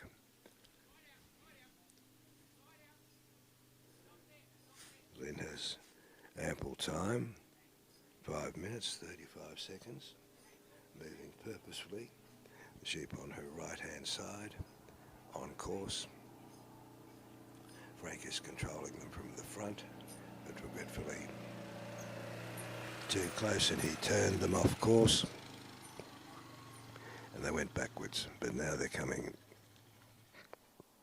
forward.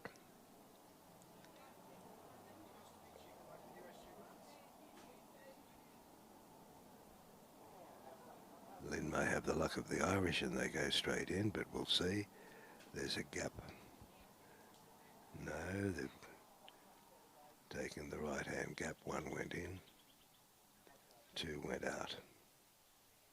Right round.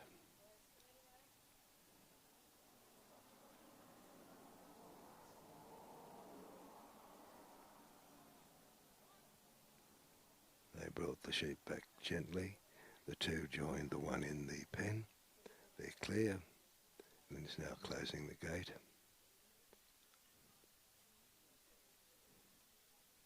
Well done. And 4 minutes to spare.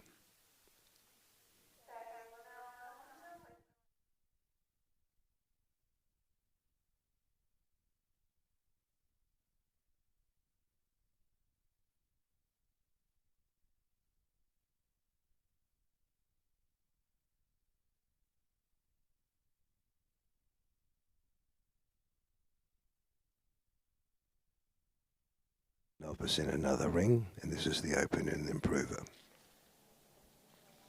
Peter Mitchell is from Queensland with a dog called Call Me Sue and a prefix Shandar.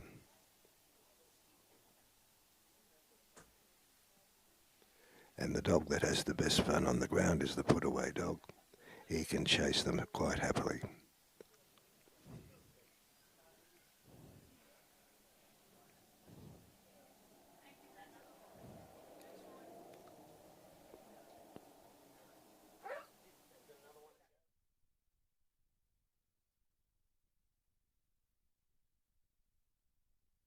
Before we break for lunch and the official opening, which is going to take place in the pavilion.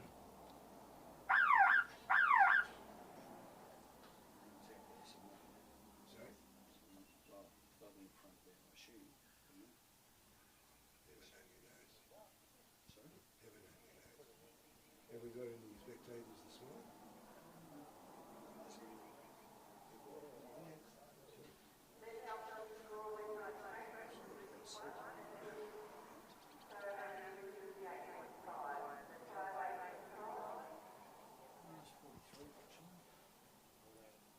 Our last trialer, Lynn Hamilton, got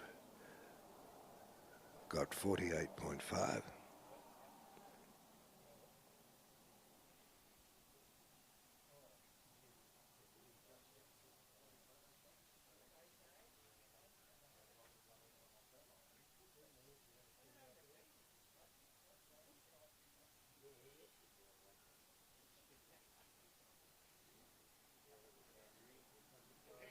Peter is working a dog, Sue.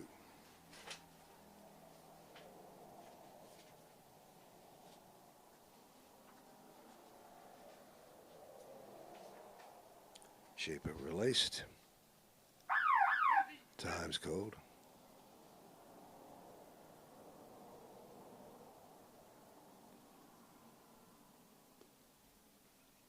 I thought he called out a different name for that dog. Toby, not Sue. Did you hear that? Well, on the schedule he's supposed to be working a dog, Sue.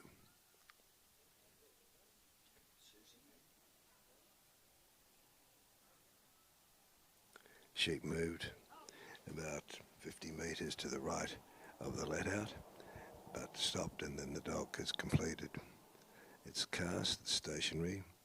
The sheep are looking at the dog. The dog's moving. The sheep are moving. The dog's finally blocking the sheep, but they won't stay. But they've turned up a little bit. Not quite a straight line to the trailer. More horizontal move.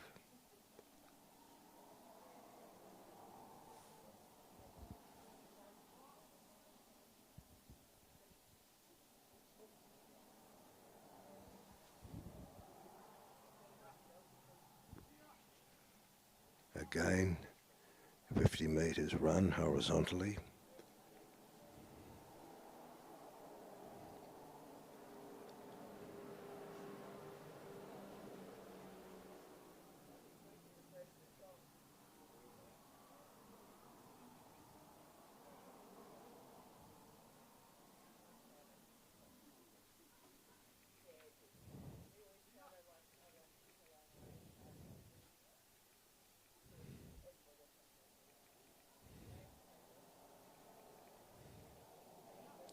The dog's moving them slowly towards the trailer, but at an odd angle. They still tend to run horizontally, and I suspect the dog hasn't got round to the head to turn them. He didn't come to block them.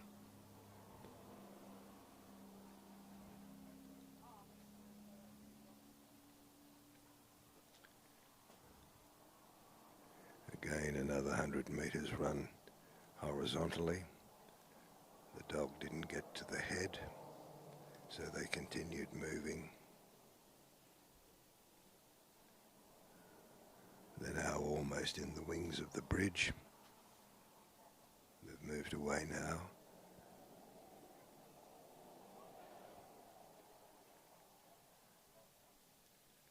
And the dog's well behind them. Doesn't appear to be participating in any of the action, although Peter may have called the dog off.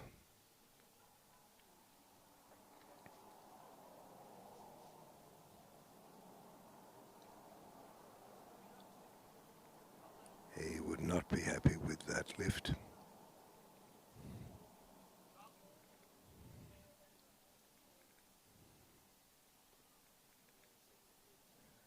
Nor the draw. And he still hasn't completed the draw yet. The U-turn awaits the sheep.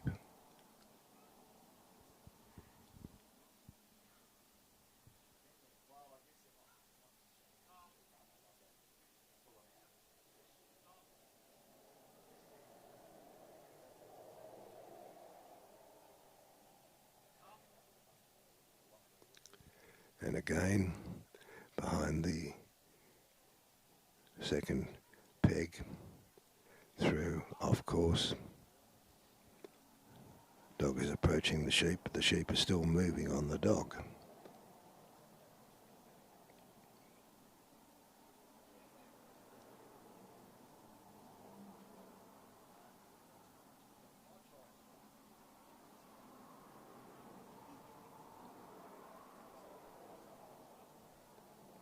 Sue doesn't appear to have a strong presence on the sheep.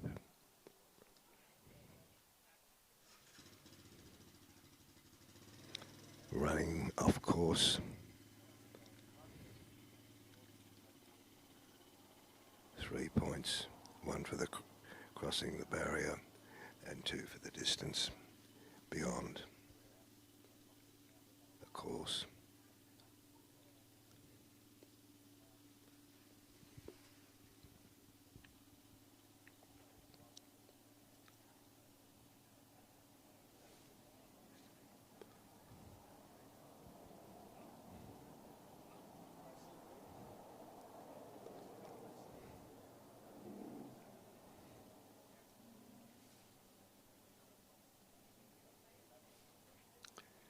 can see the dog some distance from the sheep, moving in now, hoping to turn them.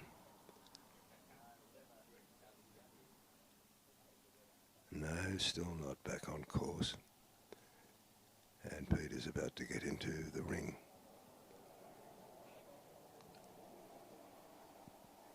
These sheep are starting to behave like they did yesterday, deciding how many points we can take off the trailer and annoy the dog and the trailer. Went straight across the face of the gap, then went round it, and then went another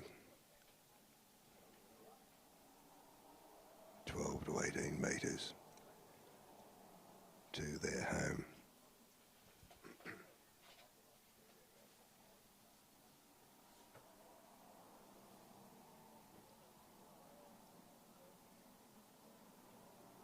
The camera's been lined up so you can see the sheep and their activity very carefully,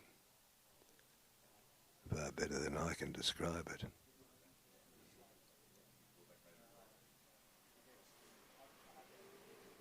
They're moving towards Peter, but not there yet.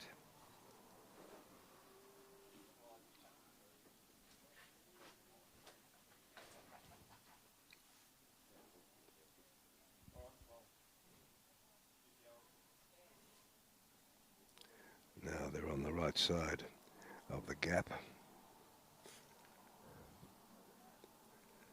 but off course still. Although points are not usually deducted when the trailer's trying to get the sheep back on course, they lose them having gone off course.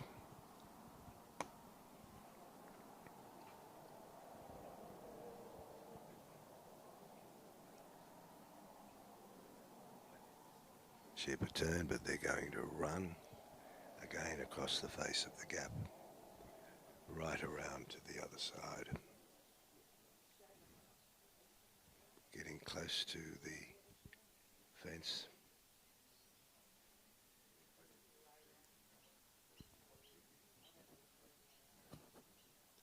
But Sue's there effectively moving them again.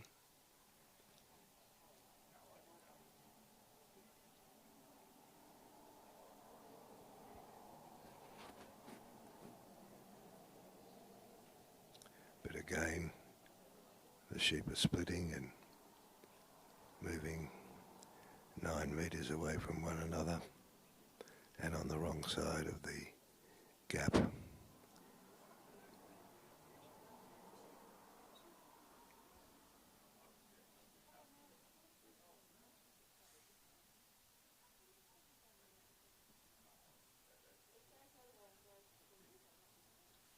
Again, time will be an issue here. Peter has only 6 minutes and 20 seconds left.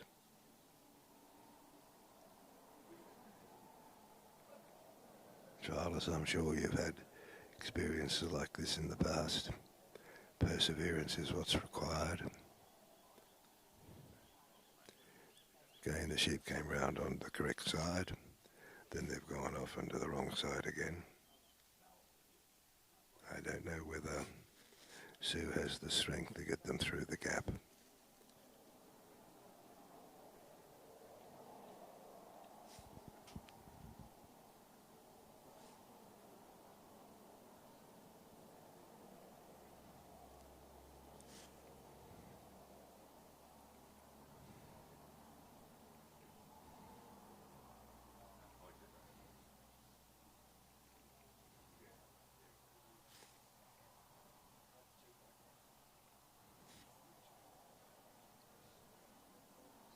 Sue's turned them, but not sufficiently enough that they're gone to the correct side of the gap.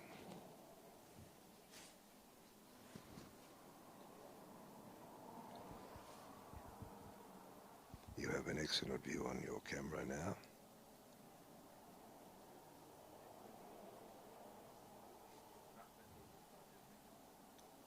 And they've gone through the gap but the wrong way.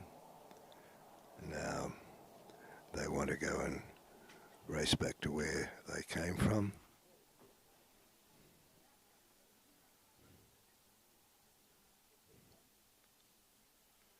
So he's gone in a very wide arc to come in and block them.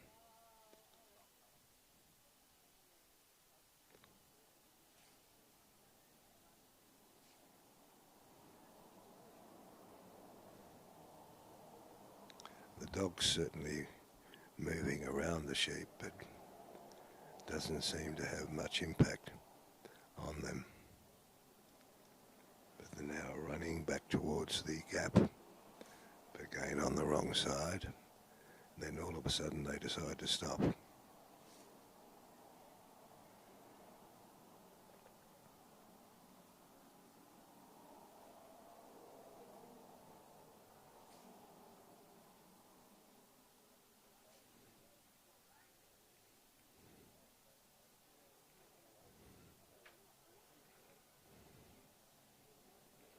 Different judges will have different attitude to the points. Ineffective work.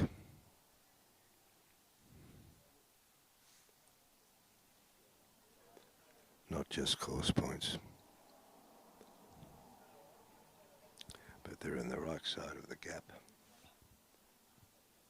Looking towards the space between the wings of the gap.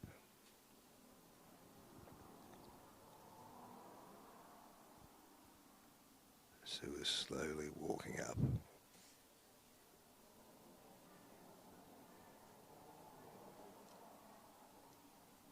They were looking at the gap, but decided no. And Peter has decided to retire. Ladies and gentlemen, there'll be probably an hour's break for the official opening. There'll be the cameras have got to be set up for the official opening, so it'll probably go on. We're off back trialling in about an hour's time. We look forward to having your company again. Good afternoon.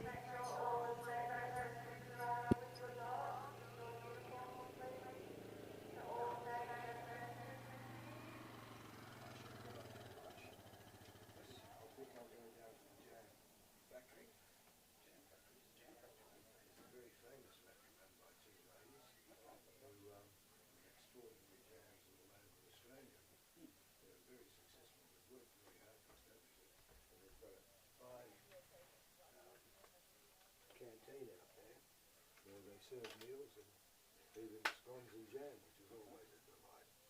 Do you need a hand to take anything over? I'm trying to work out what I'm going to take over.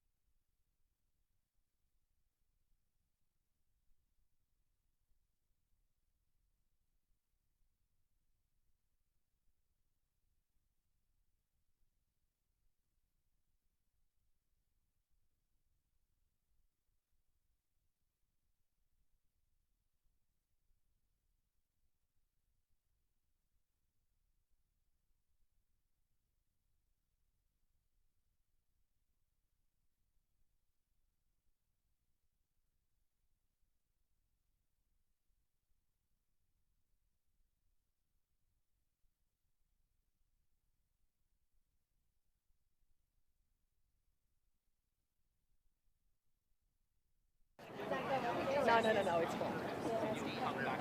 It's for the paper. Sure. Yeah.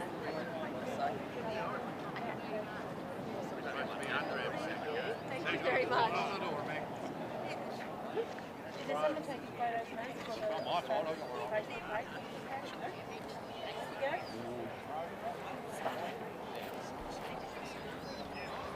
So how long did you have to sit up last night?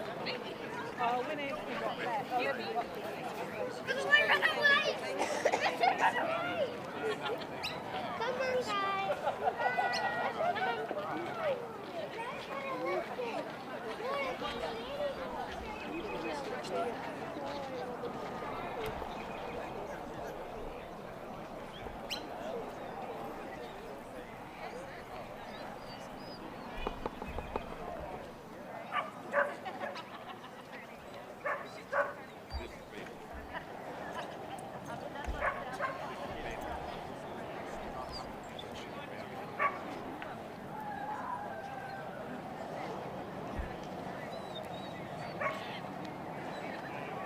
See how the jacket colours are?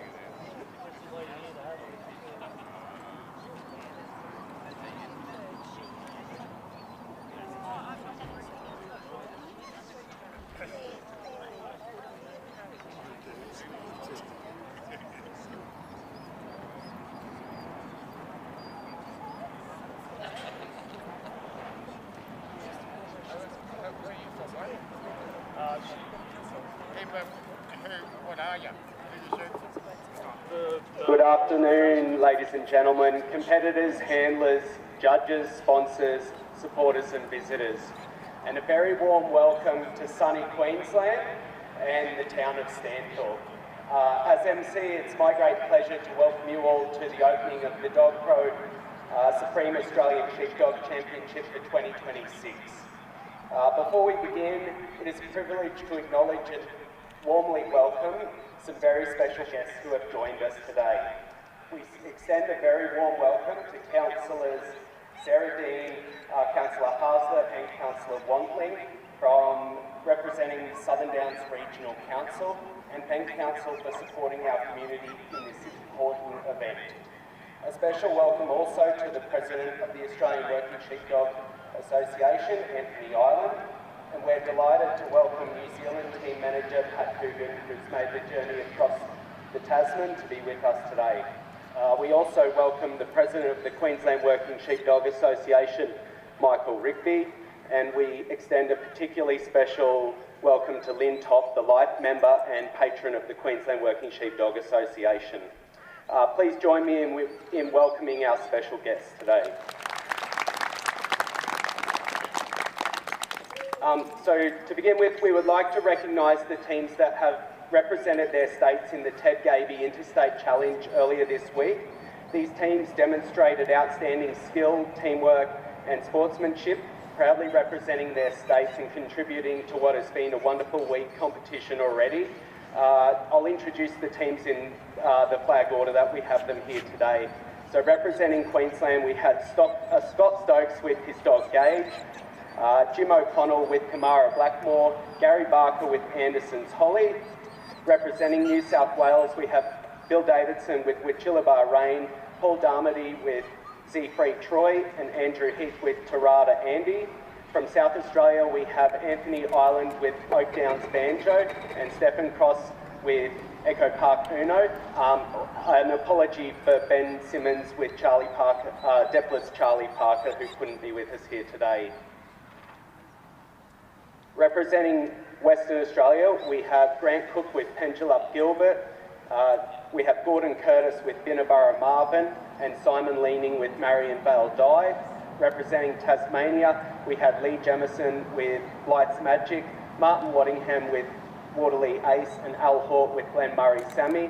And representing Victoria, we had David Lacey with Brands Hatch Tusker, Barry Payton with Morong Murphy, and Mike Depler with Depler's Spot. Please join me in congratulating all of the Ted Gaby competitors and teams on their efforts.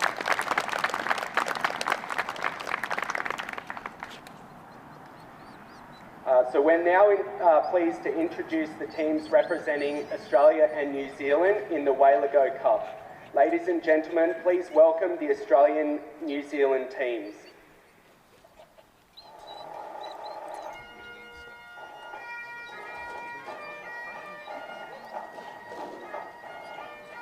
So representing Australia, we have Anthony Ireland with Oak Downs Banjo, Jim O'Connell with Kamara Blackmore, Grant Cook with Pendulum Gilbert, and David Lacey with Brands Hatch Tusker, with Jim O'Connell carrying the captain's band. With representing New Zealand, we have Mark Copeland with his dog Don from the Canterbury district. He is the captain. Ben Miller with his dog King from Canterbury, Lloyd Smith with Guide from North Otago, and Scott Hunter with his dog Lucy. Representing Australia as the judge manager, we have Bernard McGlashan, and representing New Zealand as their judge manager is Pat Coogan.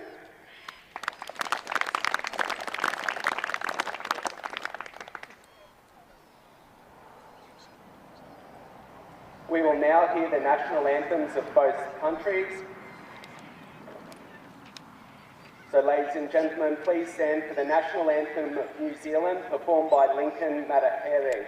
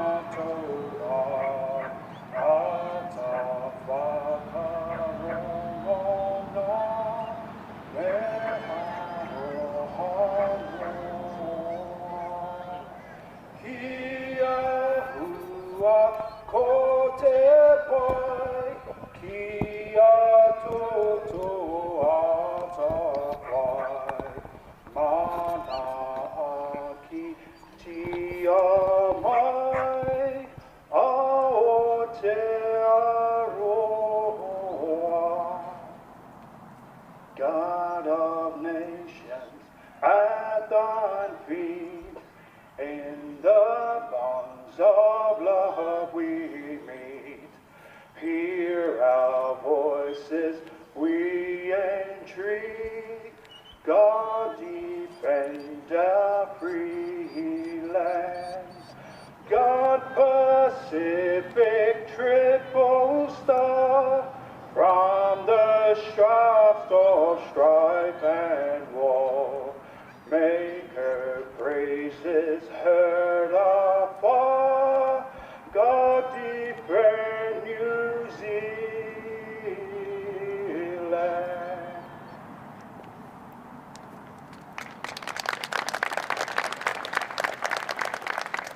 you.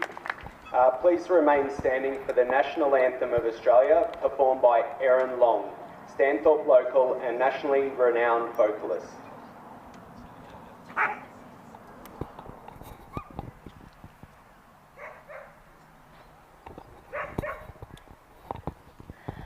Australians, oh, let us rejoice, for we are young and free.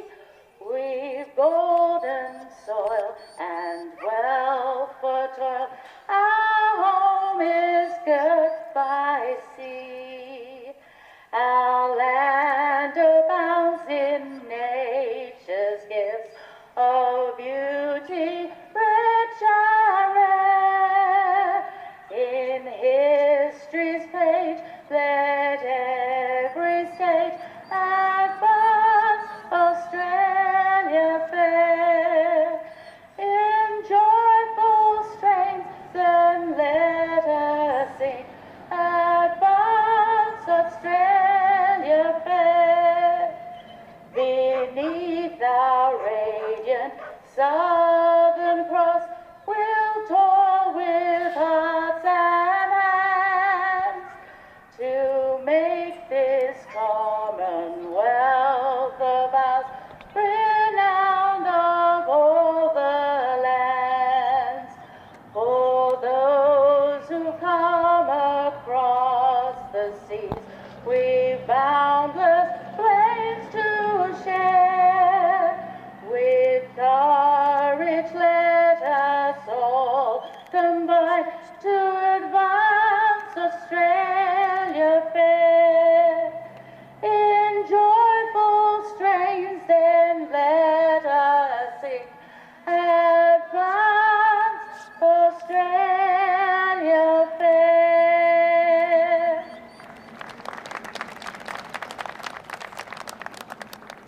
Thank you. Please be seated.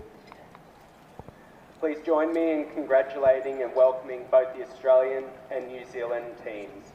At this point, I would like to invite Councillor representing Southern Downs Regional Council to say a few words and officially open the 2026 Dogpro Supreme Australian Sheepdog Champion.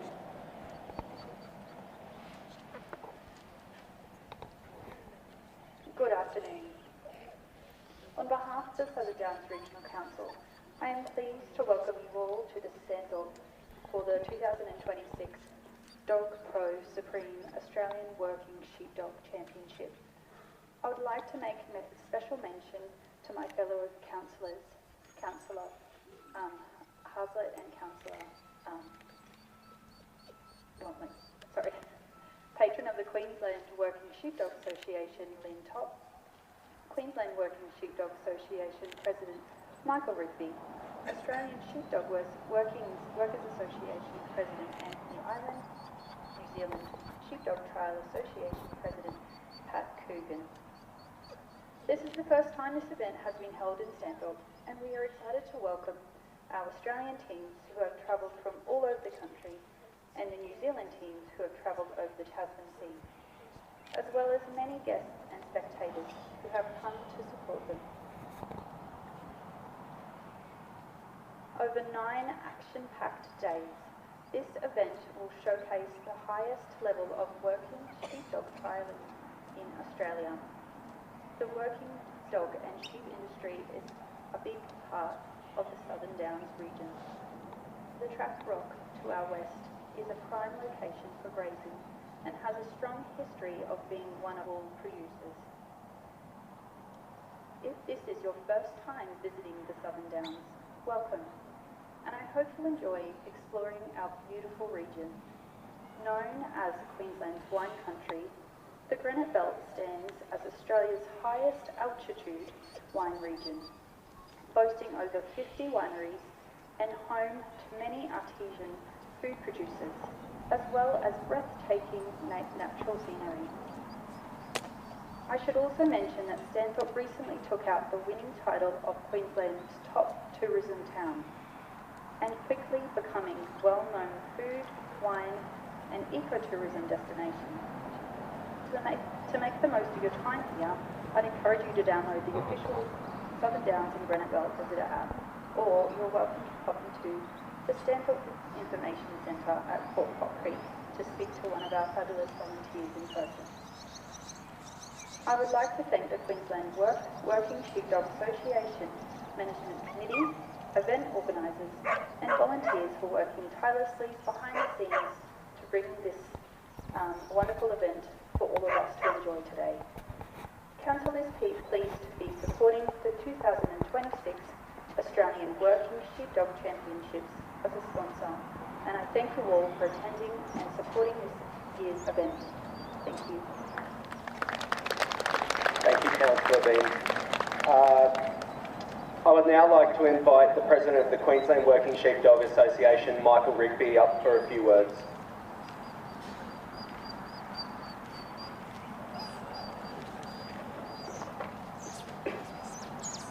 Good afternoon, everyone, and welcome to the opening ceremony of the Dogpro Supreme Australian Championships 2026. A special welcome to our New Zealand friends who have come over to compete for the Waylago Cup on Friday, Saturday and Sunday. If you've got nothing to do, come and have a look. I would like to thank our major sponsors, especially Dogpro, Elanco, Stanthorpe RSL and Lintop, who has sponsored each of the 4 events. Also the Southern Downs Regional Council for the work they've done and the help they've given us. And to Damien, Steel Rod for the obstacles, fantastic. And of course, you can't have a sheepdog trial without sheep, so a great big thank you to Peter and Tanya Hindmarsh. And also to Phil Aldridge, who has been busily transporting the sheep in and out every day.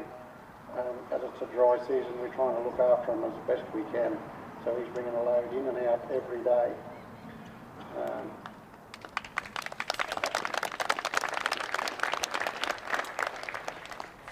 Thank you. And a big thank you to the whole organising committee that we've been working on this project for, seems to be years. It's been a huge job. A big thank you to the whole committee, but especially to Peter Mason, who is the secretary of, has done a phenomenal amount of work, and I've never spent so much time on the phone speaking to a lovely lady. Also, Lisa Walsh over there putting all the scores up for us and doing the timekeeping there. And Richard Gibson also, he's done a hell of a lot of work getting sponsorship and things out of the Stanthorpe town and organising all sorts of things. Thank you, Richard. Also, Craig Freestone's done a great job for us over a long period of time. Craig's organised all the transport and picking up of the New Zealand team from Brisbane and getting them all up here and into their motel and everything, so thank you, Craig, for that. Big thank you to all the people who have helped in the let-out and our dedicated judges and timekeepers in both rings for their efforts over the course of the trial. Thank you, everybody. Enjoy the trialling. I'll hand back to Rowan. Thanks, Mick, and big thank you to Mick for his continued leadership and support in our wonderful state. I'll hand over to Anthony Ireland, the President of the Australian Working Sheepdog Association, for a few words. Thank you, everybody. First of all, welcome to the special guest. Thank you for coming along. Thank you for your support. Thank you to all the members of the made their state teams. A great effort to make your state team. Well done. Conduct yourself perfectly. Welcome to the New Zealand team. It's a long trip. It's great to catch up with you. So we're looking forward to doing battle, and hopefully we can come on top. We also like to thank Queensland Committee, Mick Rigby, who I've had a fair bit to do with over the last couple of years. It's, as he briefly said, it's a big job. I don't know, unless you've run a Supreme, how big the job actually is. It's 2 years of organising logistics everywhere, pleasing people. It's huge. So thanks very much, Mick. I won't go into your committee because I don't know all their names, but I know you know who they are, and we know who a few of them are, and it's been fantastic. Thank you to Dogpro for being continued sponsors of this event. It's ongoing, and they've been sponsors of this event for quite a while now. As far as all the spectators, it's great to see so many spectators. It's great to see so many novice handlers. I've done a couple of trips down to the novice yard to have a bit of a look, and novice entries are huge. And I spoke to a few of them, and they're just local people starting off, and yeah, they're loving it. And as long as we keep it that way, the future of dog trialling is got a great future. So congratulations to everybody for what you've done, and we'll see most of you at the dinner tonight, and so thank you very much. Thank you, Anthony. I'd also just call the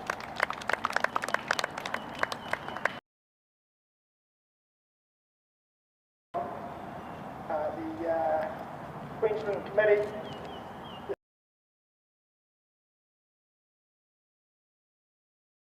We look forward to this for a while, and it's a privilege to be here. You've turned the weather on so far. A special thanks to Craig Freestone for the amount of work he has done. We've been dialogue and talking on the phone, and he's made a great job of getting us here from Brisbane and supplying us with a vehicle. And the rooms we've got are fantastic, so I'll keep it pretty short, but we are absolutely wrapped to be here, and we're going to enjoy the rest of the week, and all the best to everybody. Thank you. Thank you, Pat. That concludes the formalities of the opening ceremony here today. I'd like to take this opportunity to wish all competitors the best of success and enjoy the rest of the championship. Thank you.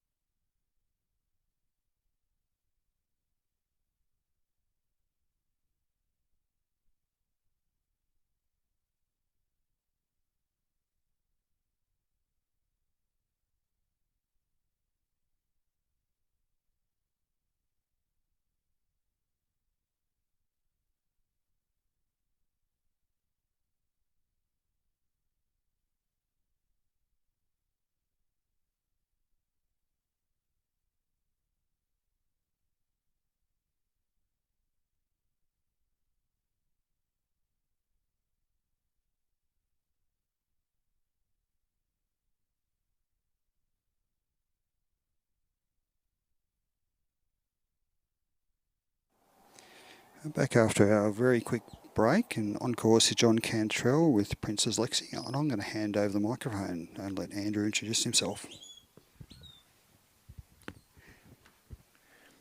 Hello. Yeah, we've just picked up John Cantrell. He's delivered his sheep. They've taken a little run off course, as they tend to do.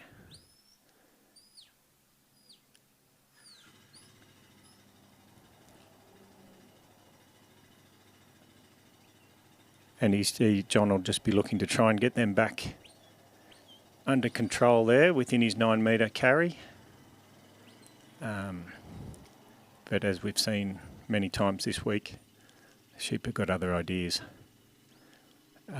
Princess Lexi would be one of the very last dogs bred by the great Prince name, Greg Prince. And she's been a very good little dog for John for many years.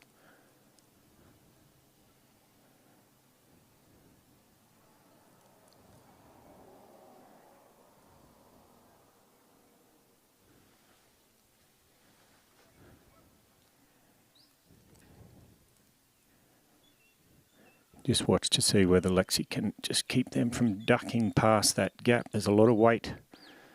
The sheep put a lot of pressure on the dogs trying to go back to that let out, which they're really doing here now. Yep. Not sure if he retired before the cross, but it's looking like a cross now anyway. Bad luck, John.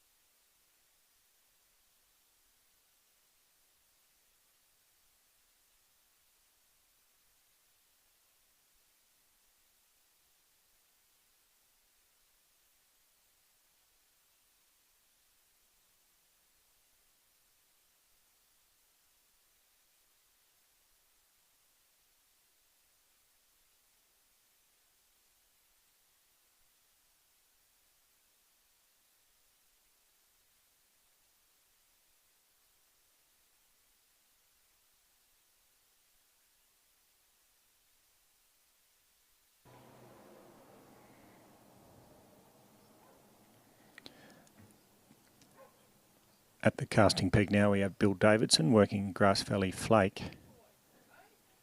Flake's been a very successful dog for Bill. He's been a winning member of a Ted Gaby team, I believe, for New South Wales.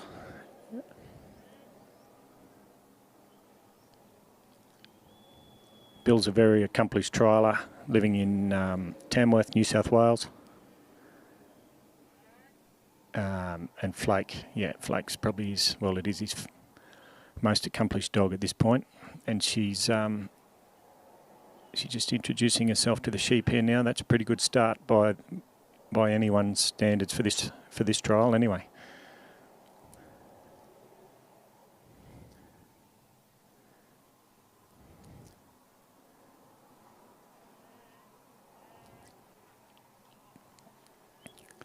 Just making a really nice introduction to these sheep, just calmly moving them, just trying to get a little bit of handle on them.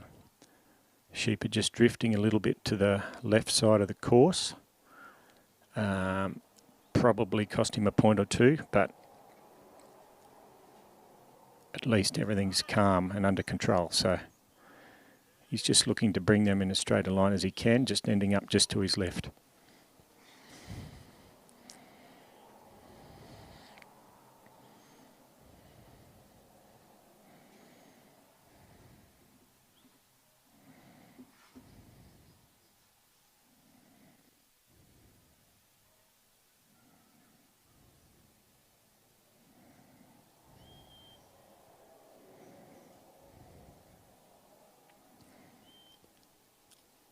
Bill will be happy here. He'd be happy to take a good 4 to 5 minutes probably to bring these sheep up and get them delivered just to his left and just around behind him. And they're coming up really nicely here now.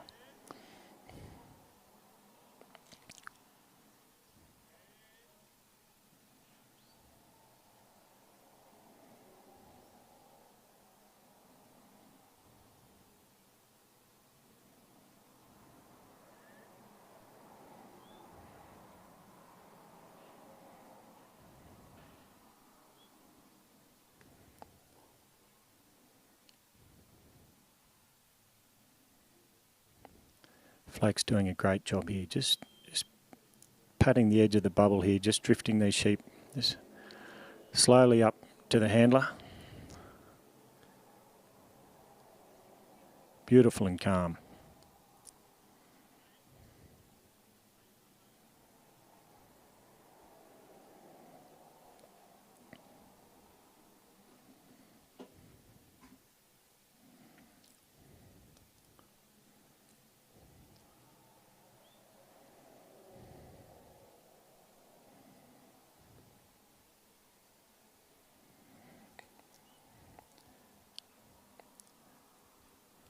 Flake's just slowly decreasing the flight zone here on these sheep. They're content to graze, which can be good. It shows they're not too worried about the dog, but then it's not ideal to have them grazing either, because you can spook them if you end up too close to them. But this is going nicely here for Bill.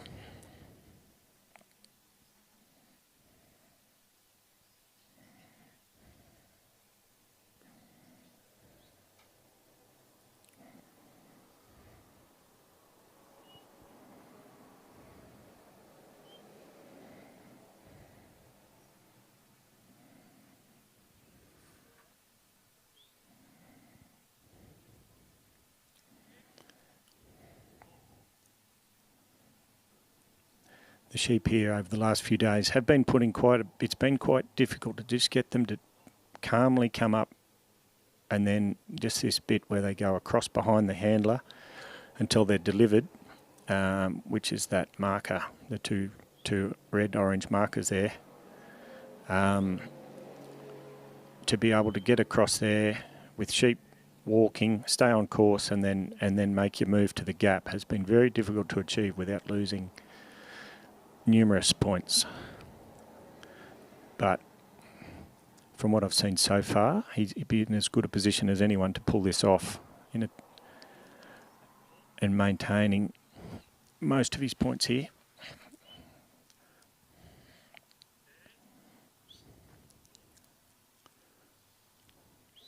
Very nicely done.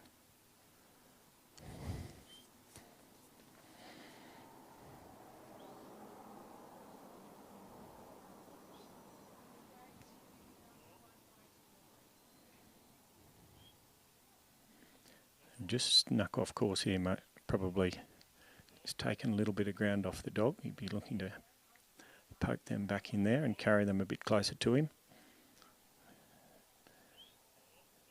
Bill's just drifted a bit far left himself maybe, but he's back here now.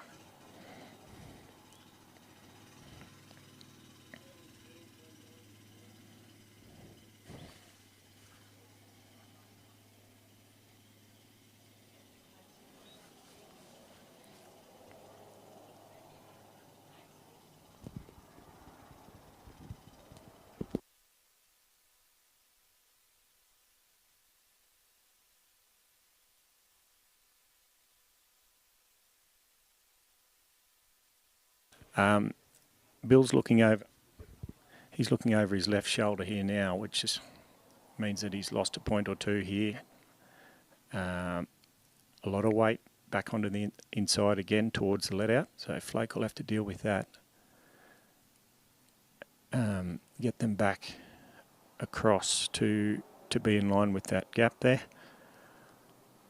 She's a good enough dog to get him there. There's no worries about that, but he's just left them behind as well. Just too much distance between the sheep and Bill there, so he's probably lost there'd be some points deduction for that.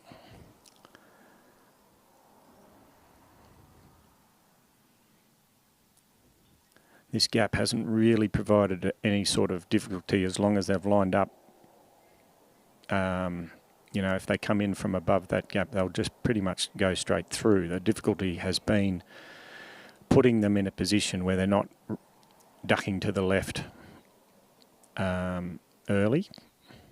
But these are pretty under control, so he should be right here.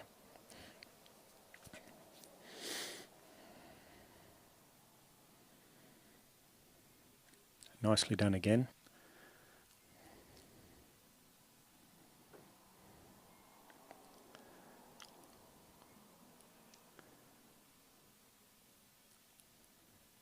Bill makes his move for the race. The sheep will put a bit of pressure on the dog. They'll want to duck down the hill, back to the let out as they do.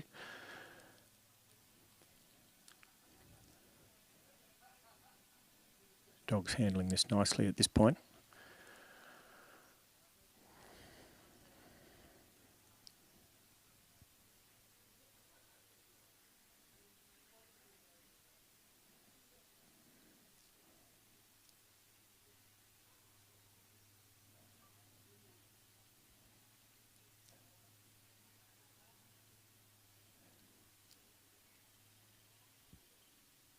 Everything well under control here with Flake and Bill.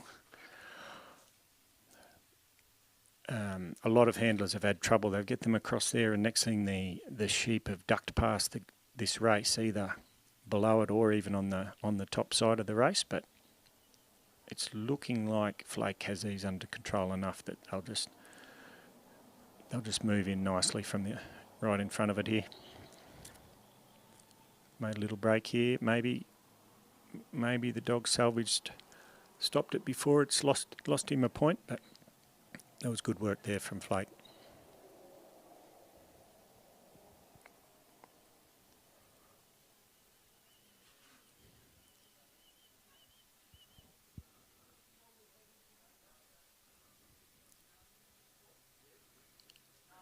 Nicely done. Bill had to wait until that last sheep exited the race. Just get his dog set up where he wants. Little spook there as they were grazing. Didn't see the dog sneaking up on them, but everything well in hand here for Bill and Flake.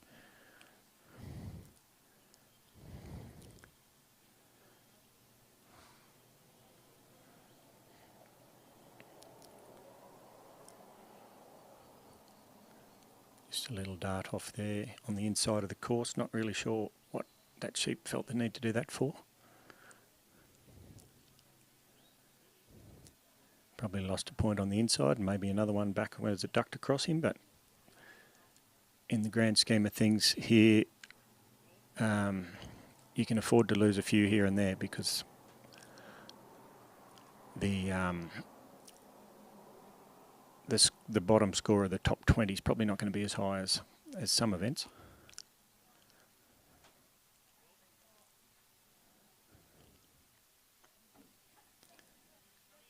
Yeah, the bridge has been a challenge for many competitors as well. They don't really like being pressured over there, and they're a little bit crafty. You'll get one sneak around the edge if your dog's not quick enough to cover.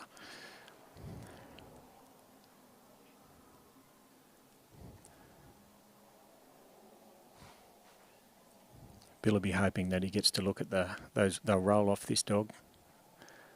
Confrontation with three heads looking at the dog is never ideal.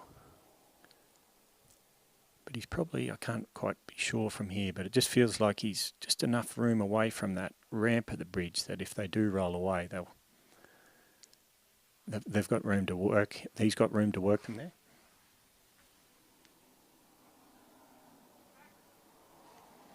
Nice work from Flake. Covered that little attempted break, and one's led on to the standing on the platform. Oh, ooh, ooh, ooh, ooh. That sheep's taken a run. Two have gone over, one's gone back, so he'll have to put all three over again. Now, he'll be looking for those two that have already been over to lead this third one. So Bill will be watching that one that didn't make it last time and trying to cover that one in case it tries that same trick again.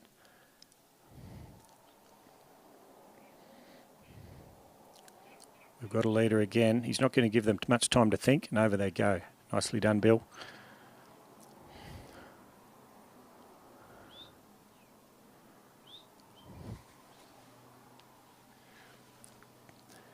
Still plenty of time left for Bill and Flake to get across to the pen. Still a tidy run. He's dribbled a few points off here and there.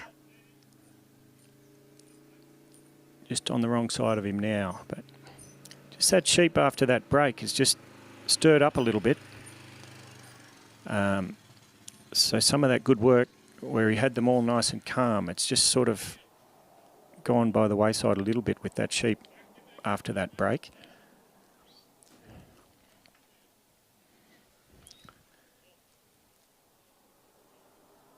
Back on course now. Bill's looking at his watch, but he's got plenty of time.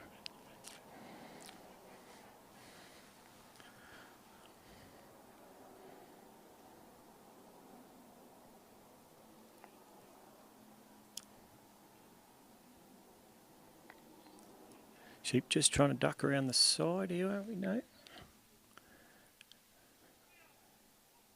Oh, great work. Nearly lost one around the gate there, but looking good to line them up and put them in the pen from there. They're in. Just, no, he's not going to muck around. Straight for the gate. Well done, Bill. That's a really nice run. There'll be a score to hand shortly.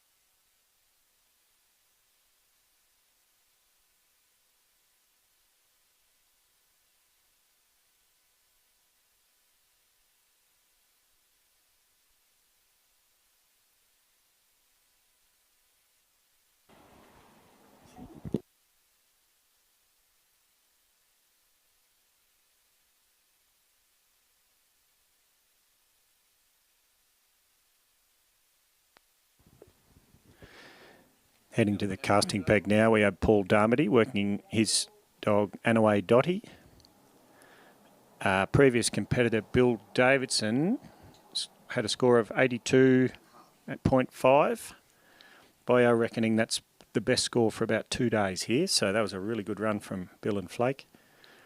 And that should keep him in the top 20, one would hope. Well, he would hope. Sheep are released down the other end of the ground now. Judge doesn't muck around. The sheep have been very difficult to set up after the let out. So they've been tending to release the dogs quickly to get there before the sheep can do too much wrong. These are stood nicely, actually. One's looking to peel off, though.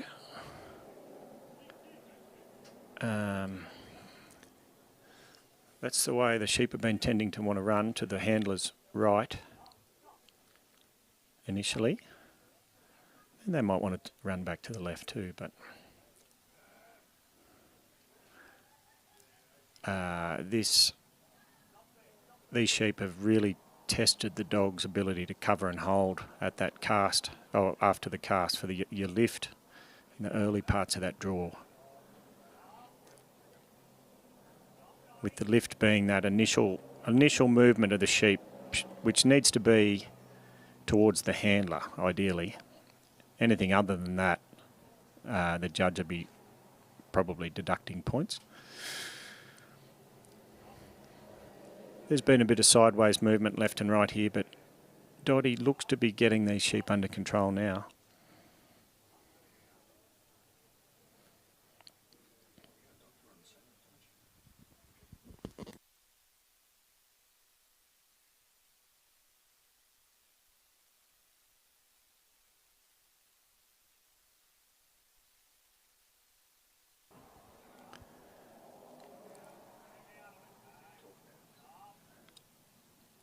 Sheep are still coming up. They're still looking to test this dog. One sheep in particular there, which I think is the same one that led the charge to the handler's right there before. Still not settled.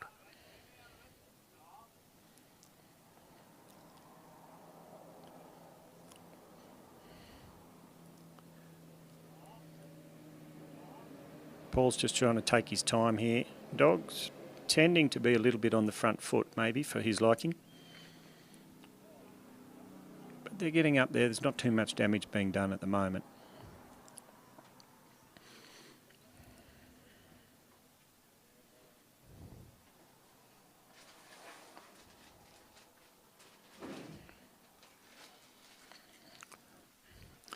Paul, of course, was in the New South Wales Ted Gavey team. He wasn't working this dog, but I think he would have liked to have been. But anyway, that's the way that the New South Wales selection system can work, that you don't necessarily end up qualifying with the dog that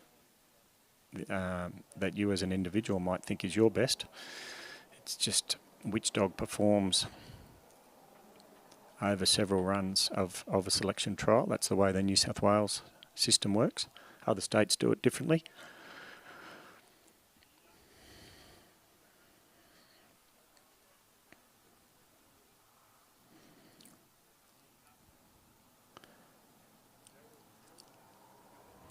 Sheep are still putting a bit of pressure on the dog. They're not comfortable to come up. I'd rather head down the hill at the moment. Dottie's doing a good job blocking these sheep. She needs a bit of a win here to get them up to Paul's left.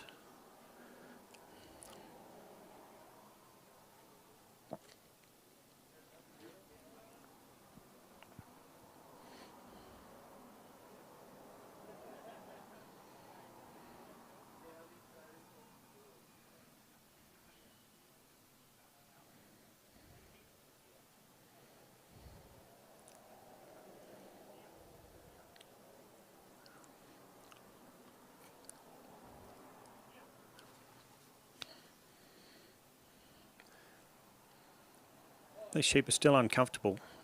They don't want to come up the ground to where they're needed. Dottie's doing a good job with them though. Just a bit of a confrontation here that she needs to win.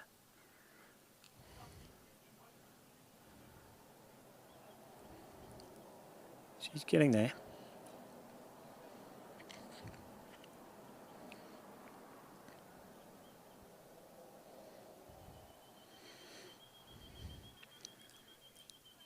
Yeah, these weathers are just testing the strength of this little dog here.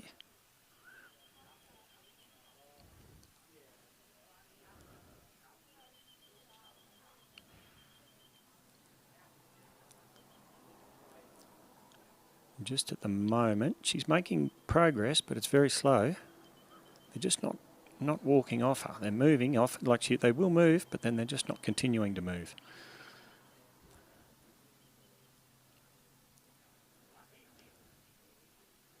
He's just probably got to bring them up another few metres before he can bring them across behind him and then start his trial heading to the gap.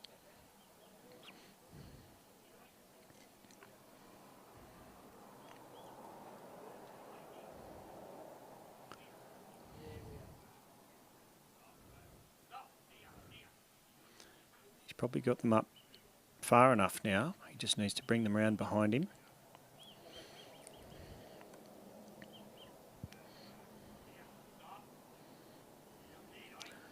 Nicely done. Now they make a break down the ground. They're off course here to the right. Paul will be looking to try and get them back within that 9 metre corridor as quickly as possible as he continues down to the gap. The sheep will have other ideas. They're every chance of being off course a lot of the way down there if they want to hang right.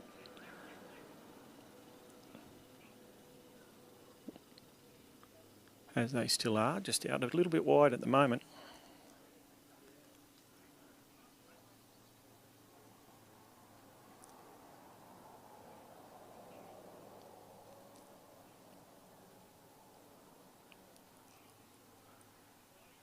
Got them back within the corridor now. Heading not too badly. If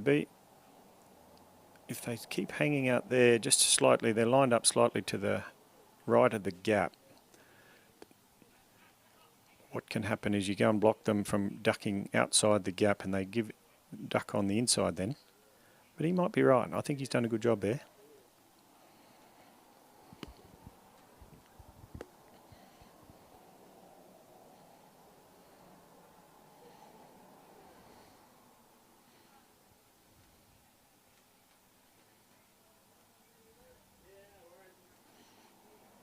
The sheep probably took a few points off him getting down to that gap, but it's relatively controlled, so they're probably getting quieter as they go. So with work like that, they should just get better and better for Paul and Dottie.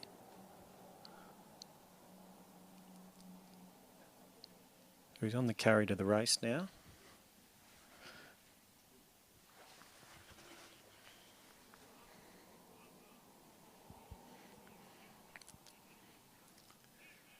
Just hanging back a little bit, so he's possibly doing a point for leaving them behind, but still it's relatively tidy.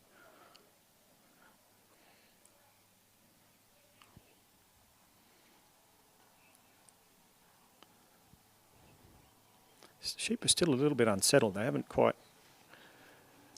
given in to the dog at this point.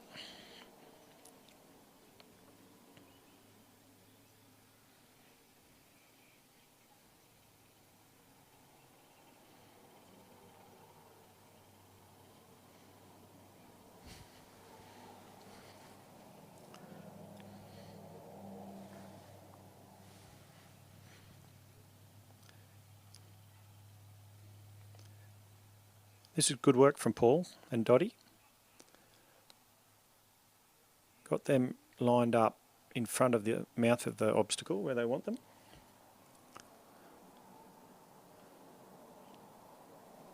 Lovely work. Straight through the race, he's turned them nicely up the hill towards the bridge. Paul striding out well. They've ducked on the inside there. Just dribbling a point or two off him.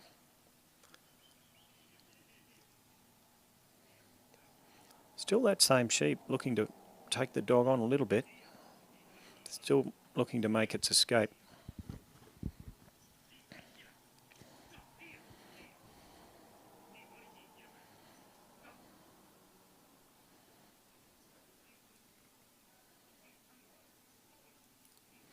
Dog's doing a nice job. Just a lot of weight there back inside the ground. a lot of pressure on the dog. The sheep really like to pull that way. You got them back on course now. Just need to try and keep them within the wings of this bridge. Plenty of time.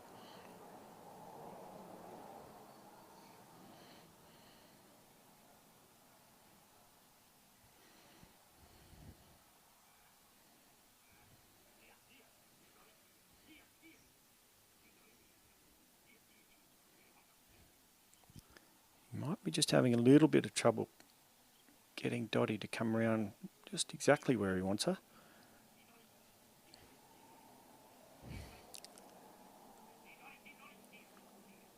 They just look like they're threatening to come on the inside between the pole and the bridge, but he's got them in there a bit closer now. Just be looking for a leader. Try not to put too much pressure so that he ends up with 3 heads looking at the dog.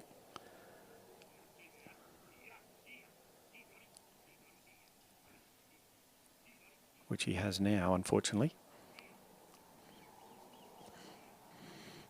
This is where it gets difficult. If you end up pushing them back and their feet touch the ramp, they're a chance of trying to bust out over the top of the dog, which they have. They've got out, and I think that's caused a cross. Bad luck, Paul and Dottie.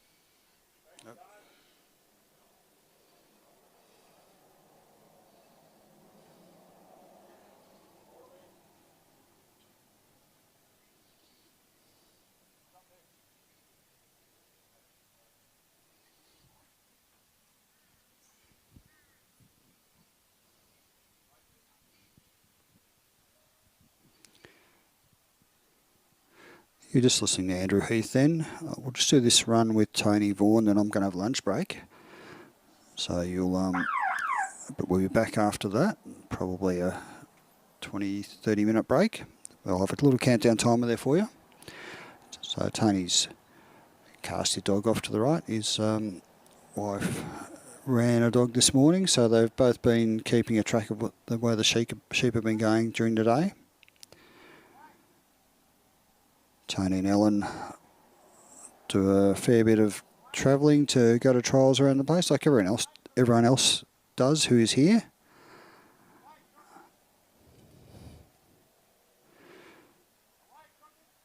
And just trying to get Chook to go around behind the sheep. Chook's just coming in nice and quietly, just trying to make sure the sheep know that he's there without making him run off. So he's obviously felt the weight of the sheep already, wanting to run up the side to our right. That's why he's come in slowly. And now just wants to convince him that I'm no threat if you do what I want. They're not too sure though.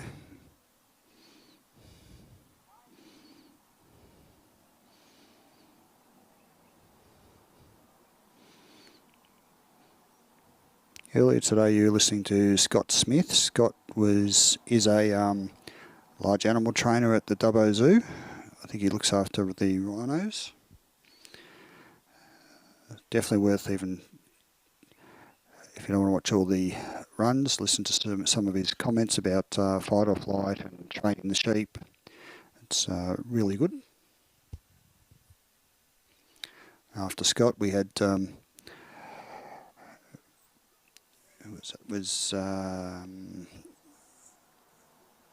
me just go back through my notes. We had Jim O'Connell, of course.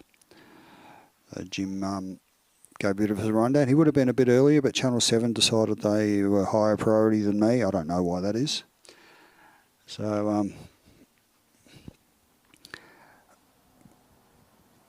and it looks like I've got another victim, so that's good. Simon Lenning's decided to join me, so I'll put Simon on. We've got Tony.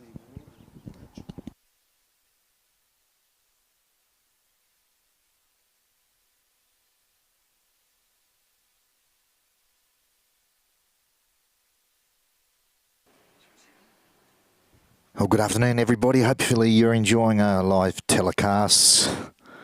Tony Vaughan out there with Chook. And the sheep have just been a little bit better today, just not as runny. I think the weather's changed and settled them a little bit. And Chook has done a pretty good job so far. He's brought them down, got them in a good position, having good influence. They're looking at him and challenging him, but he just keeps coming, and that's all you can ask. A little challenge there, and he's latched on. Oh, I don't know if the judges will like that. Well, he stepped out of the ring. Well, that's unfortunate, because things were going pretty decent up until that point, but Chook lost his patience, and that concludes Tony's trial.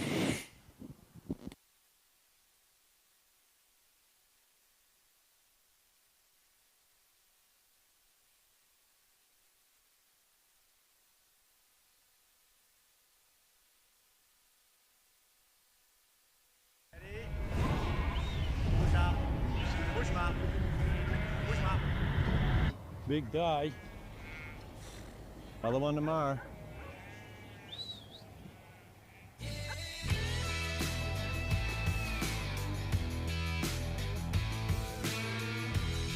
Reliable fuel for dogs who work today and go again tomorrow.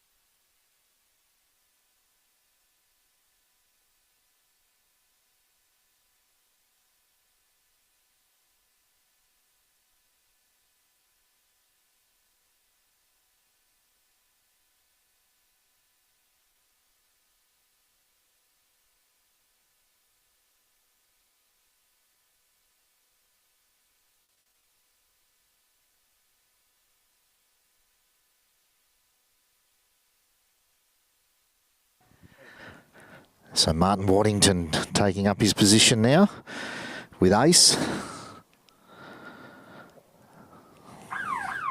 Ace was a rep dog for Tassie in his Ted Gaby Shield competition. Did a good job, really. Just had one run that was a little bit unfortunate, otherwise he would also been pressing for Australian selection. Ace has gone nice and wide and deep, finished deep.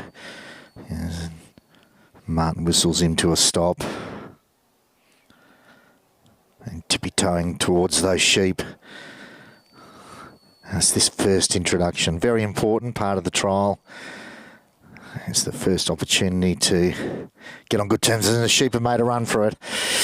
Whoa, they went a little way down the course, off to the left, and they're heading back to the let out now. So Ace has arrived in good, nice depth, but they haven't liked him already, and they're got a head of steam up now, and they're breaking off to the right now. Every 9 metres is another point, and those clickers are clicking, and now we've got a split. Well, that's unfortunate for Martin. He doesn't want to lose that single. And that's a little bit more remnant of what happened yesterday to a lot of dogs. 2 sheep went one way, 1 sheep the other. It's unusual for sheep not wanting to stay together. Probably something to do with the terrain they're running in. Every man for himself. Normally they'd flock together and stick together, and that's their safety. But these guys, they don't seem to mind to go out on their own. So Ace has had to... Oh, that sheep's just not really going to play. It's just running on. He couldn't care less about his other teammates. And this has been a costly start for Martin. The scores are creeping up. High 70s making the top 20, I think. And it doesn't take long to rattle off 25, 30 points. Cuts you out of that top 20 runoff. And see that big sheep at the front. He's got his head up and he ain't slowing down.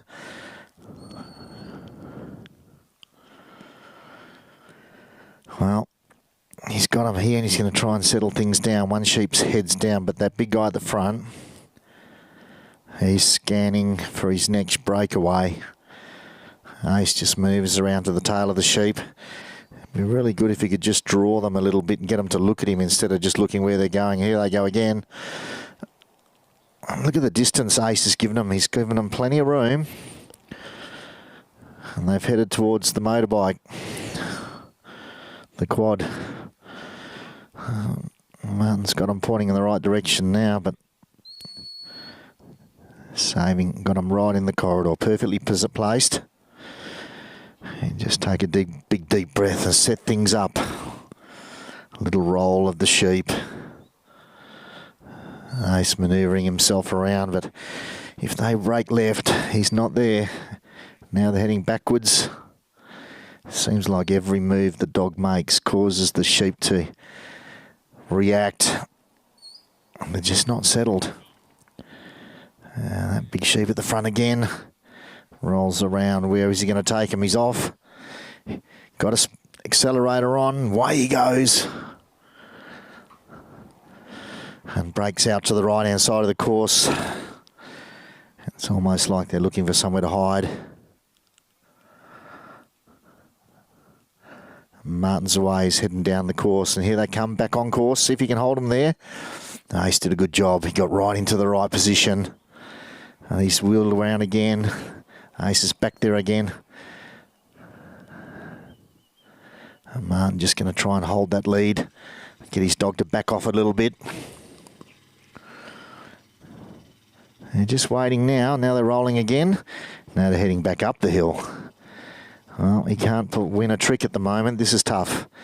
And I know the spectators waiting to have their turn wouldn't be pleased to see the sheep behaving this way. They've been pretty good this morning, as good as they could be. Giving some scores, getting a few pens. No one setting the world on fire. Just a good run, couple of runs back with Billy Davison, posting an 82.5. Sorry. Got him up into position 9 in the top 20, so he's sitting in pretty at the moment.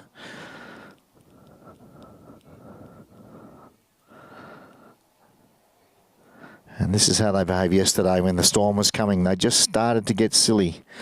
Bit of a build-up in the background of clouds. I don't think we're forecasting any weather really, just a bit of a sunny day and a light breeze. And you would think that would be perfect sheep working weather. So Martin's managed to manoeuvre him back through the gap. Got to clear it before he can turn him back. He's done it. He's happy with that, but the sheep, they're on their bikes again. And you can see they know where their mates are. They're behind that let-out fence, behind the Dogpro signs, and they're pretty keen to get home.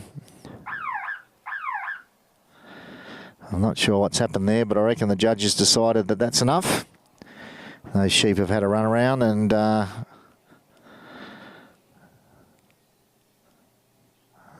the trial is finished. So Martin, with Waterley Ace, finishes his trial.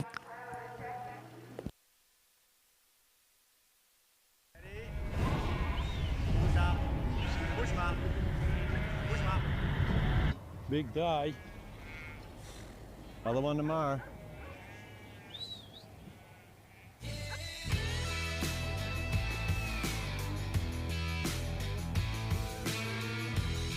Reliable fuel for dogs who work today and go again tomorrow.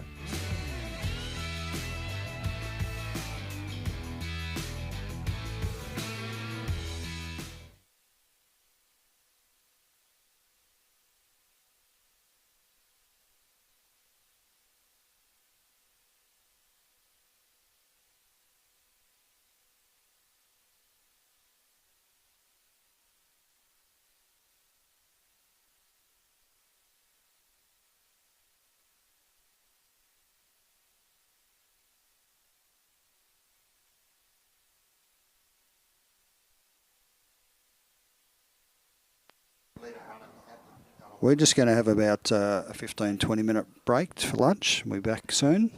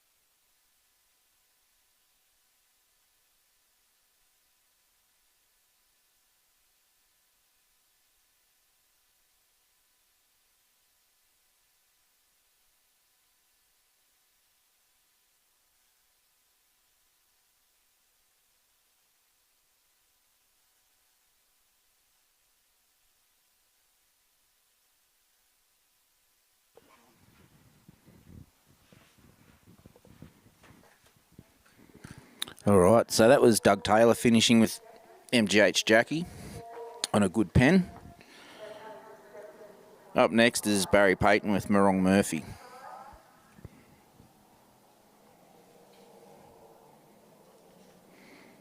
So Barry was one of the Victorian reps this year in the Ted Gaby Interstate Challenge.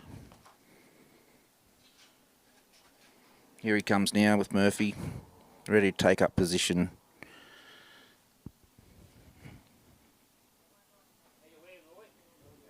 Murphy was Barry's rep dog on the weekend, in the weekend's competition, and now he's running him in the championship here today.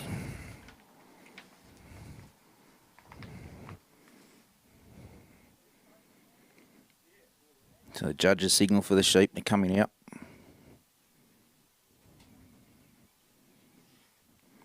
Just going to get them push out a little bit further before he rings the bell. Time 1, Murphy's cast out down to the right. Sheep is standing nice and still just at the moment. Ropes are down, Murphy's clocked them. They've seen Murphy.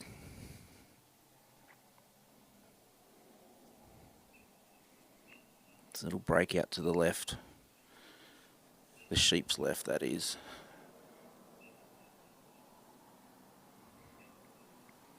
Has been a pretty tough week for some people, I can tell you from personal experience. But there's still some good scores coming out. We'll keep our fingers crossed for Baz as he's bringing the sheep up the ground. Murphy, just a little bit light on, just a little bit of a run. Murphy's in a nice position. He's got a bit of presence on these sheep. They're coming up fairly nice to Barry. When they get delivered, looking from our angle here in the commentary position, they've got to come up beside Barry's left-hand side of that peg, around behind him, and there's that other peg behind Barry. They need to cross that line, and then they're delivered.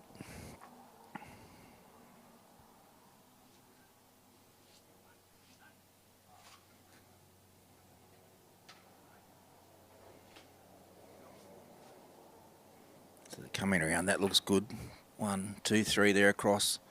Still on course at the moment, so that's a good start. Some have been spearing out to the right a little bit and taken a sneaky point for the judge to pick up. Murphy's got hold of them there. That's a nice start to the carry down to the gap.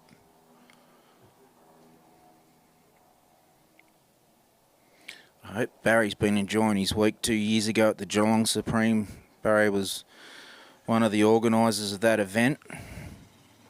It's a big job running a Supreme.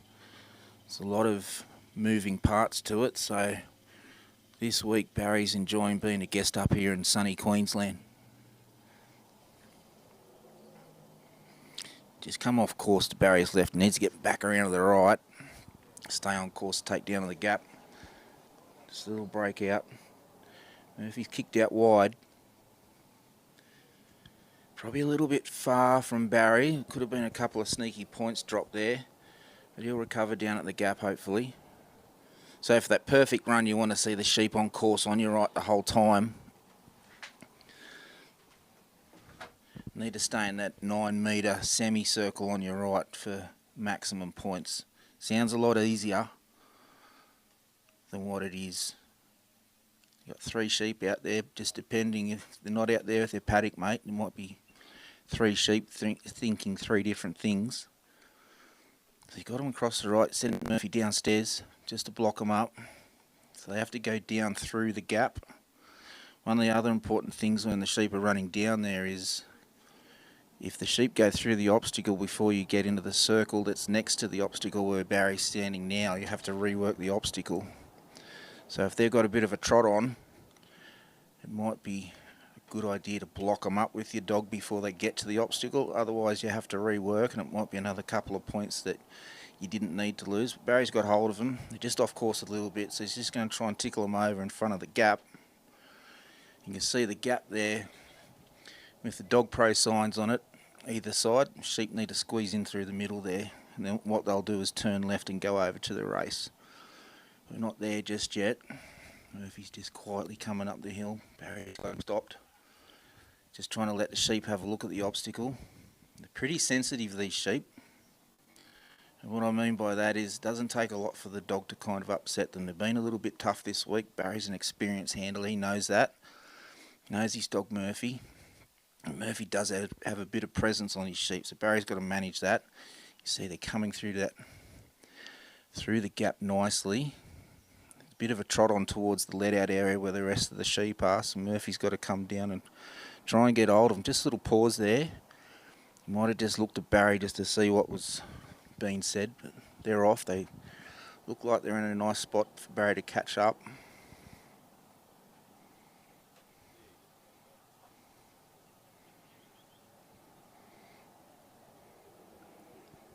See our two judges behind Barry, Ken Robinson from New South Wales and Roy Pottercarey from Queensland.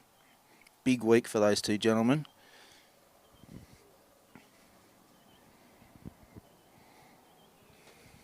Moving forward nicely towards the race. Murphy's just slowing them up, trying to keep them in contact with Barry as well. Coming along, he's starting to dance around. You can see as those sheep get a bit closer to Murphy, they're just getting a little bit lighter, a little bit more twitchy. One's turned around, maybe thinking about going back to the let out. Murphy's coming around the bottom side. Got them held up, pointed back towards the obstacle. This is where you just need to take your time, let the stock look at the obstacle if they can. Barry's just about to step in the set. Murphy's just got them still. They're still facing the right way. You see Roy down the bottom there, keeping an eye on proceedings.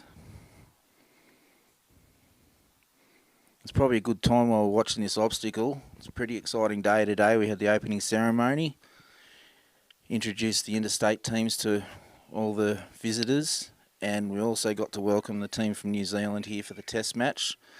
Those team members will be running the Supreme Championship as well. Just as the sheep just break out a little bit, Barry's just going to drive them back on course towards him, heading up to the bridge.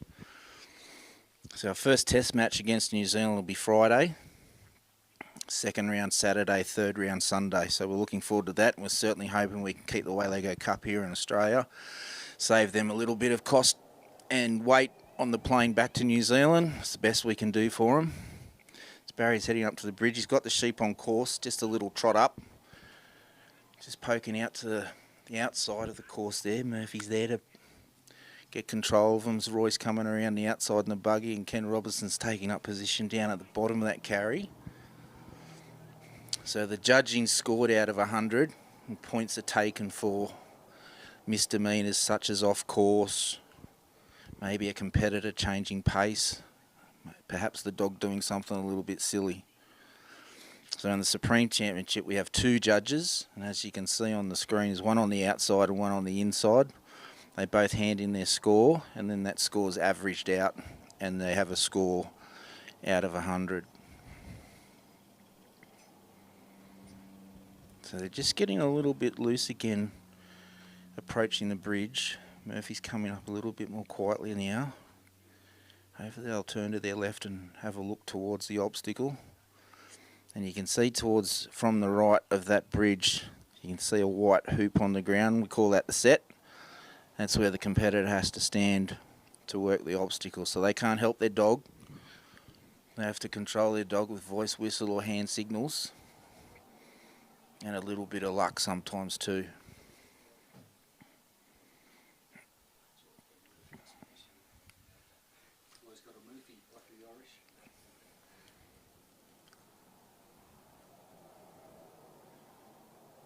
That's a good opportunity to thank Dogpro for their continued support.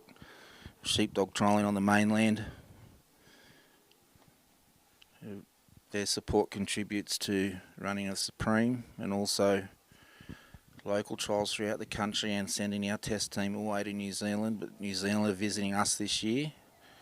Next year in 27, after the New South Wales Supreme, we'll have a team to send to New Zealand to compete over there. That's 12 months away. Right now we're hoping Barry can get these sheep over the bridge and put up a score. It might put him in the top 20, which is the second round of the championship.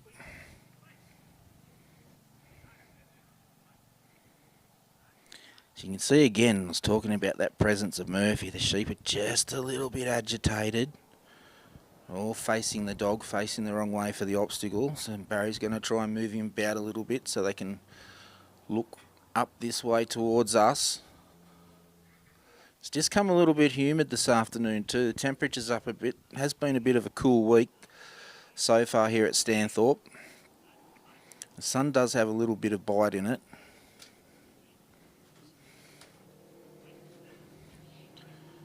There's a couple had a sneaky look, but they've turned back around on the dog again. Murphy's getting a little bit faster. Here we go. There's one. He's going to drag his mates. 2, 3. Sending him around to protect the inside of the course. There is a draw down the hill towards the let-out yards. So Barry's got them on course. He's got Murphy just holding out the front and prepared to send him down the hill.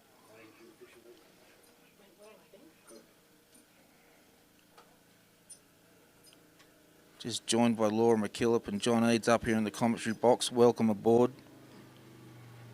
Yeah, he's got them in a great position as Roy comes past. You can see that little bit of pace picking up. Still got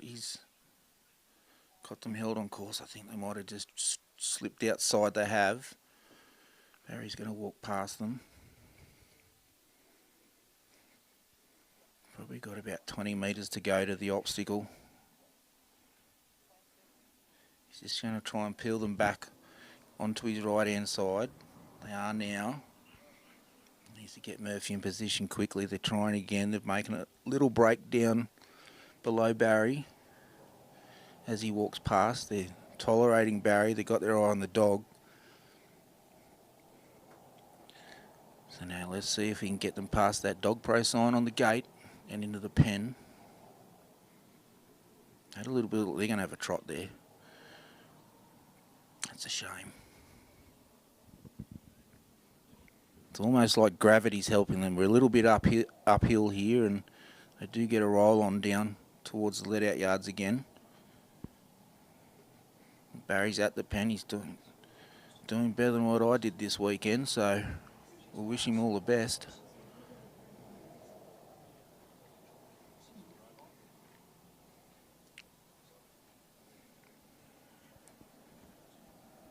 You can see Ken Robertson down below judging from the inside.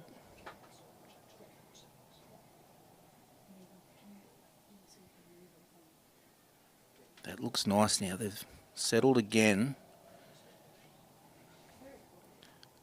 Just slipping inside between Barry and the gate. One's having a look inside the pen.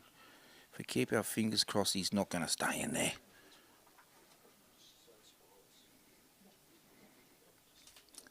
I imagine tension could be getting a little bit higher outside with Barry. Trying his best with Murphy to try and wheel them into the pen.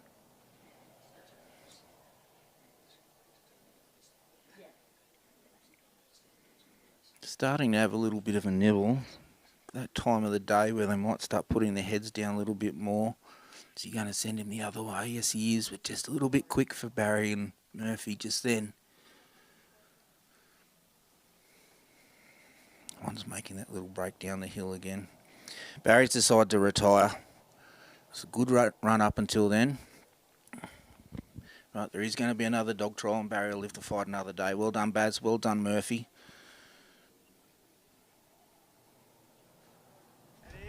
Pickup dog's come out. He's having a look around. He's going to have a go now. Big day. Other one tomorrow.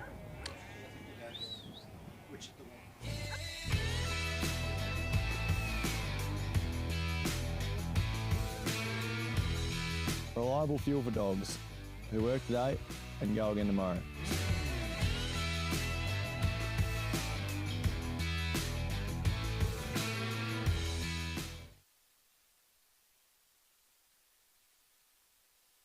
Need to get some Dogpro Plus working dogs. Reason one, your dogs never have a day off. They're consistently working and they need the good fuel to keep them going. And that's exactly what Dogpro Plus working dog is. Firstly, it's a proud Australian-owned business and the product is made here in Australia. It's made out of Aussie beef. It's got 25% protein, 15% fat, and power-packed energy for performance. Reason three, it's good for their joints, their skin, their hair, their immune system. This product is jam-packed of good stuff for your working dogs. And also, no added colours, flavours or preservatives in this product. Look at all that good stuff.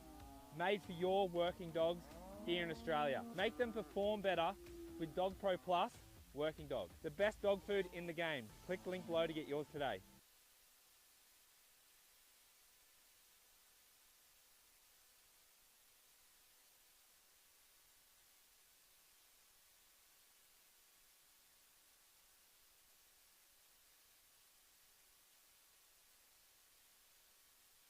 Working dogs, listen up. Here's 5 reasons Aussie farmers are switching to Dogpro Plus Working Dog. 1. Built for serious work. With high energy fuel at 3,800 calories per kilo. This keeps your dogs going all day without dropping off. 2. Proper nutrition that works. 25% protein to build and repair muscle, plus 15% fat for sustained energy. 3. Aussie beef formula. Made right here in Australia with quality ingredients your dogs will actually thrive on. And 4. Keeps them going in top condition. Supports joint health, strong immunity, healthy digestion, and a shiny coat so your dogs look and perform at their best. And 5. Clean and reliable feed. No artificial colours, flavours or preservatives. Just solid nutrition you can trust every day. If your dogs are your best workers... Next out on course is the Prince of Stanthorpe, Andrew Heath, all the way from Molong in New South Wales. He's running his dog T-Rada Andy. Andy was his rep dog in the Interstate Challenge. Judges signal time on or away. Andrew did not name Andy, if anyone was wondering that. Somebody else did for him. But he stuck with it. Andy's been a terrific dog for him over the years. It's been a slightly better start already than some of the runs we've seen earlier today where the sheep have been toweling dogs up down the bottom end. It's a nice bit of distance off the sheep.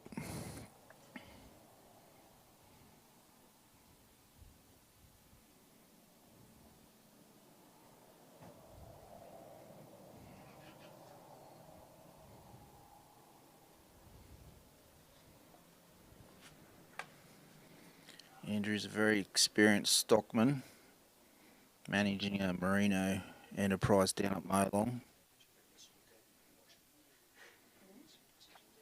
There's the sheep in a nice position here just to deliver.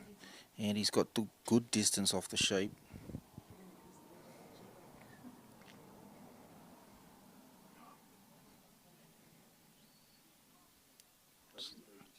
Just a little split from the sheep. So that marker behind Andrew, that line the sheep have to cross, that extends all the way to the fence. So the sheep are off course there behind the peg, but they are delivered. So when Andrew's happy, he can step off and walk down towards the first obstacle. So he's just trying to get the position, the sheep position where he'd like them for the first carry. They've been delivered in good time, so there's no need to rush at this point.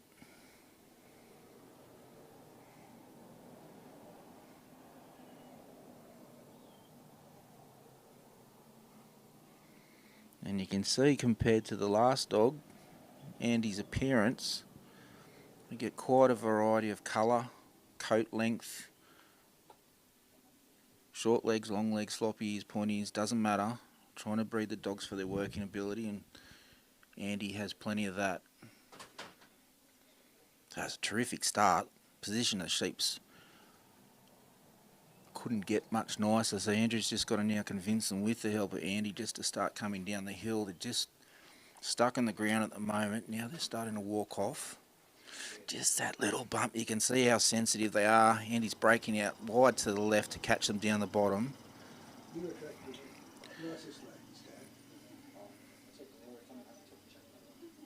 So he's got them held up there. Just needs to keep Andy still while Andrew catches up.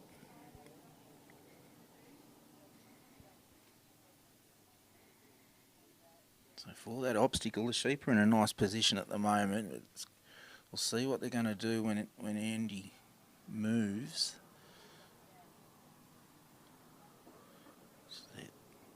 Very light, just a little pop-off course. Andy's coming around. Just starting to lean on the dog a bit. They're looking back towards that let-out area. So Andrew's taken up position in the set, so he's just going to have to work a little bit harder now just to get them back on course.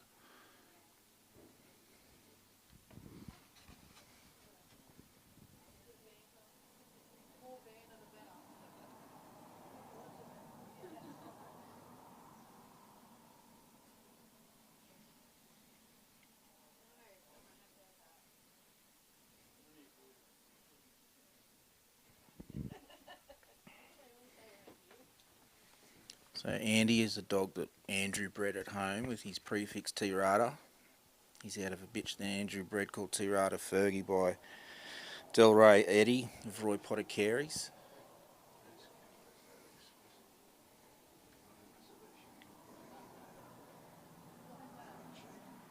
Just starting to come towards the obstacle now.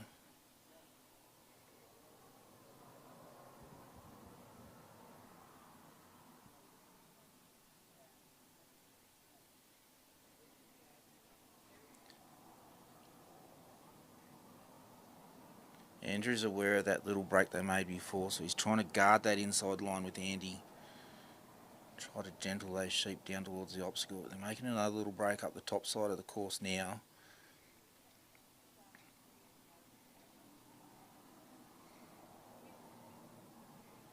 It's good cover with Andy. Just on the high side, the sheep are looking at the gap. Looking at the gap. We call that obstacle the gap. Quite a catchy name. Let's hope they just take a couple of steps forward before they make a break for it. They've successfully negotiated the gap now.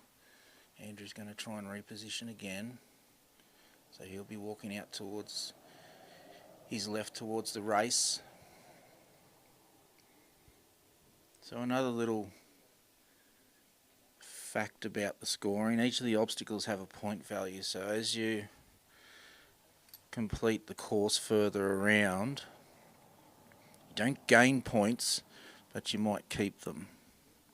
So for instance, if competitors going around the course and time runs out and they don't complete the bridge or the pen, they'll lose the point value of those obstacles plus what the judges have taken off on the way around. So the pen's worth 20, bridge is 10, race is 7, and the gap's 3. Now that doesn't mean you keep those points. If things start to go wrong and you lap the sheep around the obstacles several times, points will come off.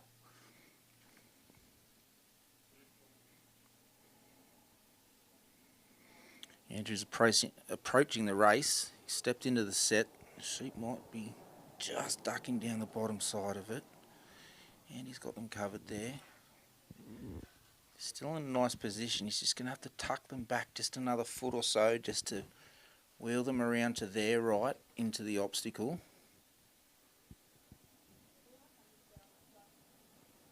Andrew's always enjoyable to watch working his dogs. He's very calm out on course, and I can tell you from judging him a few times too, it's some of the conversations he has with his dogs are pretty funny as well. He's got a team of good dogs, good experience.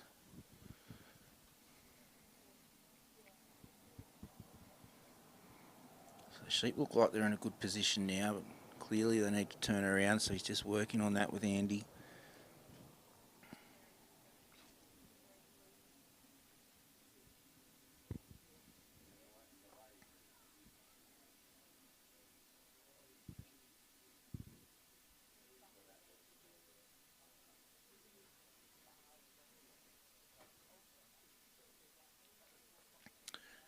Very well done. You can see that experience from Andrew handling stock. He didn't rush. Just let the sheep make a choice to move forward away from the dog. And they're on course nicely now as Andrew steps off towards the bridge. The obstacle's just in the way of Tirada Andy at the moment, but He'll get the sheep off in a minute. He's just stepped inside the race. Now he's out. Now he's in better contact with his sheep again. Just a little trot up the hill.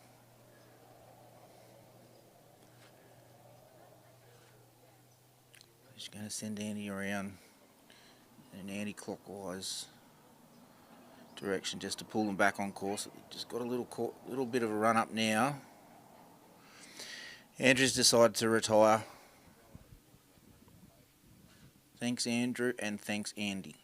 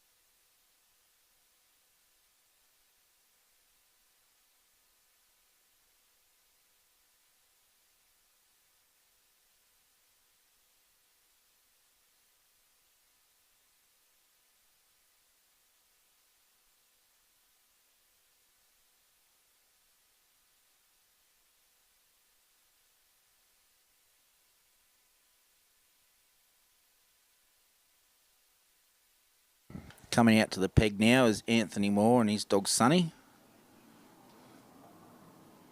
Roy's signalling for the sheep.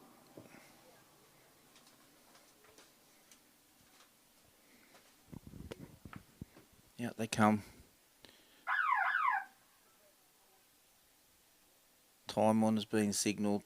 Sonny sent out a nice searching right-hand cast.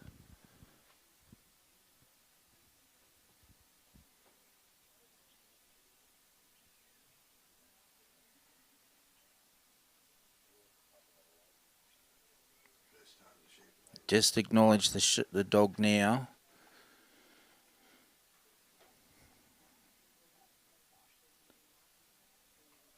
Just trying to hold him still. You can see when they're making that little break out to their left, the sheep, they're kind of leaning on the dog, and they are being somewhat difficult today to pull up once they start that run. It's a very small window of opportunity that you have to get your dog in enough, but not too much. Sonny's looking very nice at the moment. It's a nice moving dog, Sonny. He's under great control from Anthony.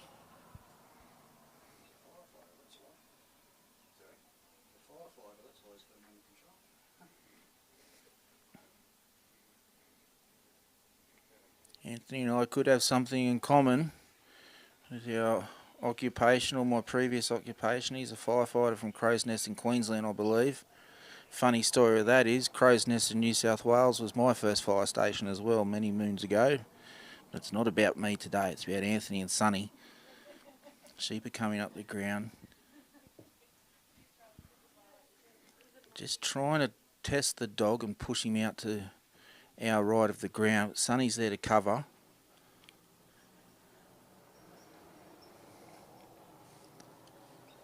They've come up the ground in good time so far, so it's a good opportunity to let the sheep get to know the dog a bit more. Just that nice smooth movement out to his left. So you can see those markers on the ground. That's that first carry down. Anthony's going to have to bring them out in an anti-clockwise direction as they're moving now to come around behind him before he can step off.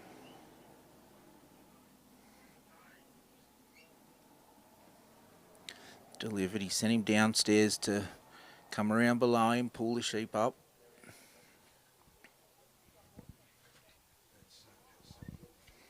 So you can see also where we're facing, where the competitors start walking down the hill. That's generally the west. A bit later in the afternoon, the sun will be in our eyes a little bit more. So that'd be something for the competitors to deal with as well, whether they pull their hat down, chuck on the sunnies, chuck on some sunscreen and hope for the best. He's just trying to get the sheep positioned before he steps off.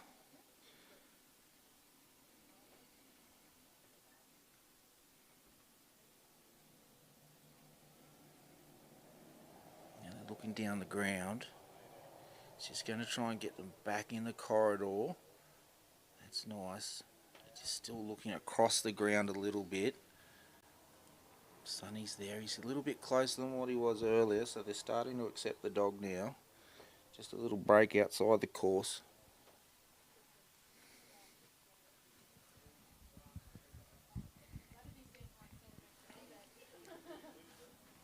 You can see Anthony's been very patient. He stepped off, so now once he's on his way, he needs to keep moving all the way down to the next obstacle. He can't stop. If he does, that will cost him a point. Sheep are in a nice spot right now as he's just slowly moving past them. He'd love to carry him in his right hip pocket down to that obstacle.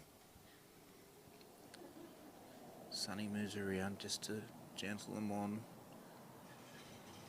He needs to guard that inside line. The sheep have had a look at it once or twice already. Just back Sonny off a little bit.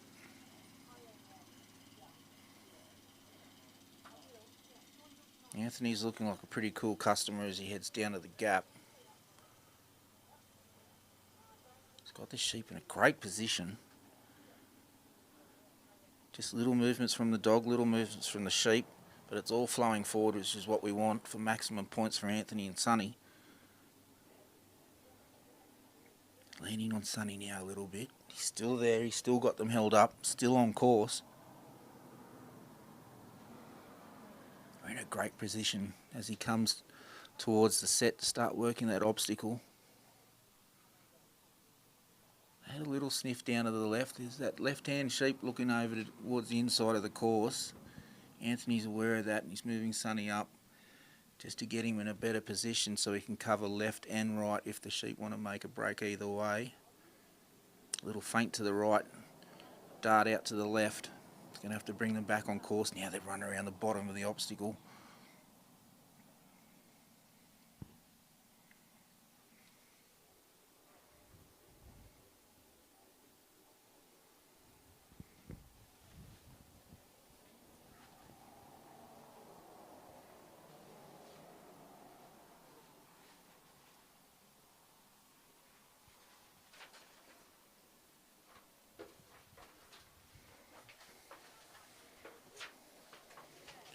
Good time to acknowledge some of our other sponsors as well of this great event. Dogpro's been a major sponsor for many, many years of 3 sheep trialling in mainland Australia. Also Elanco. Hip pocket workwear and safety as Anthony's just trying to get the sheep back up. He might be trying to push them just through the gap in reverse direction. That's okay, but if he does that, they need to make sure they clear the obstacle completely before he turns them around again. The sheep are just pulling Sonny just towards the inside, towards Anthony. Whichever path he takes, he needs to get them on the uphill side again to work the obstacle from the uphill side down through the gap. Stanthorpe RSL are also on board supporting the Queensland Supreme this year. We thank them for their support. Southern Downs Regional Council. Sheep are in a better position now. Just need to be worked back onto the course to get through that obstacle. Steel Rod Track and Signal Engineering. Lynn Top. Thank you all for your support of this event. The sheep are just coming back on course now. They're sort of looking at that obstacle. It's a bit hard to tell how far away they are from the obstacle. They kind of look like they're near that first last marker towards it, so hopefully within 9 metres of it, not too far away. make a break around the side as they just start to quietly walk down towards the entrance of the gap. They're just leaning on the right-hand panel.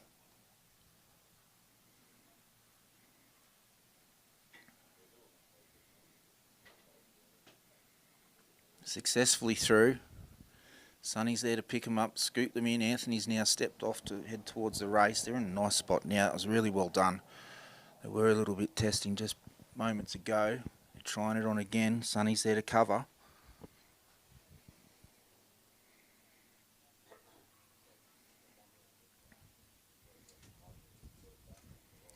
This is the challenging part of the course, walking across the let-out yards. And our courses are designed that way to test the dogs.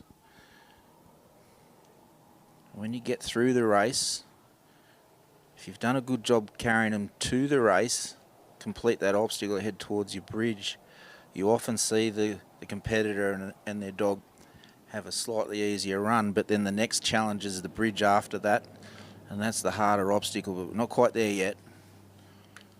As Roy comes around past the let-out yards, Sonny's covering that little small single break. Anthony's watching the two behind as well. Back together. Still in a great spot. They look like they're lined up well. They're having a look. Sonny's just pulled them up just so they slow down. That was really well done. Come through. Sonny's there to pick them up. Great work. Great work. Now they're heading up towards the bridge. You can hear Anthony just giving Sonny a command just to get off, just to take that pressure off the sheep a little bit. You see Sonny's just starting to move around a little bit quicker now. He's probably feeling some of that energy from Anthony as well. He knows he's having a pretty good run, so let's wish him all the best and I hope it continues. The sheep are just leaning on that line, just stepped off course, but they're back on now. They're going to keep leaning on that line. Now they're going to try the outside for good measure. Just a little break up the hill. Sonny's coming up above the obstacle to pick them up, bring them back around on course and look at the entrance to the bridge.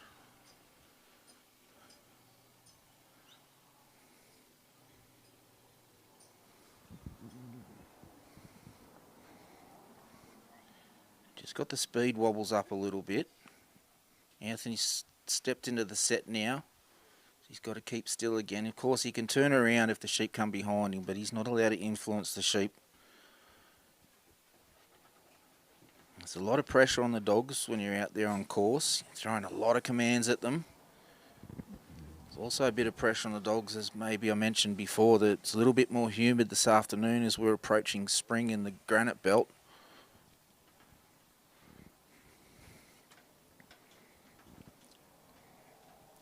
Just bringing the sheep up gently towards the bridge. They just don't really want to have a look just yet. They had a little sneaky squeeze then. They're in a great position there. I would say Anthony's still pretty good for time. I haven't been paying attention to that, but he's looking pretty good. The way he's progressed around the course. The sheep are having a look at the bridge now. Just like a little turn from that sheep in the front. Hopefully that might peel his friends with him. A little bit too much, little step outside. Just come past the wing of the obstacle.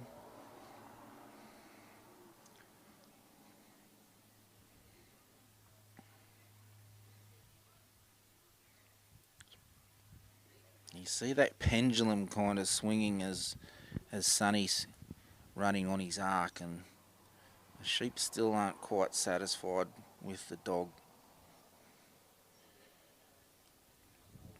Sonny comes around as just a single break around the obstacle.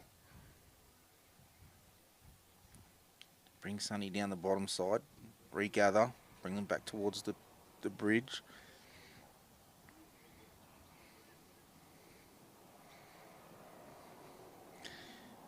You can see even in this cooler temperature on the trial ground, the pressure of anticipation, trying to maintain as much accuracy moving the stock around the course. It's hard work for the dogs sometimes, not just the physical, but it's also mental fatigue. Oh, and a split around the bridge. She just stopped Sonny, just hoping they might settle. Anthony signalled to the judge in the buggy, Roy, that he's going to retire. Gave Sonny a pat. It's a little bit hard work this afternoon, but well done, team. And hopefully we'll see you again at another trial sometime soon, maybe in New South Wales. Push up. Push him up. Push him up. Big day. Other one tomorrow.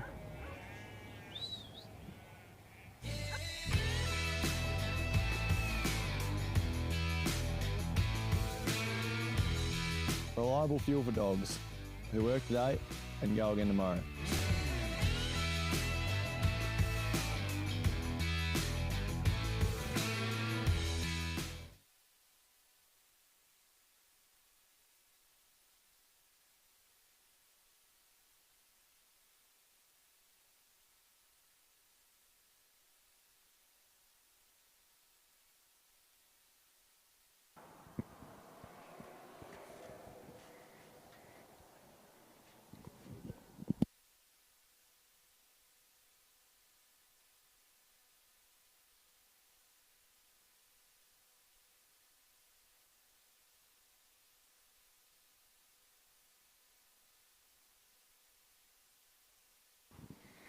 Coming out to the peg now is Grant Cook from Western Australia and his dog Pendulate Gilbert. Gilbert is also one of the rep dogs from the Ted Gavey Challenge on the weekend. I had the pleasure of judging him on Sunday morning for the third round.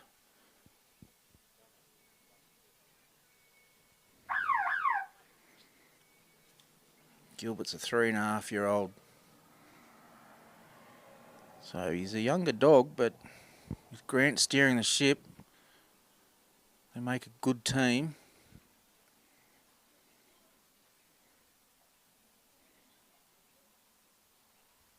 Let's just pick the sheep up down on the right-hand side of the course as we look at it. Sheep are looking at Gilbert, trying to make a decision if they want to work with him or work against him. Let's keep our fingers crossed it's the latter as Gilbert comes in. It's an important part of the trial, this initial introduction with the dog and the sheep.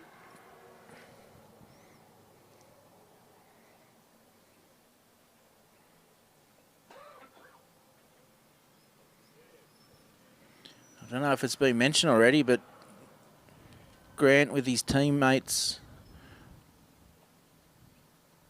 from Western Australia was successful to win the Ted Gavey Challenge. So congratulations to that team of Grant, Gordon and Simon. Wasn't easy on the weekend. They did a great job. Just a little break towards the centre of the ground. Gilbert's there to cover. Grant was also successful in being selected in the Australian Test team to compete against New Zealand over the next 3 rounds of the Test match when that starts on Friday, concluding on Sunday. But right now, Gilbert's competing in the championship competition.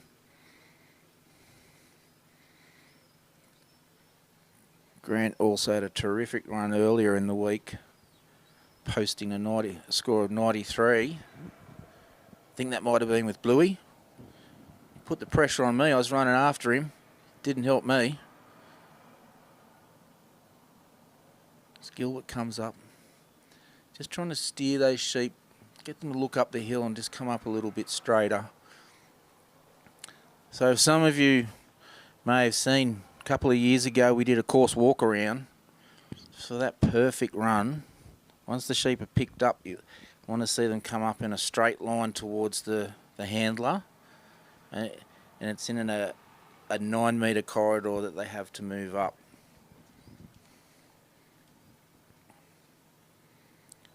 Gilbert's doing a great job just holding these sheep. They're just stepping back towards him, just putting a little bit of pressure on the dog. Gilbert's very fast on his feet when he needs to be. He's a lighter coloured dog, tan and white or cream and white you might call it.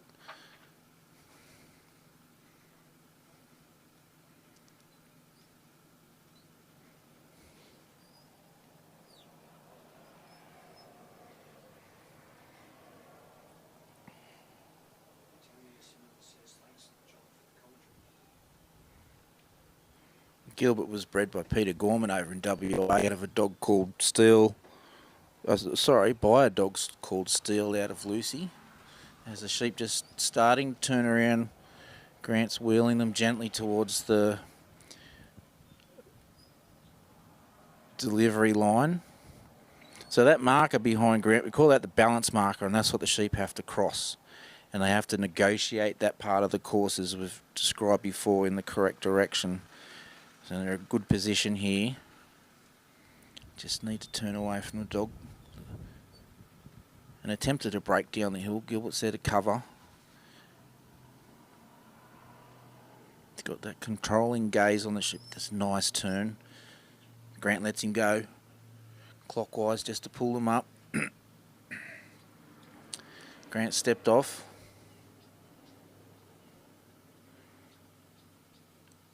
Hands in his pockets, using his whistle.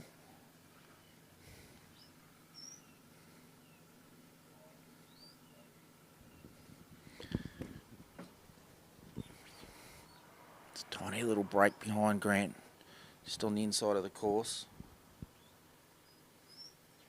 You might see some competitors like Grant that have been around for a while and done a lot of trials as they're walking down the course. They know where the next marker is and automatically pick up their foot so they don't stumble on it, almost counting the steps subconsciously between markers. As the sheep just come down course, Gilbert's just covered that inside break. They're just leaning on the outside line at the moment.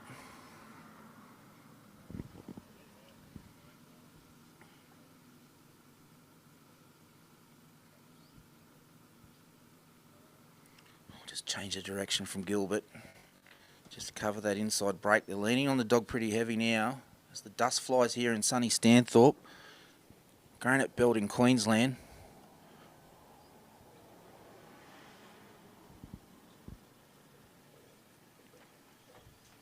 He's got a bit of a job in front of him. They're leaning hard on him. They don't want to turn around just yet.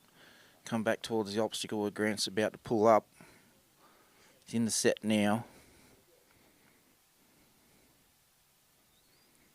So after we've finished this first round of the Supreme Championship, we'll go into a top 20 event. So the top 20 scores will go into the second round. And from that second round, we'll find our top 10 scores that go into the final. It's a couple of steps away yet.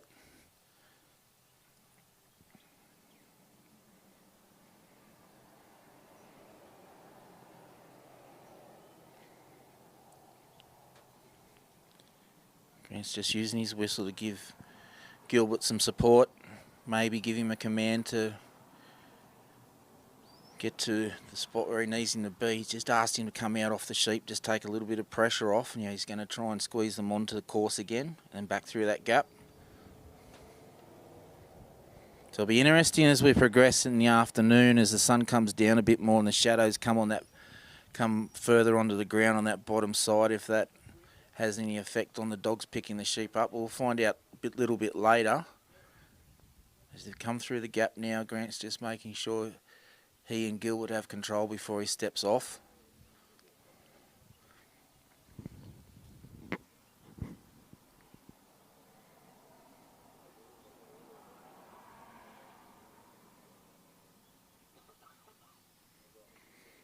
So Grant's very experienced at this top end of dog trialling. He's been on the Western Australian and the Australian team on numerous occasions.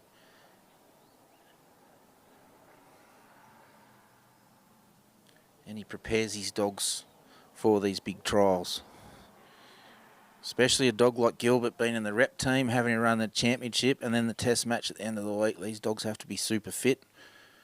They certainly get a bit of work at Grass Valley at Grant's place. It's a mixed farming operation over there.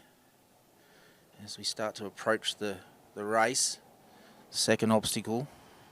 Well, you could even argue it's the third obstacle, given that the casting peg has to be negotiated in a particular direction.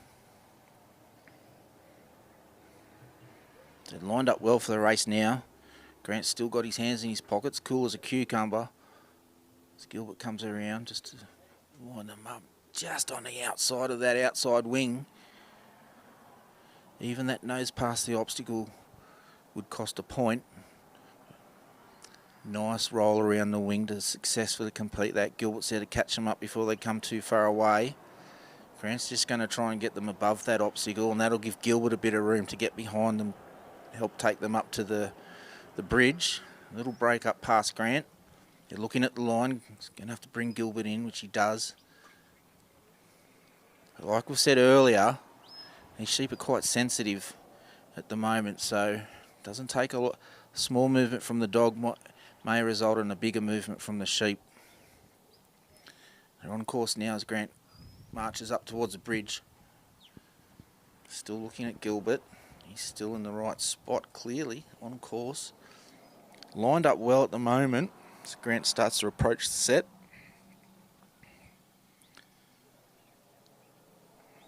Still looking at that inside line. So sometimes we describe that as the weight of the sheep. The weight of them is on that inside line. It can change as well. It's interesting, different grounds, different venues, and time of the day, how that affects the stock. And sometimes it becomes that trend, even with a different mob of sheep. They might behave the same. Great work. 1, 2, number 3's off. They're looking on course for Grant. Gilbert's around just to hold him. Grant's settling. He's away. As Gilbert just squeezes in behind them at the bridge. They're stepping off just a little trot now. Gilbert's there. You can see that it's still thinking about the inside of the course where they might want to make a break. As Gilbert comes behind Grant just to start pushing on again. Might have to put a bit of grease in that buggy with that squeak. It's enough to drive me crazy.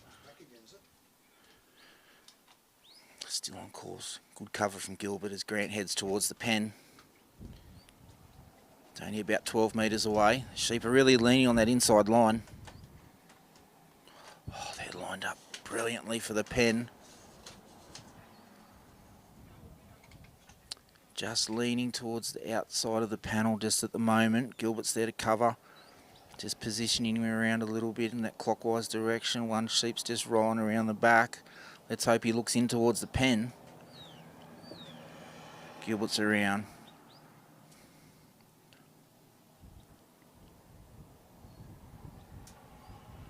They're looking into the pen, taking a step forward. Gilbert's just pushed them in. They've just turned around. Grant has to be careful that Gilbert doesn't bump them at the moment. Grant's making his decision when he's going to step out. Now he has to keep walking. He needs to make sure Gilbert doesn't go in the pen as well, but Grant will have him well prepared for that. Excellent run, excellent pen. Well done, Grant. Well done, Gilbert. You can follow the scores online if you haven't seen already. We've got the live scoring as well. You can probably find that through the Queensland Sheepdog Workers Facebook page.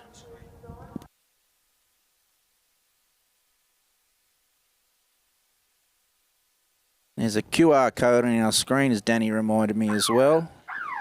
So you can click on that the way you QR code things, and then you can follow the live scores.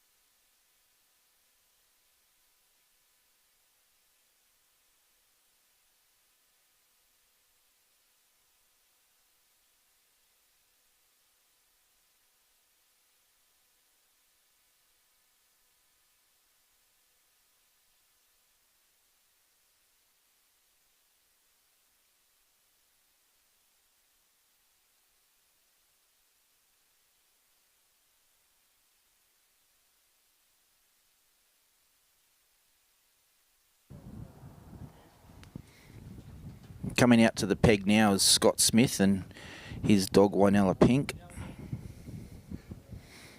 Scott's just walking past Roy saying, here we go again. Hopefully here we go again means a good run from Scott and Pink.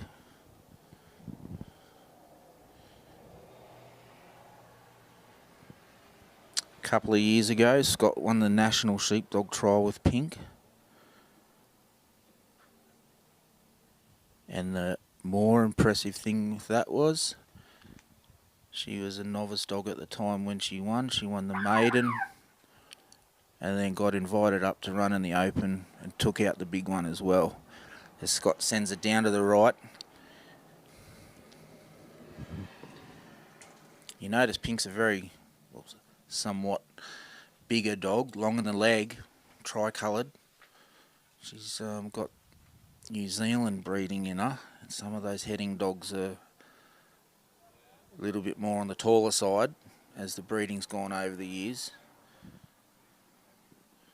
Just as Pink's just starting to walk in and introduce herself just ever so gently. Scott and Pink are from Dubbo in New South Wales, my hometown as well, and Scott and I are in the same dog club. Know Scott very well, and Scott works at Dubbo Zoo, Taronga Western Plains Zoo, with the black rhinos. Very experienced animal trainer, Scott. Many years ago, he used to have an animal show. I can't tell you where to find that on YouTube, but someone found it one day. It was very interesting and entertaining to watch. Scott also does a lot of work with horses, helping people train their younger horses. They might have a bit of an issue, need to teach their horse to float, something like that, and Scott can help with that.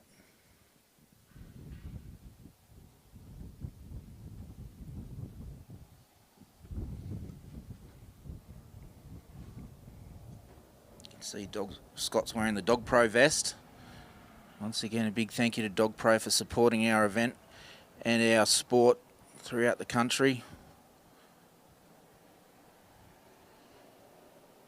You can get onto their website and see the quite a big range of products they have for dogs and cats. We won't worry about feeding the cats this week. We've got all our dogs here and we're going to be feeding them the good stuff as supplied from Dogpro. I'll use it at home and our dogs will always look tip top. This Pink's coming up the ground. This has been a great start. Don't want to curse him. They're just coming up quite tight. Remember we mentioned before, for that perfect run you want them to come up in a 9 metre corridor towards the handler. They haven't had too much lateral movement yet. That's probably the biggest little breakout to the side. Pink's very fast on her feet, particularly for a bigger dog as well. She's a big moving dog. I love watching her run. I've judged her a few times and she's beautiful to watch when she's on the fly.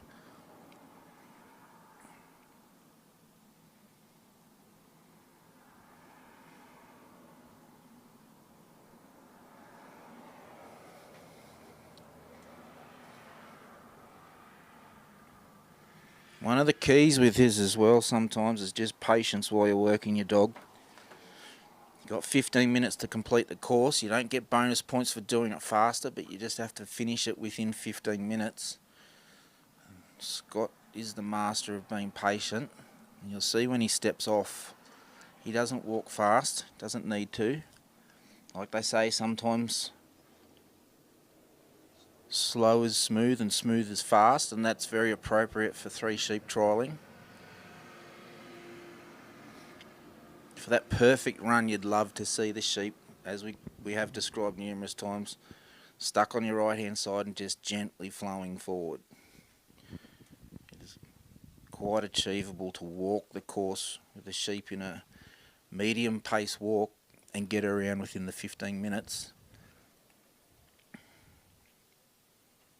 But not that easy when they have a dog that they don't know. It's been a terrific start so far. Pink's quick on her feet, isn't she? You can see as she comes up closer to the camera up our end. Just that light springy movement in her feet. She flicks a little bit of the Stanthorpe dust up, covers that little attempt at an inside break. Just glides across the ground to pull them up.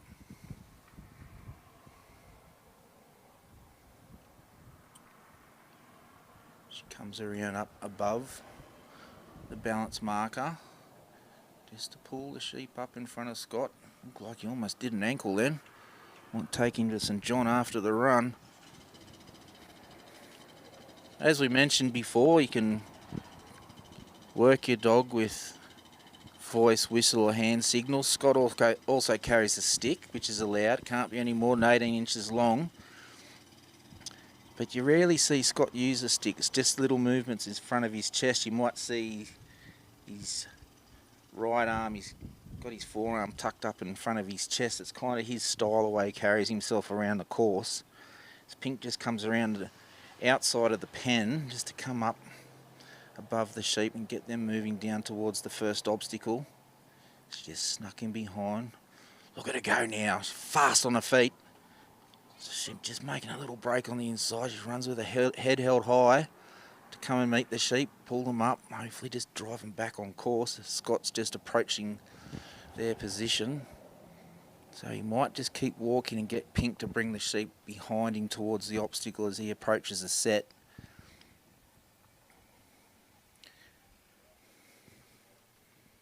So they're starting to come back towards course now. Leaning back towards Scott. Pink's on the inside just to hold that. Scott's watching the sheep carefully. And isn't it interesting how the inside position that Pink's got could influence those sheep towards the gap. She's got to cover that inside. There was a little look down from that left-hand sheep.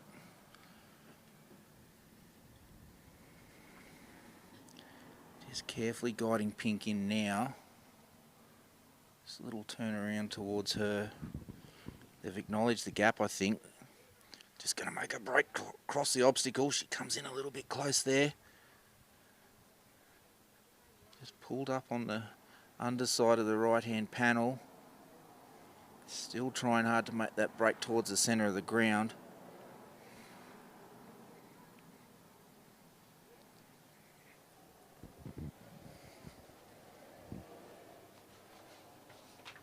Also want to acknowledge Elanco for sponsoring the Improver Championship here at Stanthorpe.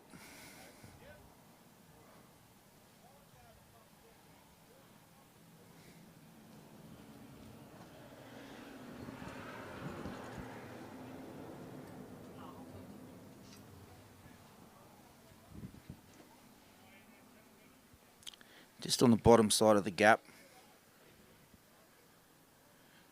Just testing Pink's cover.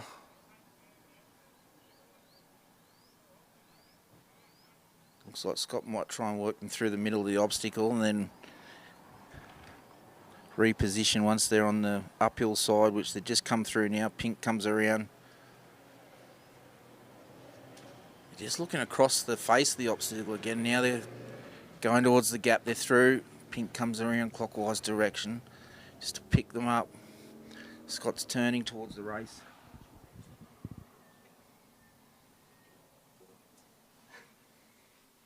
He's away.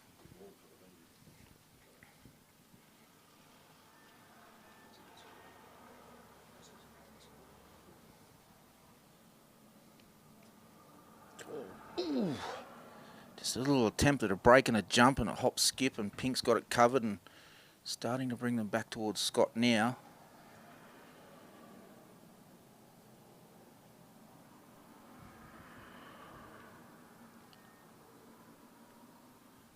They're trying their best to escape at the moment. Anyway, Pink's driving them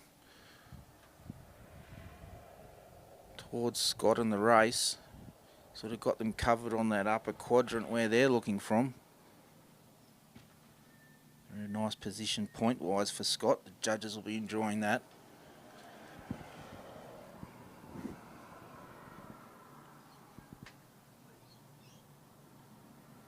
As we approach the race, Scott's a couple of metres away from the set. The sheep look like they're in a good position from here. Hard to tell, just below the obstacle.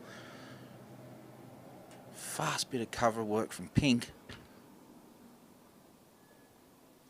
Looking at the obstacle they're in.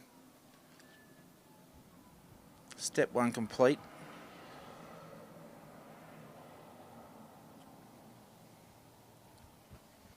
comes around the outside. Just push them back towards Scott as he steps out towards the bridge now. Look at her go. Jeez, she's fast.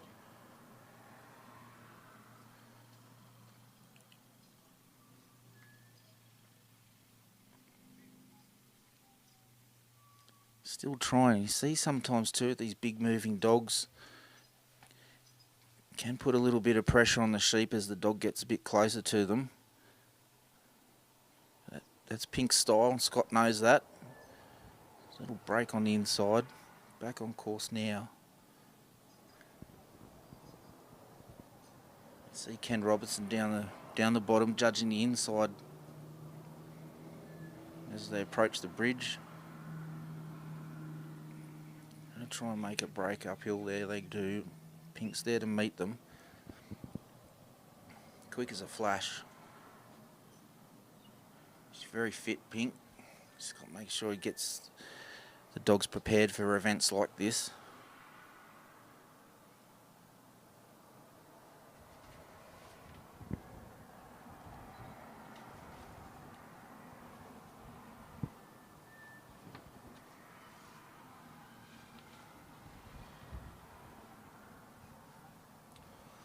Just having a little look at the bridge, but just a slice across the face of the obstacle. Oh, little stumble there. Just a little split around the bridge.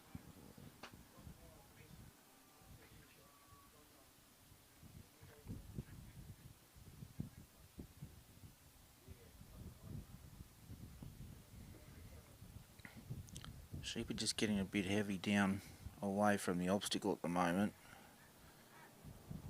Same split again, a one and a double. Opposite ways.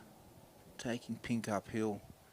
She's working hard in this slightly more humid afternoon than what we've had here for the rest of the week so far.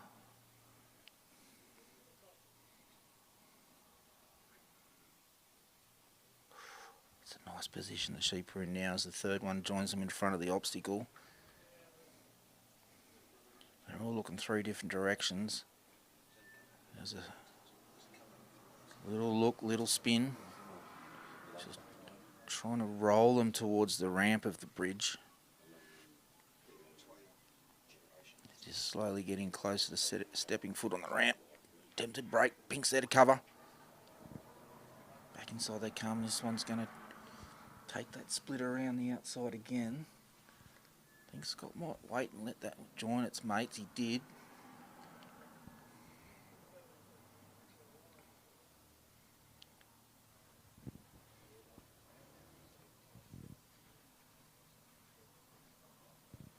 Might have seen Scott just use his stick a little bit, like we said before, because I know Scott pretty well. He doesn't move it a lot as the sheep come up. Well done, Pink and Scott. Let's hope they can get to the pen in time.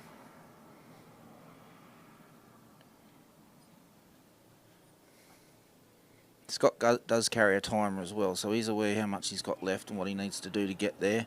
Sheep are in a great spot at the moment. Still trying it on with a trot up the ground, but still on course. Pink's there to cover that downhill side. Another little attempted break there to cover again. Just that little bit of tension building. She's still fast on her feet this far into the course.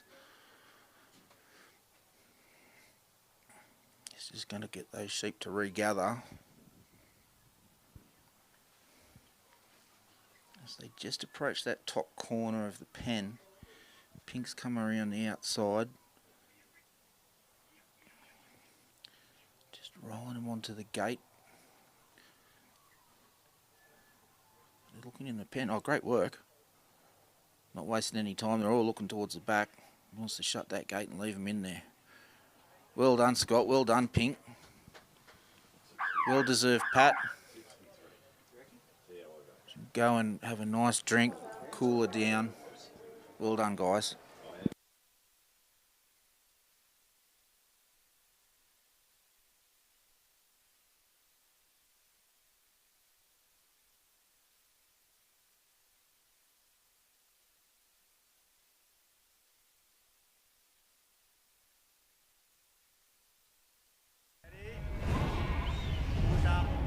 Push him up. Push him up. Big day. Other one tomorrow.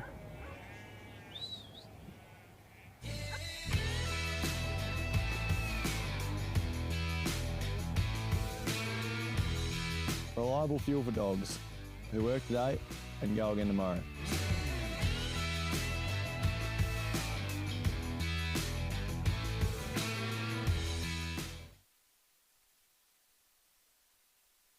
You already know one thing. They don't stop. Early mornings, long days, hard work. So what you're feeding them actually matters. That's why I use Dogpro Plus Working Dog. It's proudly Australian owned and Australian made product, built for our conditions, not overseas ones. This is a complete and balanced formula designed to keep your dog in peak condition, high protein to support muscle and recovery, healthy fats to keep their energy up all day, plus essential vitamins and minerals for strong bones, immunity and overall health. And it's not just performance. You'll notice it in their coat, their skin, even their teeth. Bottom line, if your dog works hard and never switches off, feed them something that actually keeps up. Head down to your local feed shop and grab some Dogpro Plus Working Dog.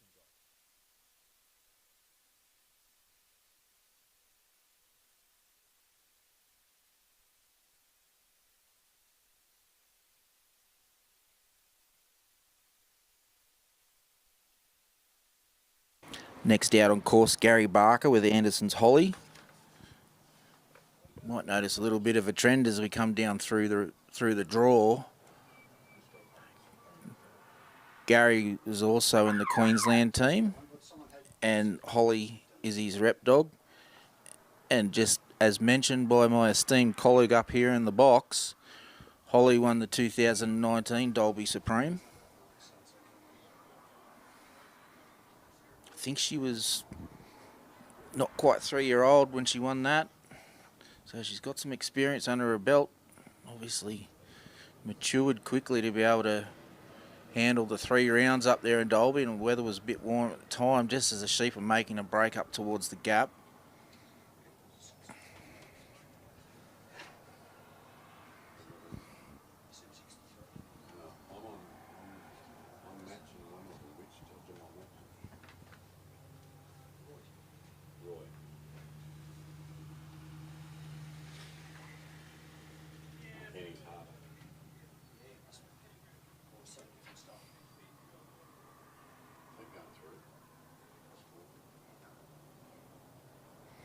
Just a little bit of a split up the ground. Gary's just going to try and gather those two as they're trying to make a break down the hill, but this third sheep's just going to stand for a bit, putting the pressure on the dog. She runs down into the shade of the big tree down there at the bottom left corner. This is going to be a tough situation for Gary to deal with right now.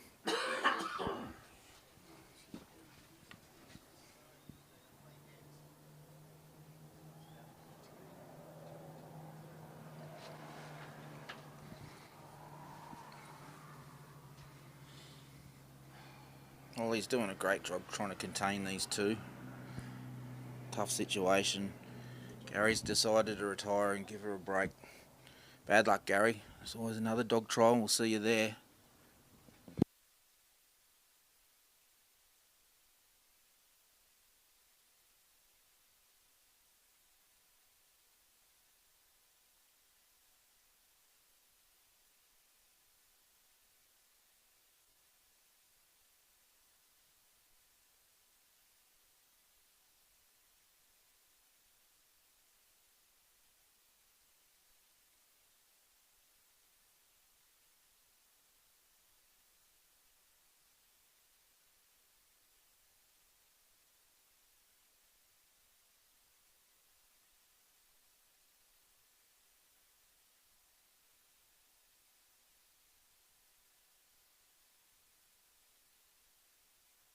Advocate Ultra Chew.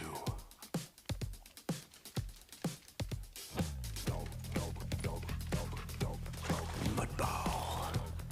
Lunchtime. Mittens. Size 9.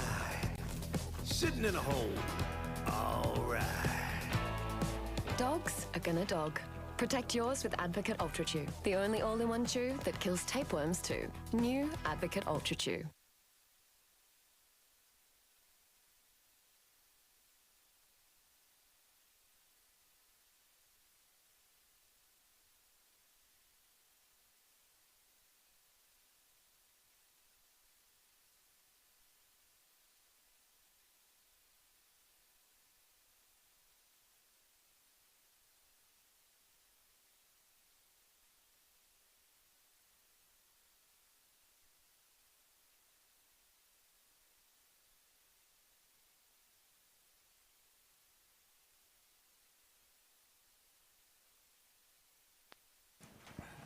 Out next on ground is the first of our New Zealand guests for the test match, but they're also competing in the championship.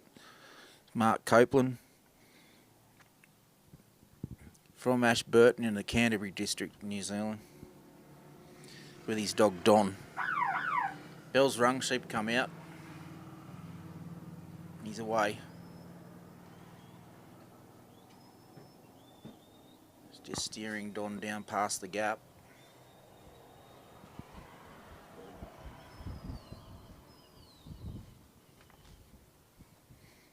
It's an 8-year-old dog, Don. Doesn't look like a day over 3 to me.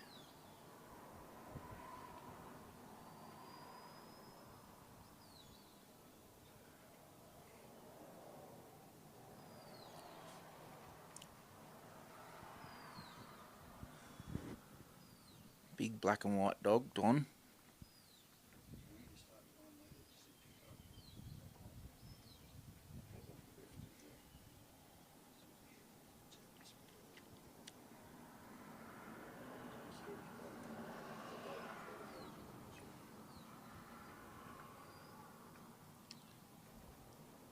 So we were talking before, those shadows just starting to creep across that bottom end of the ground. See how some of the dogs cope with that as the afternoon progresses. Still that little bit of weight coming out towards our right, towards that first obstacle, the gap. Just needs to try and steer them uphill a little bit more.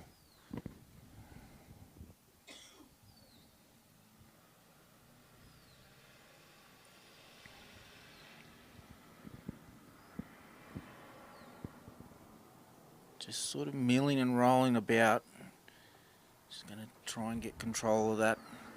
Start to drive them or pull them up towards the handler.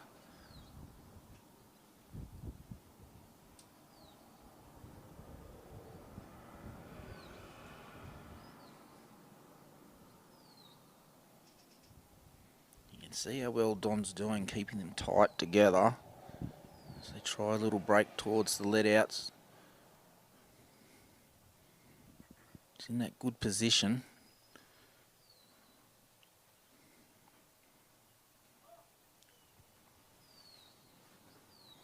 You can hear Mark using his whistle as his choice of communication with the dog.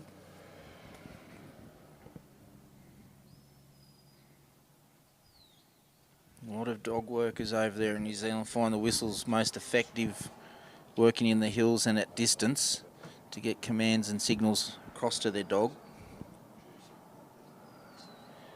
And even here at Stanthorpe Showground, right on the main road behind us, sometimes there's a bit of traffic coming behind. The whistle carries very well down to the dog. Probably about halfway up the ground towards Mark now.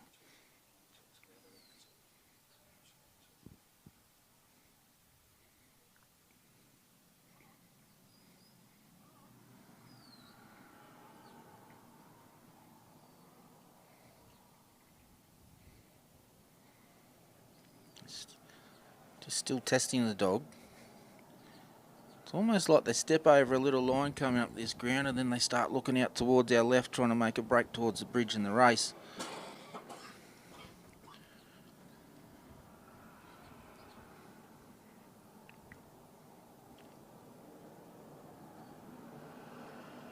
So a couple of trialling events they have in New Zealand with the heading dogs. One's called the long head and there's another one called the short head.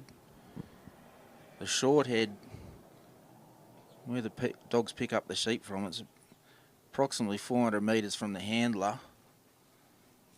can imagine trying to call out commands to your dog at that distance. You start to get horses in the throat very quick, so using a good whistle, that sound travels very well. The long head, you can double that. They're about 800 metres away from the handler. I think sometimes with those events, the judges even use binoculars up a steep hill. This week they're on Stanthorpe Showground.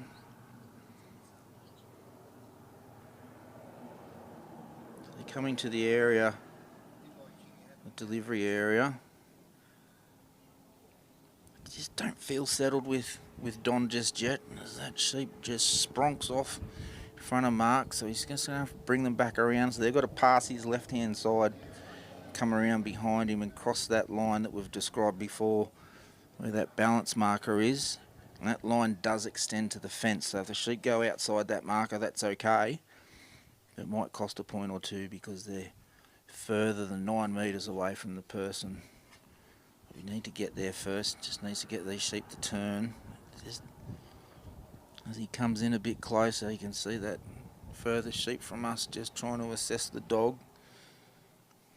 Here he is, in our view as well.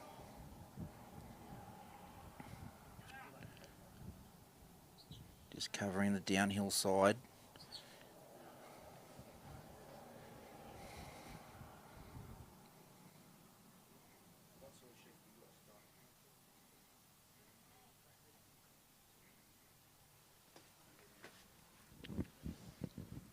So if you happen to be watching this live coverage at home and you're not too far from Stanthorpe, you're most welcome to come down and enjoy the action live.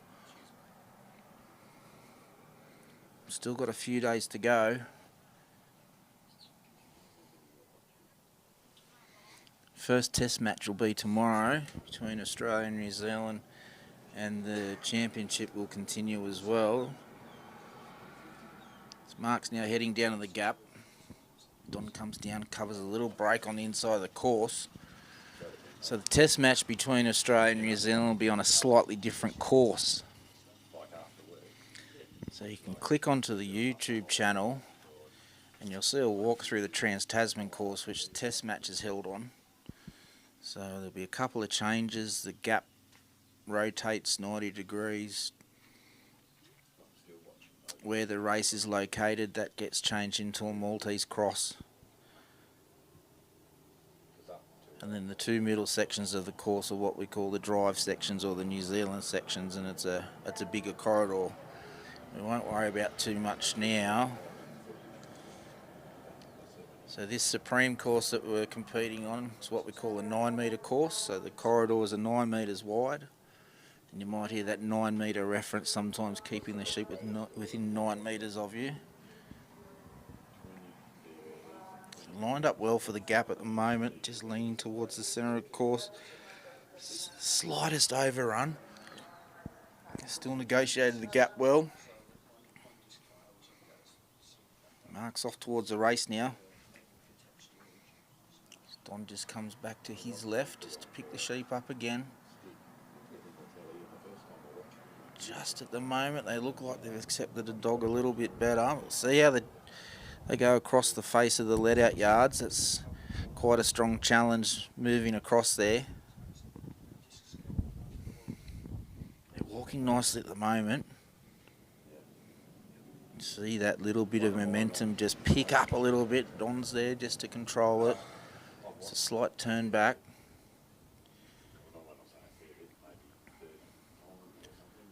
Mark's just looking over his shoulder, trying to help Don through commands. Sheep have just planted their feet at the moment.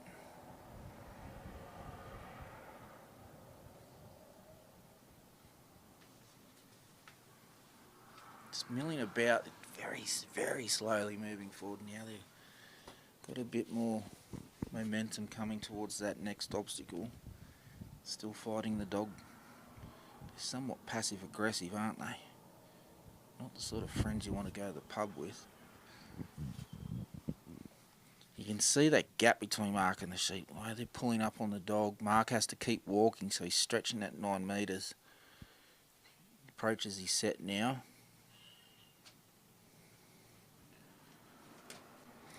Don's bringing them in towards the obstacle. See Roy enjoying the bit of shade down there as he's judging the race.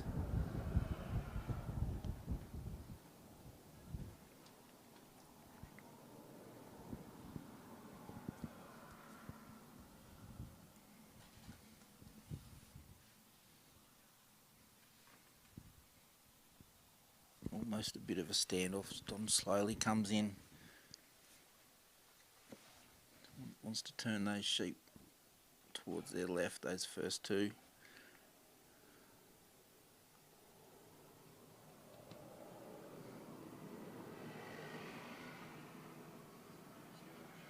Might even roll that middle one around. It's now kind of taken the lead position in regards to the obstacle. Now looking forward. Still turn back on Don again. We appear to be in a good position from our angle at the obstacle.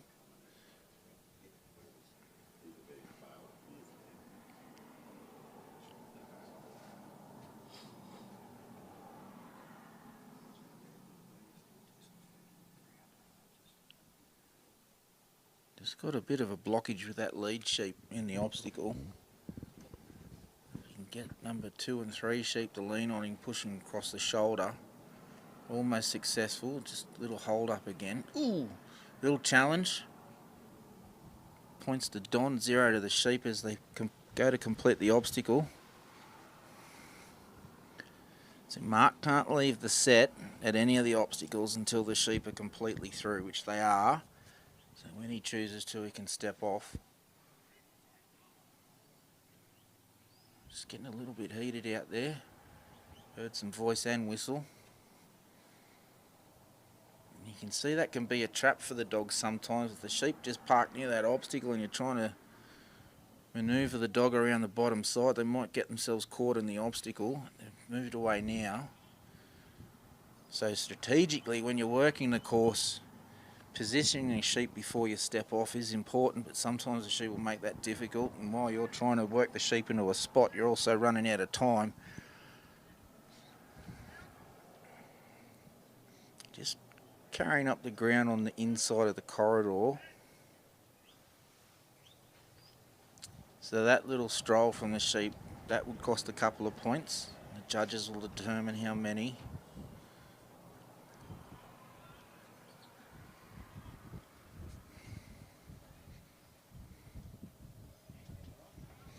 In the set now.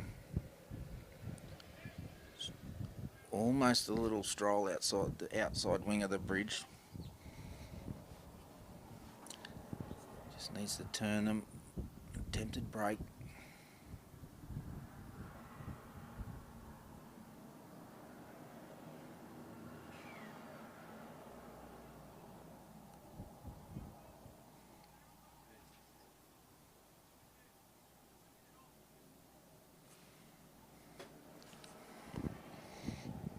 You can see these are strongest sheep in regards to the way they challenge the dogs. Does take a lot of skill. Get them to turn around, put some pressure on them, but not too much.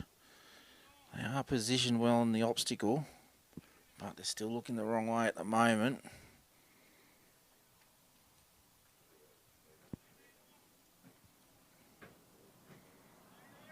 Mark's just waiting for the sheep to maybe turn around. He's trying to just keep Don still at the moment.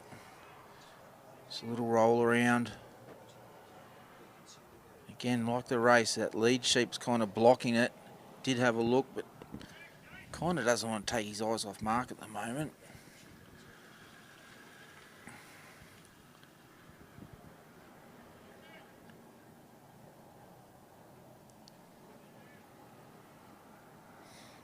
Not sure if Mark's carrying a timer. Well, there's your answer. He's got the timer set on his watch. He's watching the time. Good bit of work from Don there. He's been challenged. Little break away from the obstacle.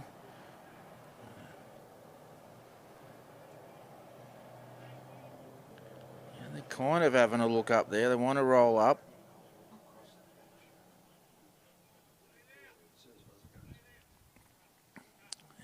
attempt on the bridge. There they are. Don's there just to help them off. Mark's away.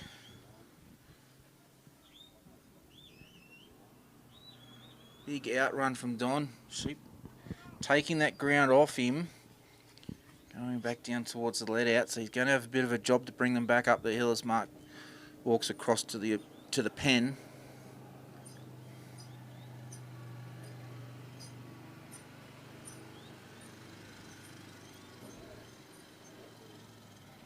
Still challenging the dog at this late part of the course now.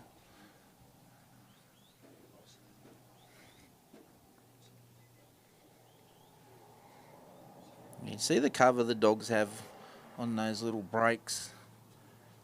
That natural ability of the dogs to read the sheep. Try and stop a break as Mark steps into the set now. Sheep are heading... Look, oh, that was great. Well, he's run out of time. So as we described before, because he didn't complete the pen, he won't get the points, the point value of the pen, and he scores. Bad luck. It was a challenging run. Well done, Mark. Well done, Don.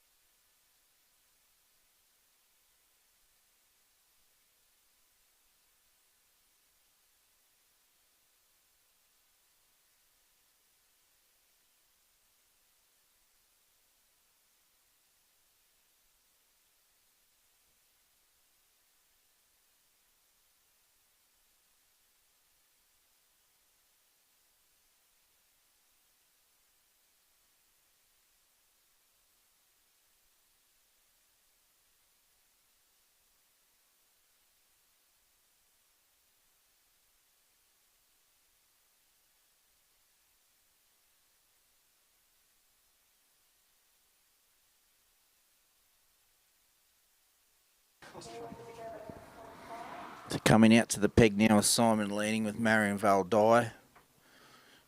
Dye carries Simon's prefix, so that means he bred her. Just in our catalogue, it says Dye's a 6-year-old dog, but I'm not sure if she might have just very recently turned 7. She went to go out to our left, but Simon's decided out to the right is a better way to go.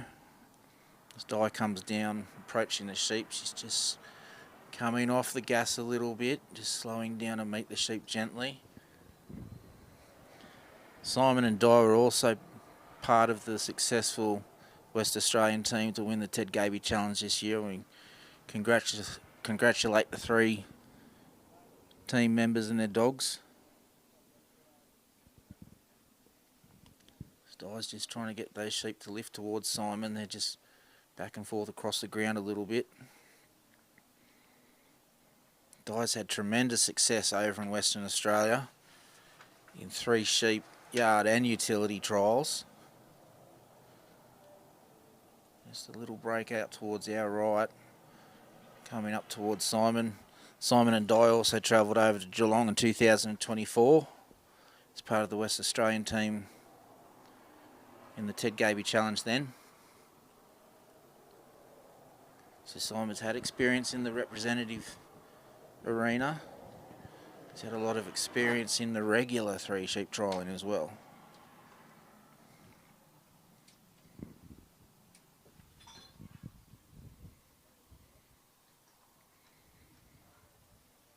So some of these rep dogs end up having a big program coming to the Supreme. They need to be in tip-top shape when they're over here.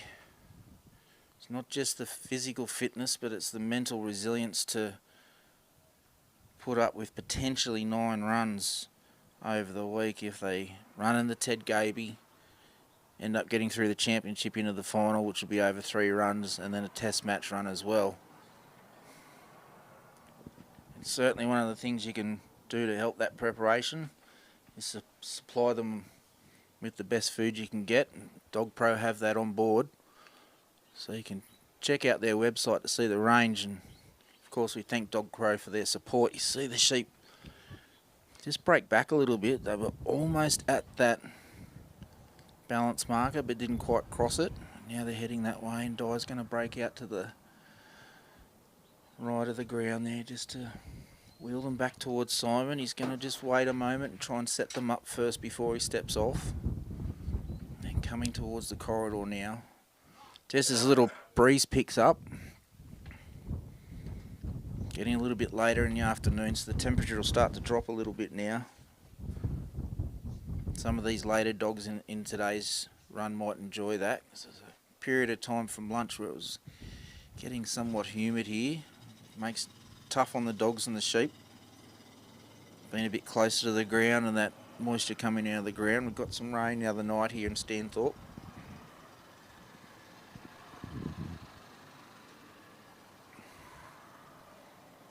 Sheep just coming back on course for that from that inside break. You see Simon using hand signals also to control Di. She just comes up.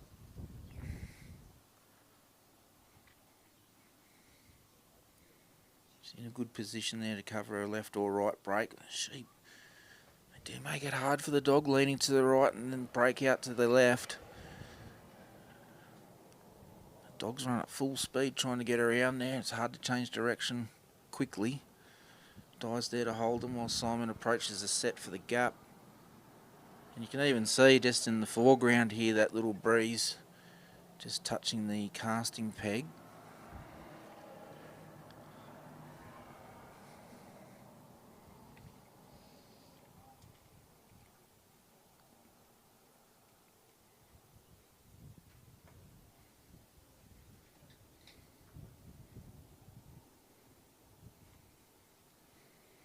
Just have a bit of a standoff in front of Simon, just trying to convince these 3 sheep to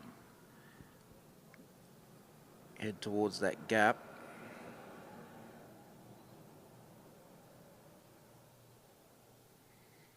Di and Simon certainly have the experience. So the sheep just trying to take the outside line now of the corridor. Di comes around to meet them.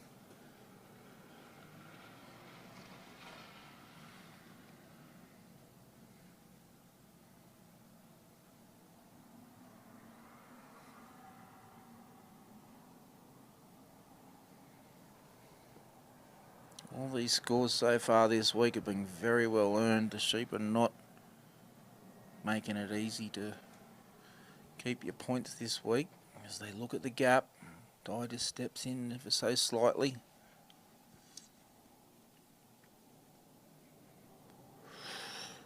Nice work, just slid through the gap.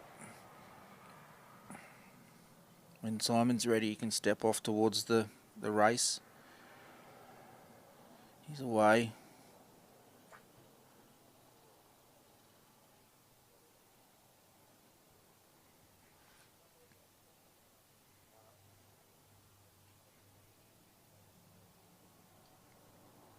It's almost your picture perfect carry at the moment. Like we've described, you've got that 9 metre semicircle on your right that the sheep, you'd like to keep the sheep in. Realistically, you'd like to keep the sheep a little bit closer because you can't stop walking once you set off. So if they're on the edge of that 9 metres and stop, you could very easily walk away and then maybe cost yourself a point. So Di's doing a terrific job coming across the face of the let-out yards right now. Probably about 25 metres to go towards that obstacle. He's got a great position. Don't know if you might have remembered a little bit earlier, we mentioned as well, if the sheep get in front of you and go through the obstacle and complete it before you step in the set, you'll need to rework the obstacle.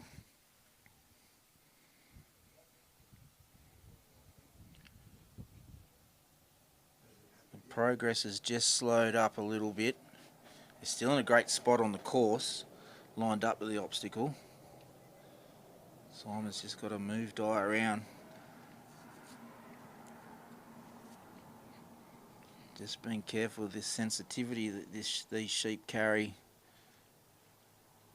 Little overrun, little underrun sometimes is just enough to spear them off course one way or the other. So a little roll around, but they look like they're lined up from here. It's a bit hard to tell. Is that just informed they're lined up beautifully from the other camera angle as Di just stretches in quietly. You see that sheep in the middle, he's pretty tall specimen. Takes a lot of courage from these dogs to put up with challenges like this.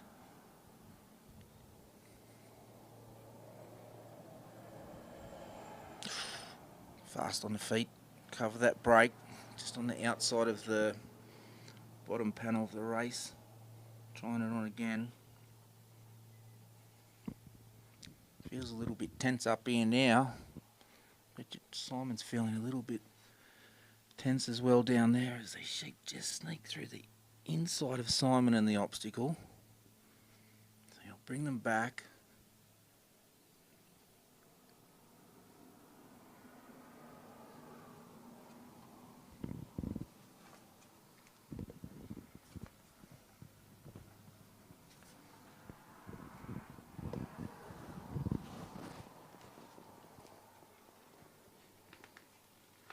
Starting to build a bit of a challenge.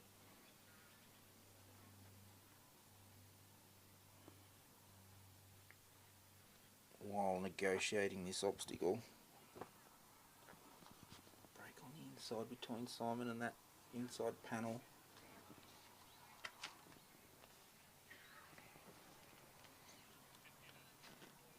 And even still, it still is a little bit humid out there.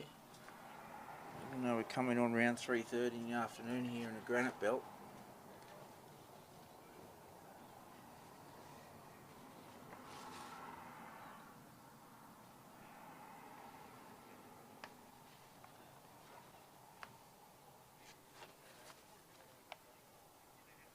Just like to acknowledge some of our other sponsors as Simon and Di get the sheep through the race.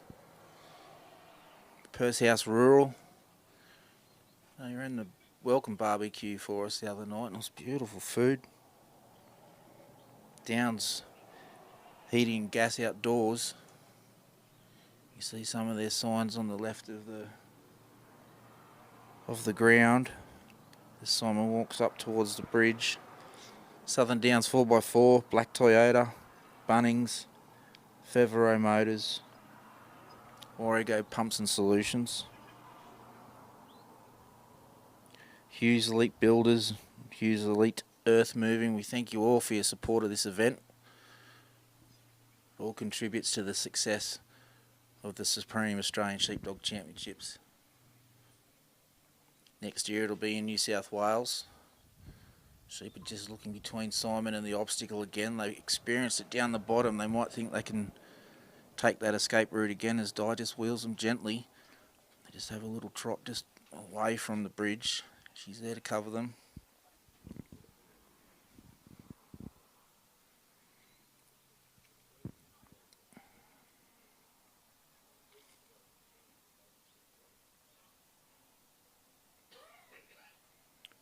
Looks like a nice lineup for the bridge as they take the ramp on and off. Simon brings Di down the inside of the course. It's a little trot uphill.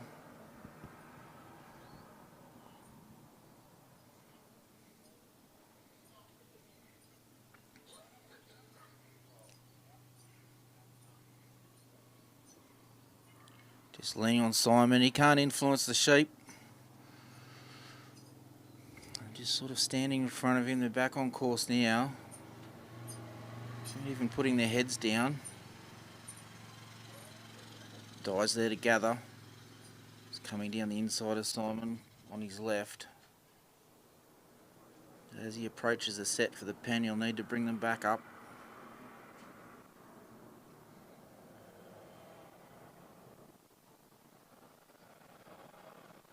Ooh. Looked like they were going to go in, but just that slightest overrun wheeled them back out, and they took that path again between Simon and the obstacle. Di does have a work cut out just to get them back around on the inside of the pen. 1, 2, 3, they've turned.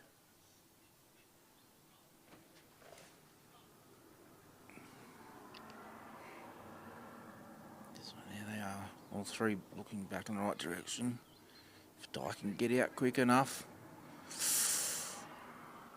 Slip inside that gate again. They're going to take some ground off Di.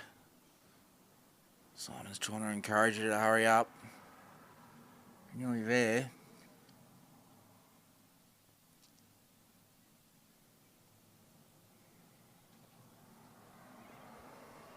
There's a lot of work that goes into the dogs to get them to this point in their trialling career.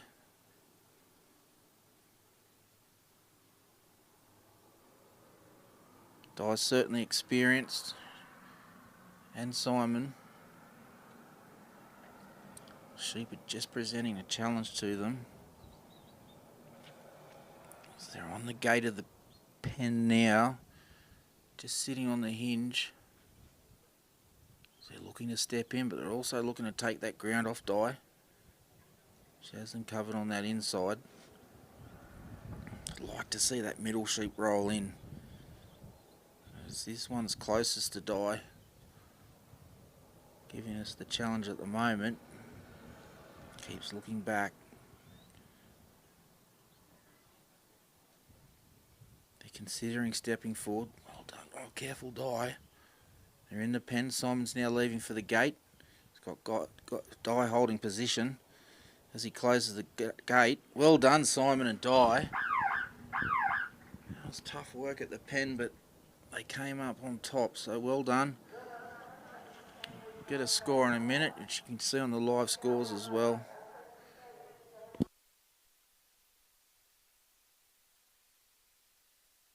Working dogs, listen up.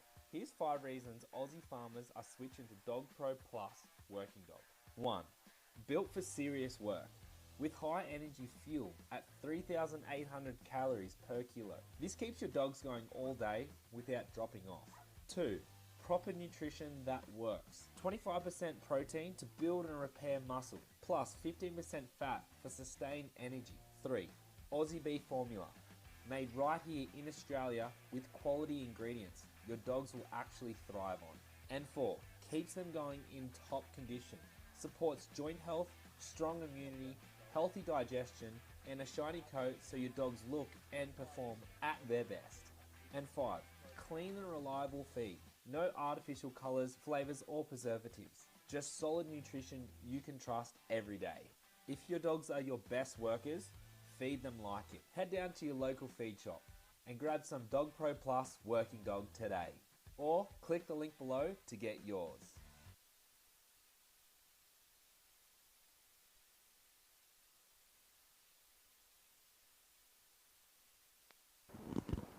Coming out to the peg next. This is the next of our New Zealand visitors, Lloyd Smith from Palmerston. It's located about an hour north of Dunedin on the South Island. Here with his dog Guide. He's a 7-year-old heading dog. Time on signal. Guide's away. Lloyd's a very experienced trialer. He's been trialling for about 43 years. This guy just pulls up in the shadows of the main arena announcers box. We're located at the opposite end to that where we're watching the trialling from.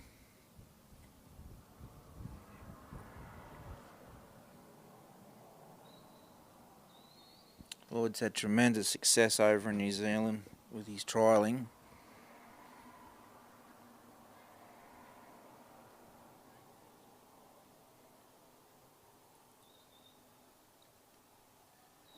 With 72, that's right, 72 Ireland and New Zealand placings over the years. Those include 5 New Zealand titles and 6 Ireland titles. with 25 different dogs over the years. So the sheep just make a break across the let-out yards into the shade of the big gum tree just in front of the Dogpro sign.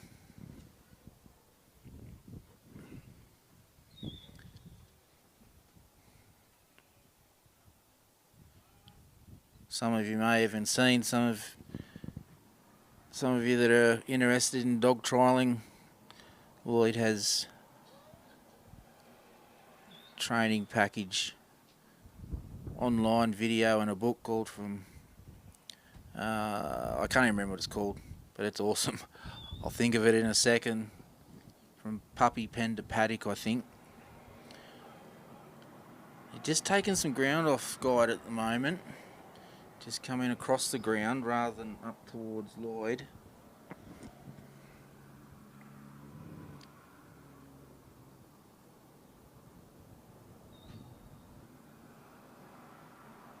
This is one of the awesome things about our sport that we all love is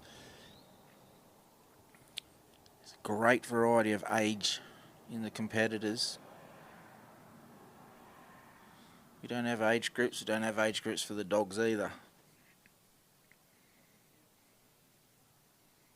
It's a little bit more gentle on the body than rugby. Sometimes I don't think it's good for your heart though when you're out there in the middle and you're trying your best and the sheep are doing everything to mess it up for you. But anyway, trying to get these sheep just to comply a bit with Guide. Just leaning on him.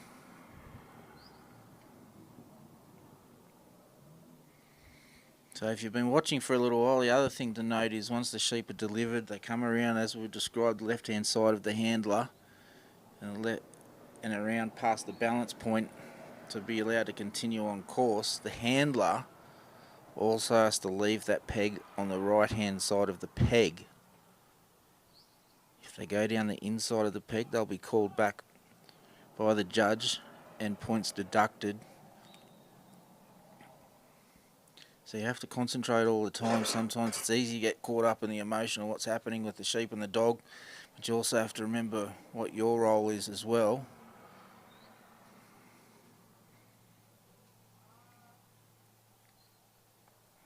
Guys, just having a bit of trouble to get these sheep to look away. He's slowly progressing up the ground, but it hasn't been in that straight line that we would have dreamed for. You see him just carefully coming up towards the sheep as Lloyd steers him out to his left. Very experienced stockman.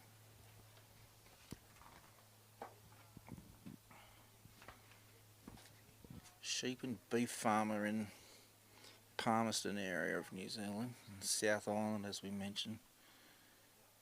God's just a single break.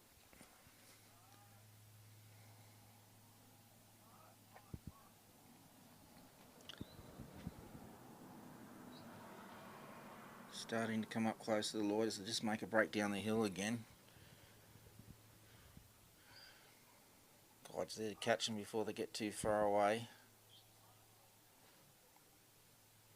You might be able to hear Lloyd's using a combination of voice and whistle commands. Got his hands in his pockets otherwise.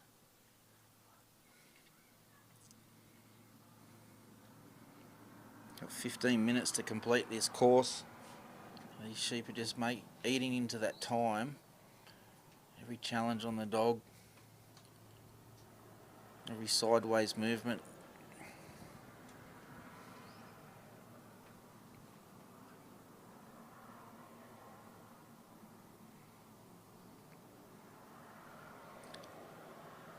Just the slightest little overrun. Just turn those sheep a little bit too fast, and our Guide's coming in. We are getting closer to the delivery area of this section of the course. So if you come out to watch or watch it on our live stream coverage, this first part of the Trans-Tasman course will be the same. Sheep need to be delivered in the same fashion around the left-hand side of that peg past the balance marker and then off on course towards the first obstacle. A stamp of the foot. A reply from guide coming forward. That lead sheep's just looking over its left shoulder. Well done. Looking towards the balance marker. They've passed that now. You see Lloyd's vest starting to flap in the wind a fair bit. That wind's picking up a little bit more. I can see the flags we've got up our end of the ground are starting to lift a little bit as well. And Lloyd's set off. One of the other things you have to concentrate on is keep maintaining that pace from point to point when you're walking around the ground as a competitor. If you change pace, and the judge sees that, they'll deduct a point. You need to maintain that pace between each obstacle. As they make a break down the hill, guide go. He's a big dog. He's a fast dog, strong in the body.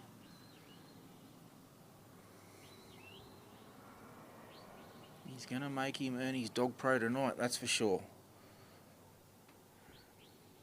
Just pulled up in the shadow of the big gum tree at the Dogpro sign. Coming back across the face of the let out yards. There's a single straggler as he catches up to his mates. Still leaning on guide at the moment as Lloyd approaches the set for the first obstacle, the gap. It's about 1.5 meters wide. He steps into the set. Still has his hands in his pockets. Just keeping himself calm. Just trying to help guide. Trying to steer these sheep back towards the uphill side of the obstacle. So if they come through the middle, that's okay. If they go around the side of it, coming back to position, that's okay as well. It doesn't change that part of the scoring unless they actually run further away from the obstacle.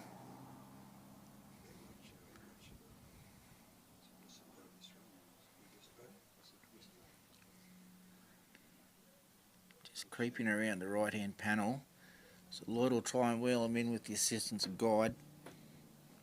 It looked like to me they might be just past it now, but I still need to come back on course to be able to negotiate that centre of the obstacle.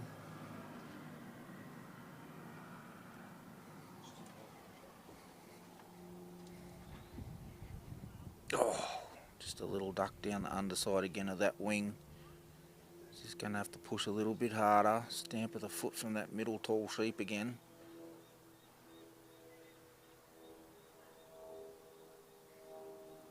I think I may have even heard a talking timer tell us we've got 6 minutes left as they make a break past Lloyd down the inside of the ground. Guide's making a big sweeping clockwise run.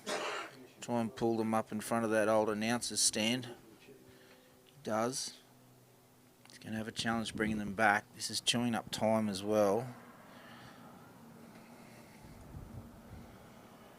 So one of the other parts of the scoring system is if you run out of time, you will get a score up to that point. So as mentioned, the obstacles have points values. So gaps 3, races 7, bridges 10, pen is 20. For obstacles that are not complete, the value of that obstacle will be taken off your score, plus any other points the judges may have taken off on your way around the course.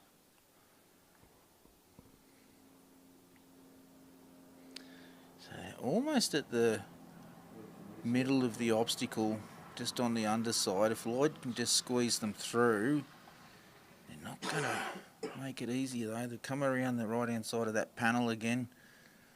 Big sweeping run from Guide. They've pulled up, which is great news for Guide and Lloyd. As Lloyd comes down the inside of the course, Lloyd just slows him up. They've got the gap.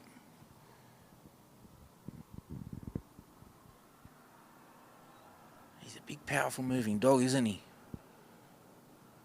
Lloyd's off now. Hands are out of the pockets now. Not sure if Lloyd does carry a timer or not, but he would be aware that time is ticking away. He's got the sheep in a nice spot just there as they trot past him, but they still appear to be on course. Guide's there. He's watching an attempted break.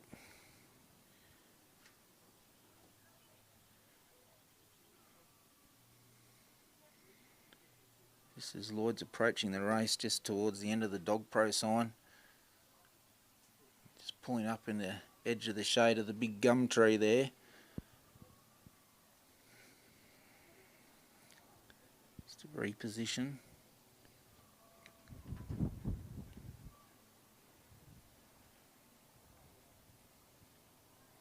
You see that shadow starting to creep all out onto that part of the course heading towards the race. Sheep break back out into the light. You can see the glisten of their ear tags from here.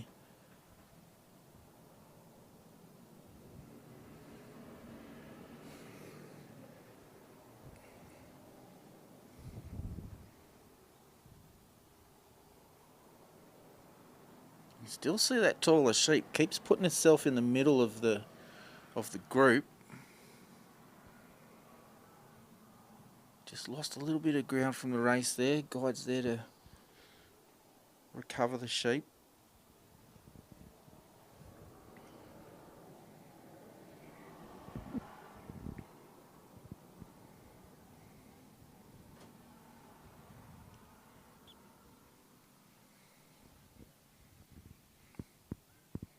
The lead sheep's just rolled around. Look at the dog. And that tall sheep again's got itself back in the middle. Nice roll around in the obstacle, well done. Lloyd's just checking his path to the bridge. Guide comes to pick the sheep up to start to pull them in towards the handler. Steps off, they're going to take that inside line again.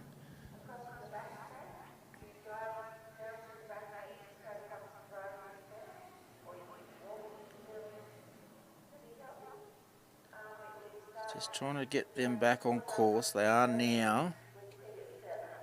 You can see the dog can hold the weight of them on the inside of Lloyd as he's coming up towards the bridge. He needs to turn around too, just to check where he is on course.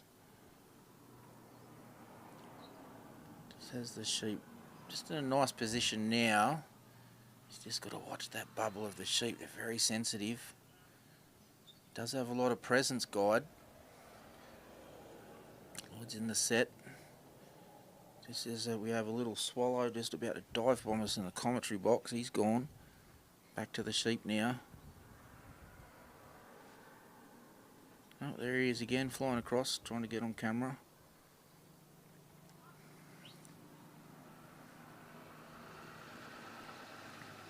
It's been no easy points this weekend. Dogs and handlers have had to work extremely hard, and that includes this one with Lloyd and Guide. You see a little split there from the sheep. He's going to control these two and see if the single will rejoin at the front of the obstacle.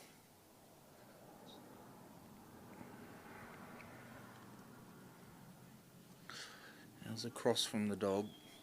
What that means is the dog crossed between the handler and the sheep. So that runs over for Lloyd and Guide. But we'll see them tomorrow in the test match. In the first round of the test match between Australia and New Zealand. Thanks, Lloyd. Thanks, Guide.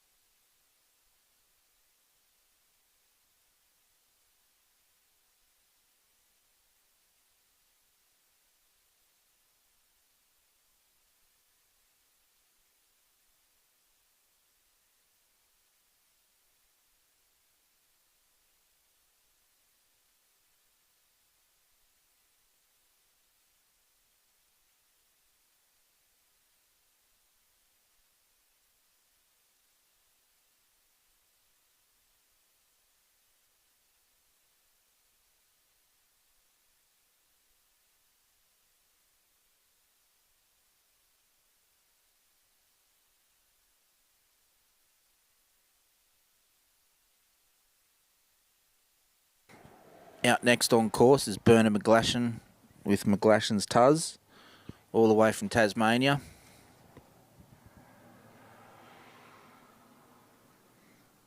Bernard's had plenty of experience at the representative level with his dogs. This year, Bernard was one of the judges for the Ted Gaby Interstate Challenge. And after that, Bernard's got the honour of being the judge manager for the test team. We saw him introduced at the opening ceremony as the judge manager earlier today when we welcomed our New Zealand friends for the test match. Tuz takes a wide sweeping cast out to the right, in and out of the shadows along the back fence to meet the sheep. Bernard's got his hands up just to shield some of the sun out of his eyes as Tuz comes around. Sheep are watching the dog, dog's watching the sheep. Bernard also uses a whistle. Some of the whistles come in a variety of shapes and sizes. I think the one Bernard uses is a jade whistle, made out of jade. They do have a particular pitch to them. Sound travels well from them.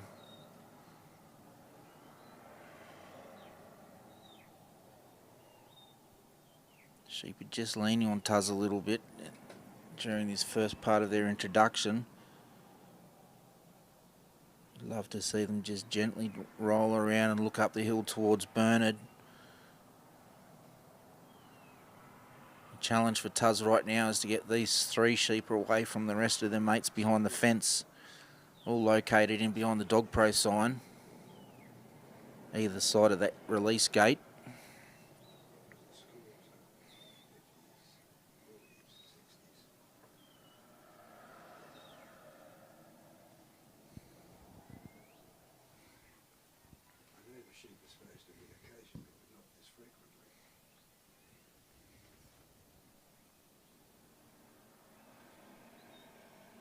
Just taking a little bit of convincing from Tuz. There's a little mini break out the right. Tuz is there, back in.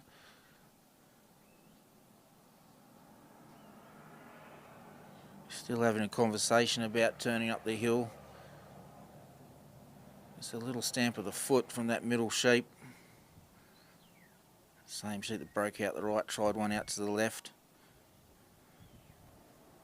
As we're looking at the sheep from this top end, behind Bernard.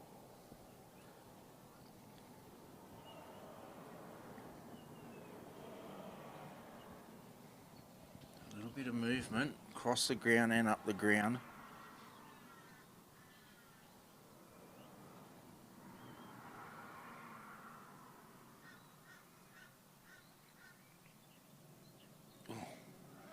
Taking some pressure from that single.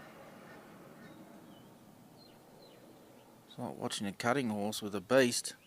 That sheep is not playing the game at the moment. Squeezing on the dog. And Bernard's called it. Cross between that single sheep. So a cross ends up resulting in a disqualification, a 0 score. It's bad luck.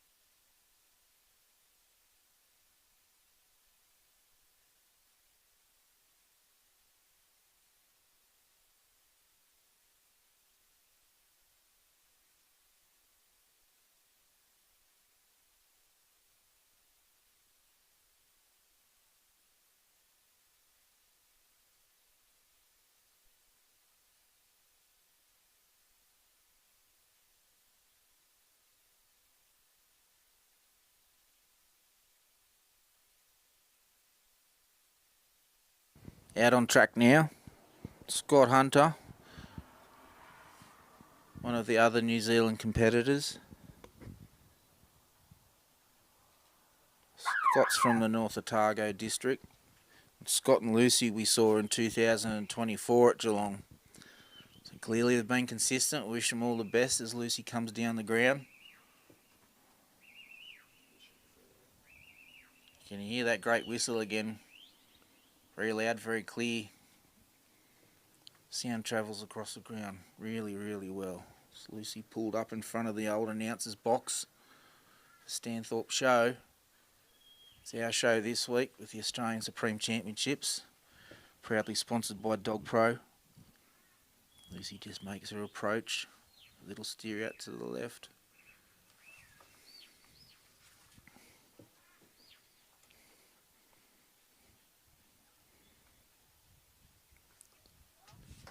Scott and his family manage a 3,200 hectare property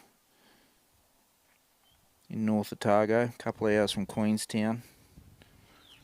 Carries about 8,500 stock units, sheep and cattle.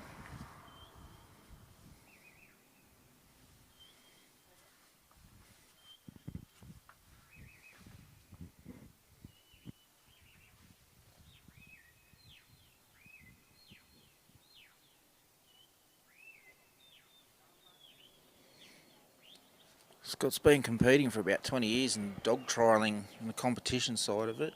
He's got good experience and certainly got recent experience travelling to Australia with his dog for the test match.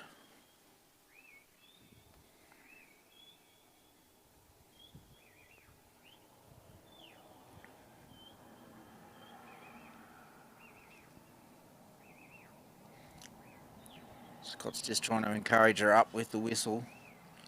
Just need to get these sheep to turn, but it's not easy today.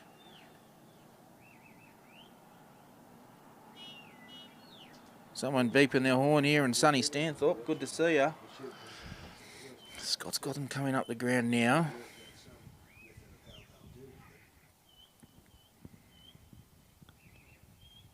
Still trying little breaks left and right, but generally keeping them somewhat central on the ground coming towards him. As Lucy steps in. See her holding her tail there.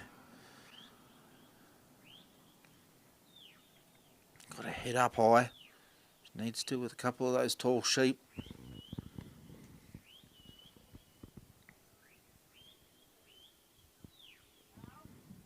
You see the sheep at the back. Can't possibly take its eye off the dog at the moment. Reversing the sheep up towards him. Just taking a little bit of country off him coming across the ground towards our left.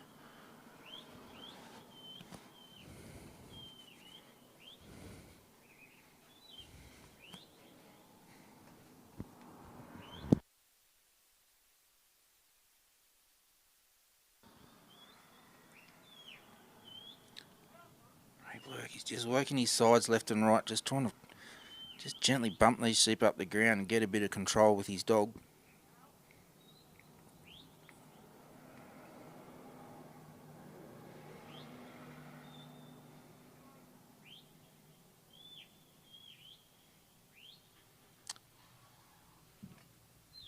Starting to get some momentum and starting to get back a bit of his time as well. Remembering we've got a 15-minute course. And I can certainly tell you from personal experience, it took me 13 minutes to get the sheep up the ground the other day. 2 minutes wasn't going to let me get around the course, I tell you. Lucy's just about got them up to Scott now. Just being careful they don't run too hard to the left. Nearly delivered. Just a bit of a standoff. Got Lucy around the back just to get them across that delivery line. They've gone past the balance marker. When Scott feels comfortable, he can step off down towards the gap. You can still see the sheep that just keep looking towards the inside of the course, towards Scott. Just walking towards Lucy as we say that. Here they go. Gravity's helping them roll down the hill again. As Lucy comes down to cover that little break and try and keep them on course. Maybe just a little step outside on Scott's side of the corridor. As they start to come down towards the gap, Lucy's holding their weight. Just a little bump off Scott. As we mentioned before, he can't slow down or speed up, and if the sheep are in the way, you really do need just to keep walking. So Lucy has them held up in the middle of the corridor as Scott comes down to join them. He'll work out which way he wants to move Lucy to get them a bit closer to the obstacle as he approaches the set. Just moved her a little bit to her right to loosen up. Back out clockwise now, just to hold them on that line. Might be a foot outside. Might lean out the window and have a squeeze, and I think it might just be as Kenny Robinson goes there just to double check.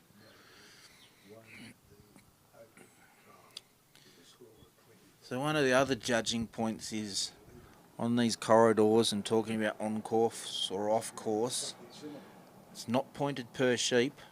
Could be 1 foot of one sheep outside the corridor, or all 3 sheep could be outside the corridor. That's 1 point. Every 9 metres after that, be another point, another point. So Lucy's got them held up. Probably from my angle, just near that last marker towards the obstacle. Just taking another couple of steps forward. Would like to see them take a couple of steps towards their left to start to line up for the obstacles. That sheep closest to Lucy just rolled around.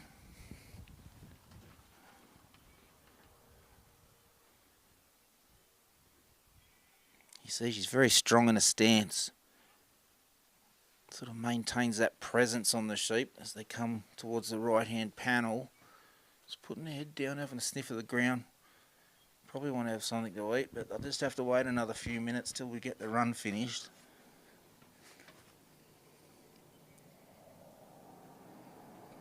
Very considered in a movement she is in this close position to a stock. So they look at the gap they're going through, well done. Sending her out, giving her some encouragement with the whistle, or put the hammer down and try and pull up that brake. Scott's going to wait till he's got control with Lucy before he steps off, it looks like. It's pretty exciting stuff. Can't wait for this test match tomorrow. Scott and Lucy will be out again on the Trans-Tasman course with his 3 teammates.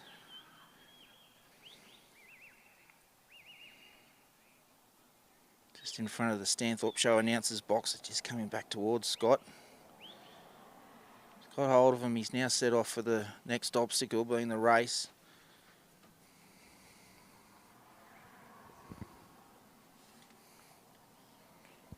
Been a beautiful day here today weather-wise in Stanthorpe.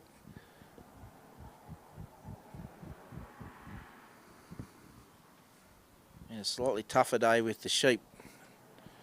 And any day dog trialling's a better day than being at work, so we're all happy to be here. Just planted their feet again. You can see that gap between Scott and the sheep's just starting to spread out a bit more now, so he's going to have to encourage her on to lean on the sheep. That last sheep doesn't want to turn around. Now they're all eyeballing the dog. You can hear that whistle. It's a strong, strong whistle from Scott. There's even a bit of echo coming from it as they start to close the gap between him and the sheep. Just in the shade of the big gum tree, just at the end of our Dogpro sign where Roy Potter Carey's just coming around to judge this obstacle.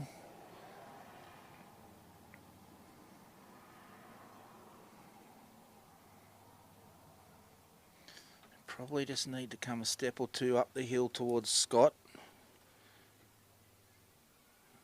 That lead sheep's now rolled around the back. Lucy's got it covered. Still going to be a couple of conversations between the dog and the sheep, I think, before the run's over. Looking towards the race. Just a little attempt at a break. Lucy's there to cover. Scott just had a look at his watch.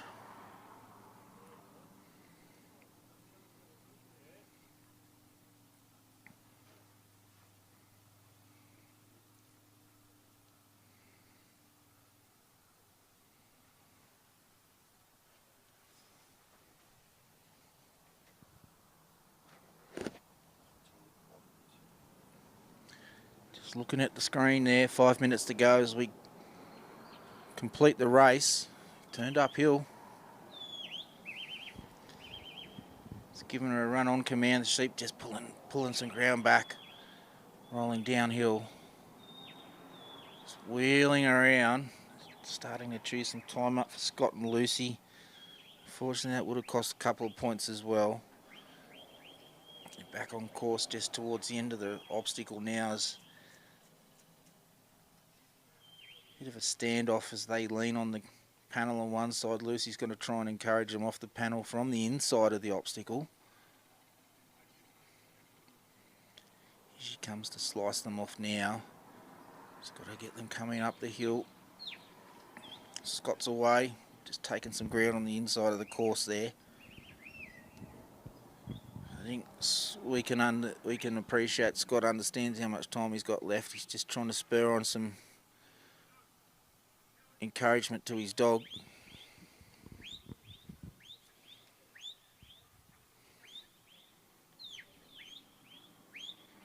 There's something interesting I learned a couple of years ago judging down in Victoria.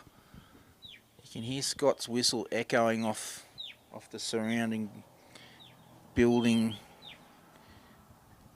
Some less experienced dogs might hear that echo and make them second guess themselves taking a command as a sheep making a bit of a big break up here at the top side of the bridge. They're taking ground back down the hill.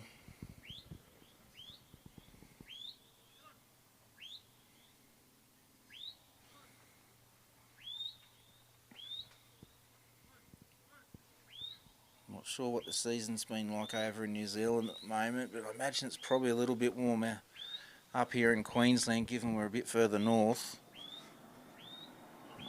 That's even one of the challenges for the travelling teams, those different environments that the dogs might not be used to. We hope it doesn't affect the New Zealand team too much and their dogs. He's slowly clawing them back towards himself and the bridge. So Lucy keeps good contact with him. Just looking at that gap between Scott and the bridge. Just 1, 2, 3. They've all taken that little path through.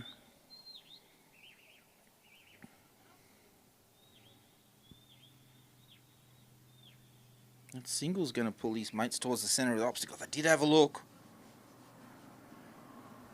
Just eyes went back on Lucy.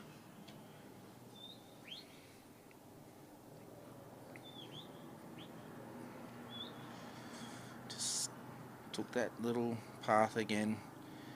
Scott's going to retire. He's got a test match to compete in tomorrow, so unfortunately this afternoon it's a little bit too tough. He's going to save his dog for the test match though, as he says hello to Ken Robertson, the judge.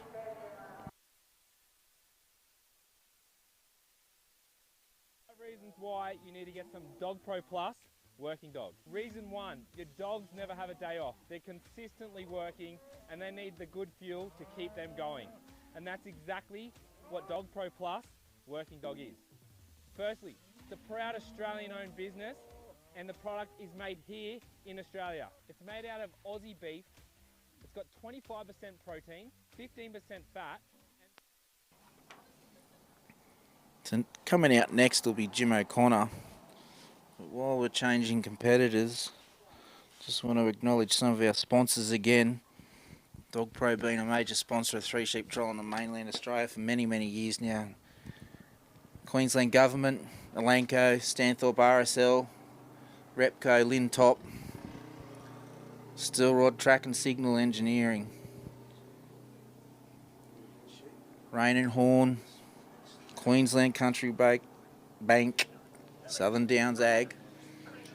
As Jim comes out with his dog now, getting ready for his run. Sorry, I just got to check the dog's name again on the draw.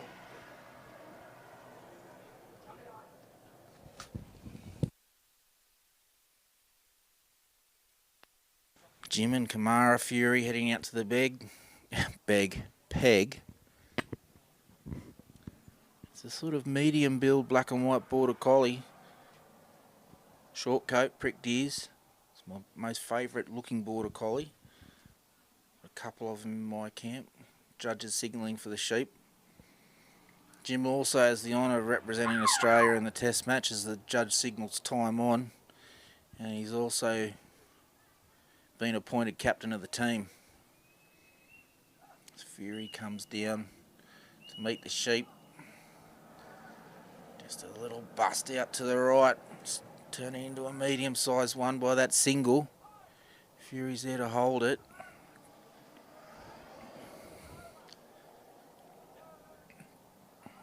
Jim's got a decision to make now. This little split with the 3 sheep. 2 and a 1. Fury's locked on that single sheep. He's going to have to be very careful.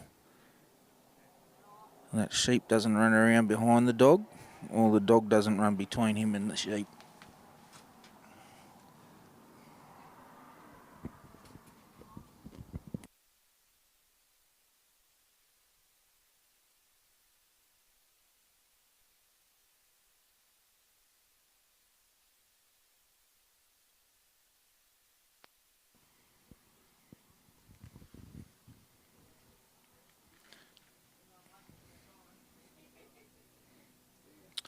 Jim's retired.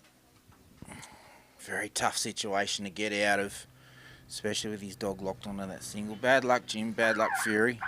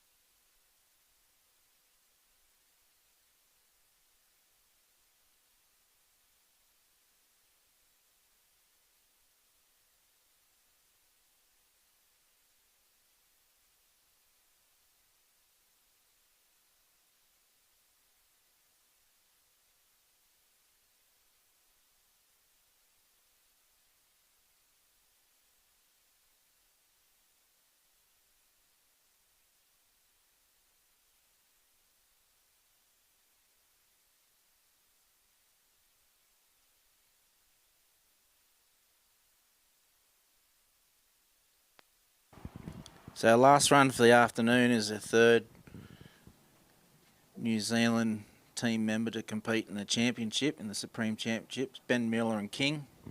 We had the pleasure of meeting Ben for his first representative trip in Geelong 2024. And he was in the test team when New Zealand hosted Australia last year, and they're back here again here in the Granite Belt in Stanthorpe in Queensland, Australia. King's away. Sheep are spied him already. Cuts in the inside of the gap. Through the shade of the announcer's box for the Stanthorpe show, he pulls up.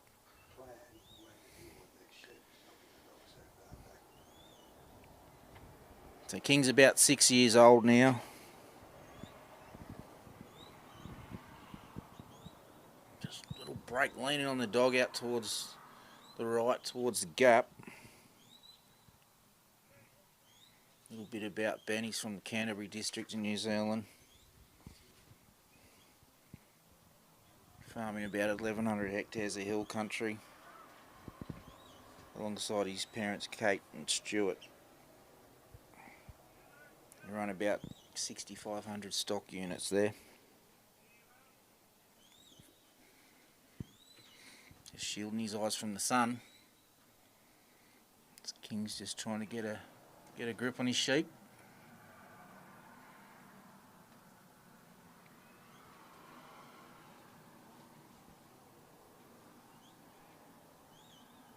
Just coming on to about 20 past 4 here in Stanthorpe this afternoon. Ben will be the last run for the afternoon.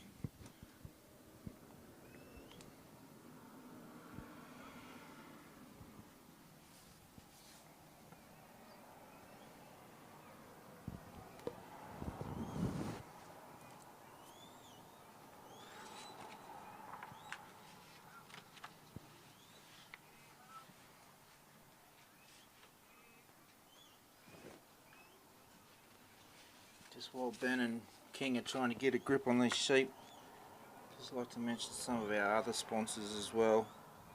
Jim and Rhonda O'Connell, Hip Pocket Workwear and Safety, Stanthorpe Vet Care. Starting to make a little bit of progress up towards Ben now. Big thank you to Top 2 Motorcycles and Stokes Built, Pierpoint Motors. Every little bit of support helps these events. It's a very big event, the Supreme Australian Championships. It's not like a normal dog trial, it's its own monster. I have been involved in organising one, and it takes a lot of time, energy and expense too.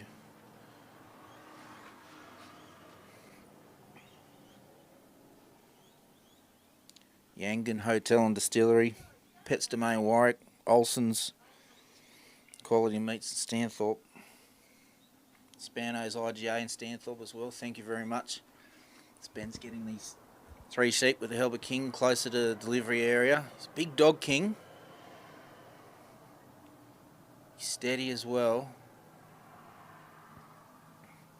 Ben had a couple of terrific runs in Geelong in the championship, and if my memory serves me correctly, he did end up in the top 10 or the final of the event, plus running the dog in the test match as well, in the 3 rounds of the test match. Just as the sheep take a little bit of ground off him, just moving towards the centre of the ground a bit. Really love to see him turn and just come straight towards me where I'm standing right now. Keep all those points that he's still got. Another mention of the Stanthorpe International Club, Southern Downs Regional Council, Southern Downs and Granite Belt, Stanthorpe Quality Meats. So all that support means that we can run and enjoy these great events, the Supreme Australian Championships sponsored by Dogpro up here in Stanthorpe this year. You still see there's a little bit of breeze. Bren's vest just waving about a little bit. It's not really enough to upset the sheep, I don't think. Might just carry a little bit of scent from the rest of the mob in the let-out yards. It is coming towards us. We're in that sort of downwind position a little bit. King's got hold of the sheep. He does have good control.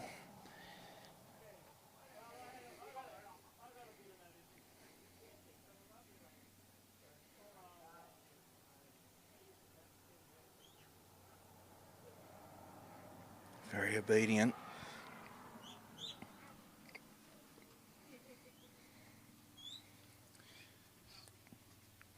Just needs to get King out of the way. Just a slight pause in that delivery.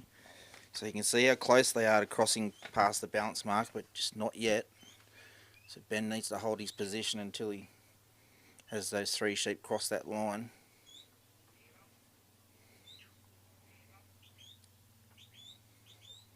Just making a little break out the right hand side of the corridor as Ben steps off. You might have also noticed Ben uses a combination of whistle and verbal commands with King. Steps off past the first 9 metre marker away from the peg. You can see the dog can feel that, the weight of the sheep. He just doesn't want them to get away. But he also needs to just let them come back on course, which he has. Oh, beautiful now, just carrying down towards the gap.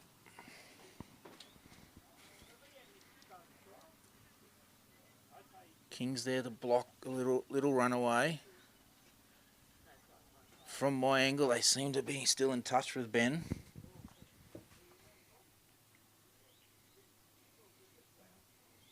You can see that strong moving dog. He does have a bit of size about him. He's got to have that muscle to carry it, which he does. Sheep just make a break down past that right hand side of the gap into the shadows of the rain and horn sign.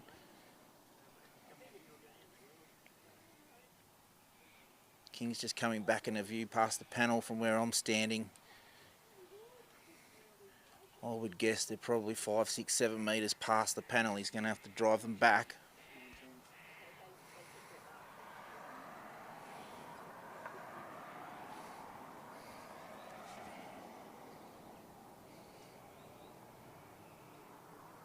Birds is just starting to get active as we round off the day. A few more swallows flying across the ground in front of us, enjoying the warm afternoon here in Stanthorpe in the Granite Belt district of Queensland. King comes in. Just a nice little gentle turn. The sheep still just a little bit unsettled. So those shadows start to grow a bit longer. He's slowly creeping back into the sunlight. Although that seems to be just disappearing behind a cloud at the moment, that's okay. Sheep can still see King all right, and he can still see them.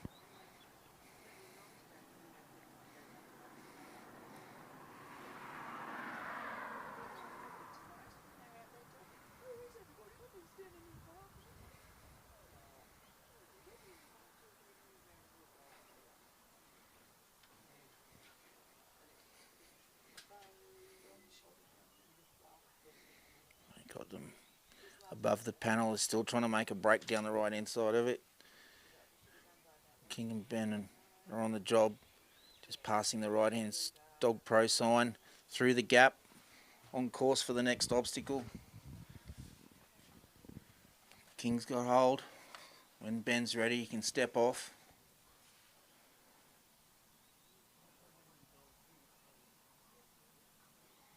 You see that timing with Ben and King getting the sheep moving as Ben stepped off.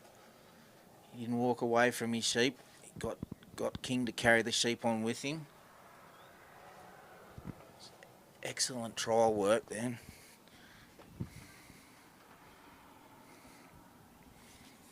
Ben's just stepping out. Ben's about 8 foot tall, so he's taking long strides as he goes.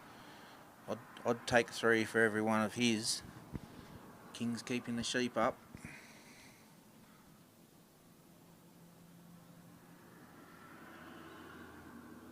Cover. Judge just comes around the bottom side of the course. King's caught the sheep up to Ben. Just starting to enter the shadow of the big gum tree at the end of the Dogpro sign.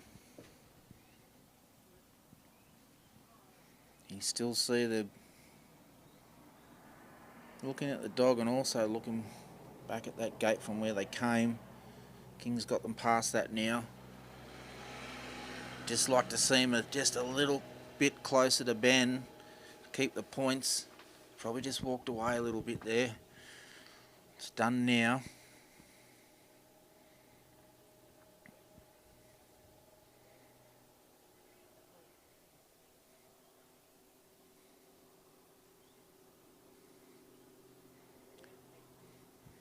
You can see with a couple of those sheep, that body language, the head's held high, they're just a little bit unsettled. King can move well to keep them covered. As they're approaching a race, just a little roll around the centre sheep. The middle sheep did have a look down the obstacle. All 3 have acknowledged there's a path they can take. I just worry about that sheep in front just at the moment.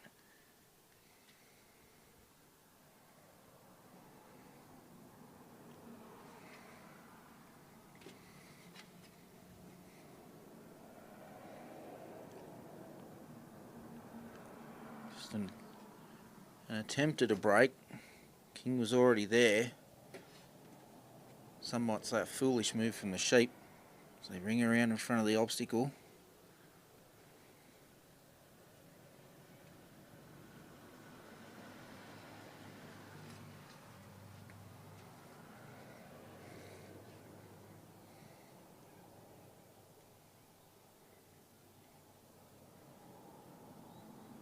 Lead sheep's turned down the obstacle. He's taking a step away. Number 2, number 3. Great work. Haven't cleared the obstacle yet. Ben needs to be careful. King doesn't slow that progress through the obstacle.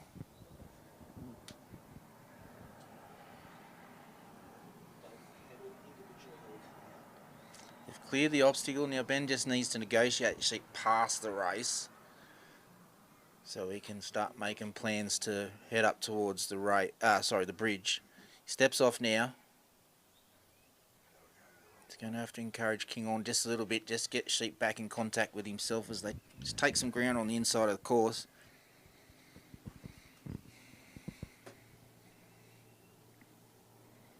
Just got a little job to push him up the hill again. Just taking some convincing at the moment.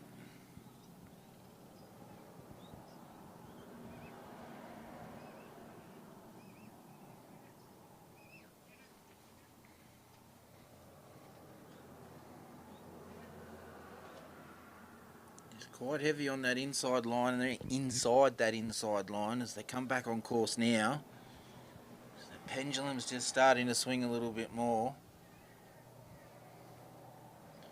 Just a quick check of the watch from Ben. A little quick break on the inside too. Start to feel the temperature drop here now in Stanthorpe. This breeze comes in our door here in the box as we watch Ben and King trying to convince these sheep to start making their way towards the bridge. And you can see the bridge presents some challenges for the dog and the sheep, pushing them up a ramp. And the sheep that are already bigger than the dog are now standing 1.5 foot taller again. Takes a lot of courage from the dogs to be able to come into that confined area with those 3 big sheep. Takes a lot of practice and training from the handler with their dog to get them used to it, build their confidence, keep control of their dog in that tight space as they ring around. Oh, tempted break. Almost run over King as he went outside that line. He's come back, joined his mates. King's there to cover again. Remember talking about another friend that won a big trial, and I wasn't there, but they said one of the things that you need to be able to do with your dogs is lift them up a couple of years and then bring them back down again, just like now Ben's done with King. Sat him down, pressure off the sheep, and result gain, bridge complete. And I'm guessing with those strides, it's about 30 seconds to go, Danny informs me, so Ben's going to try his best to get there. I reckon he'll get there with those big long legs. The sheep are taking a bit of ground off him right now. So we'll keep our fingers crossed that King can drive him back towards Ben.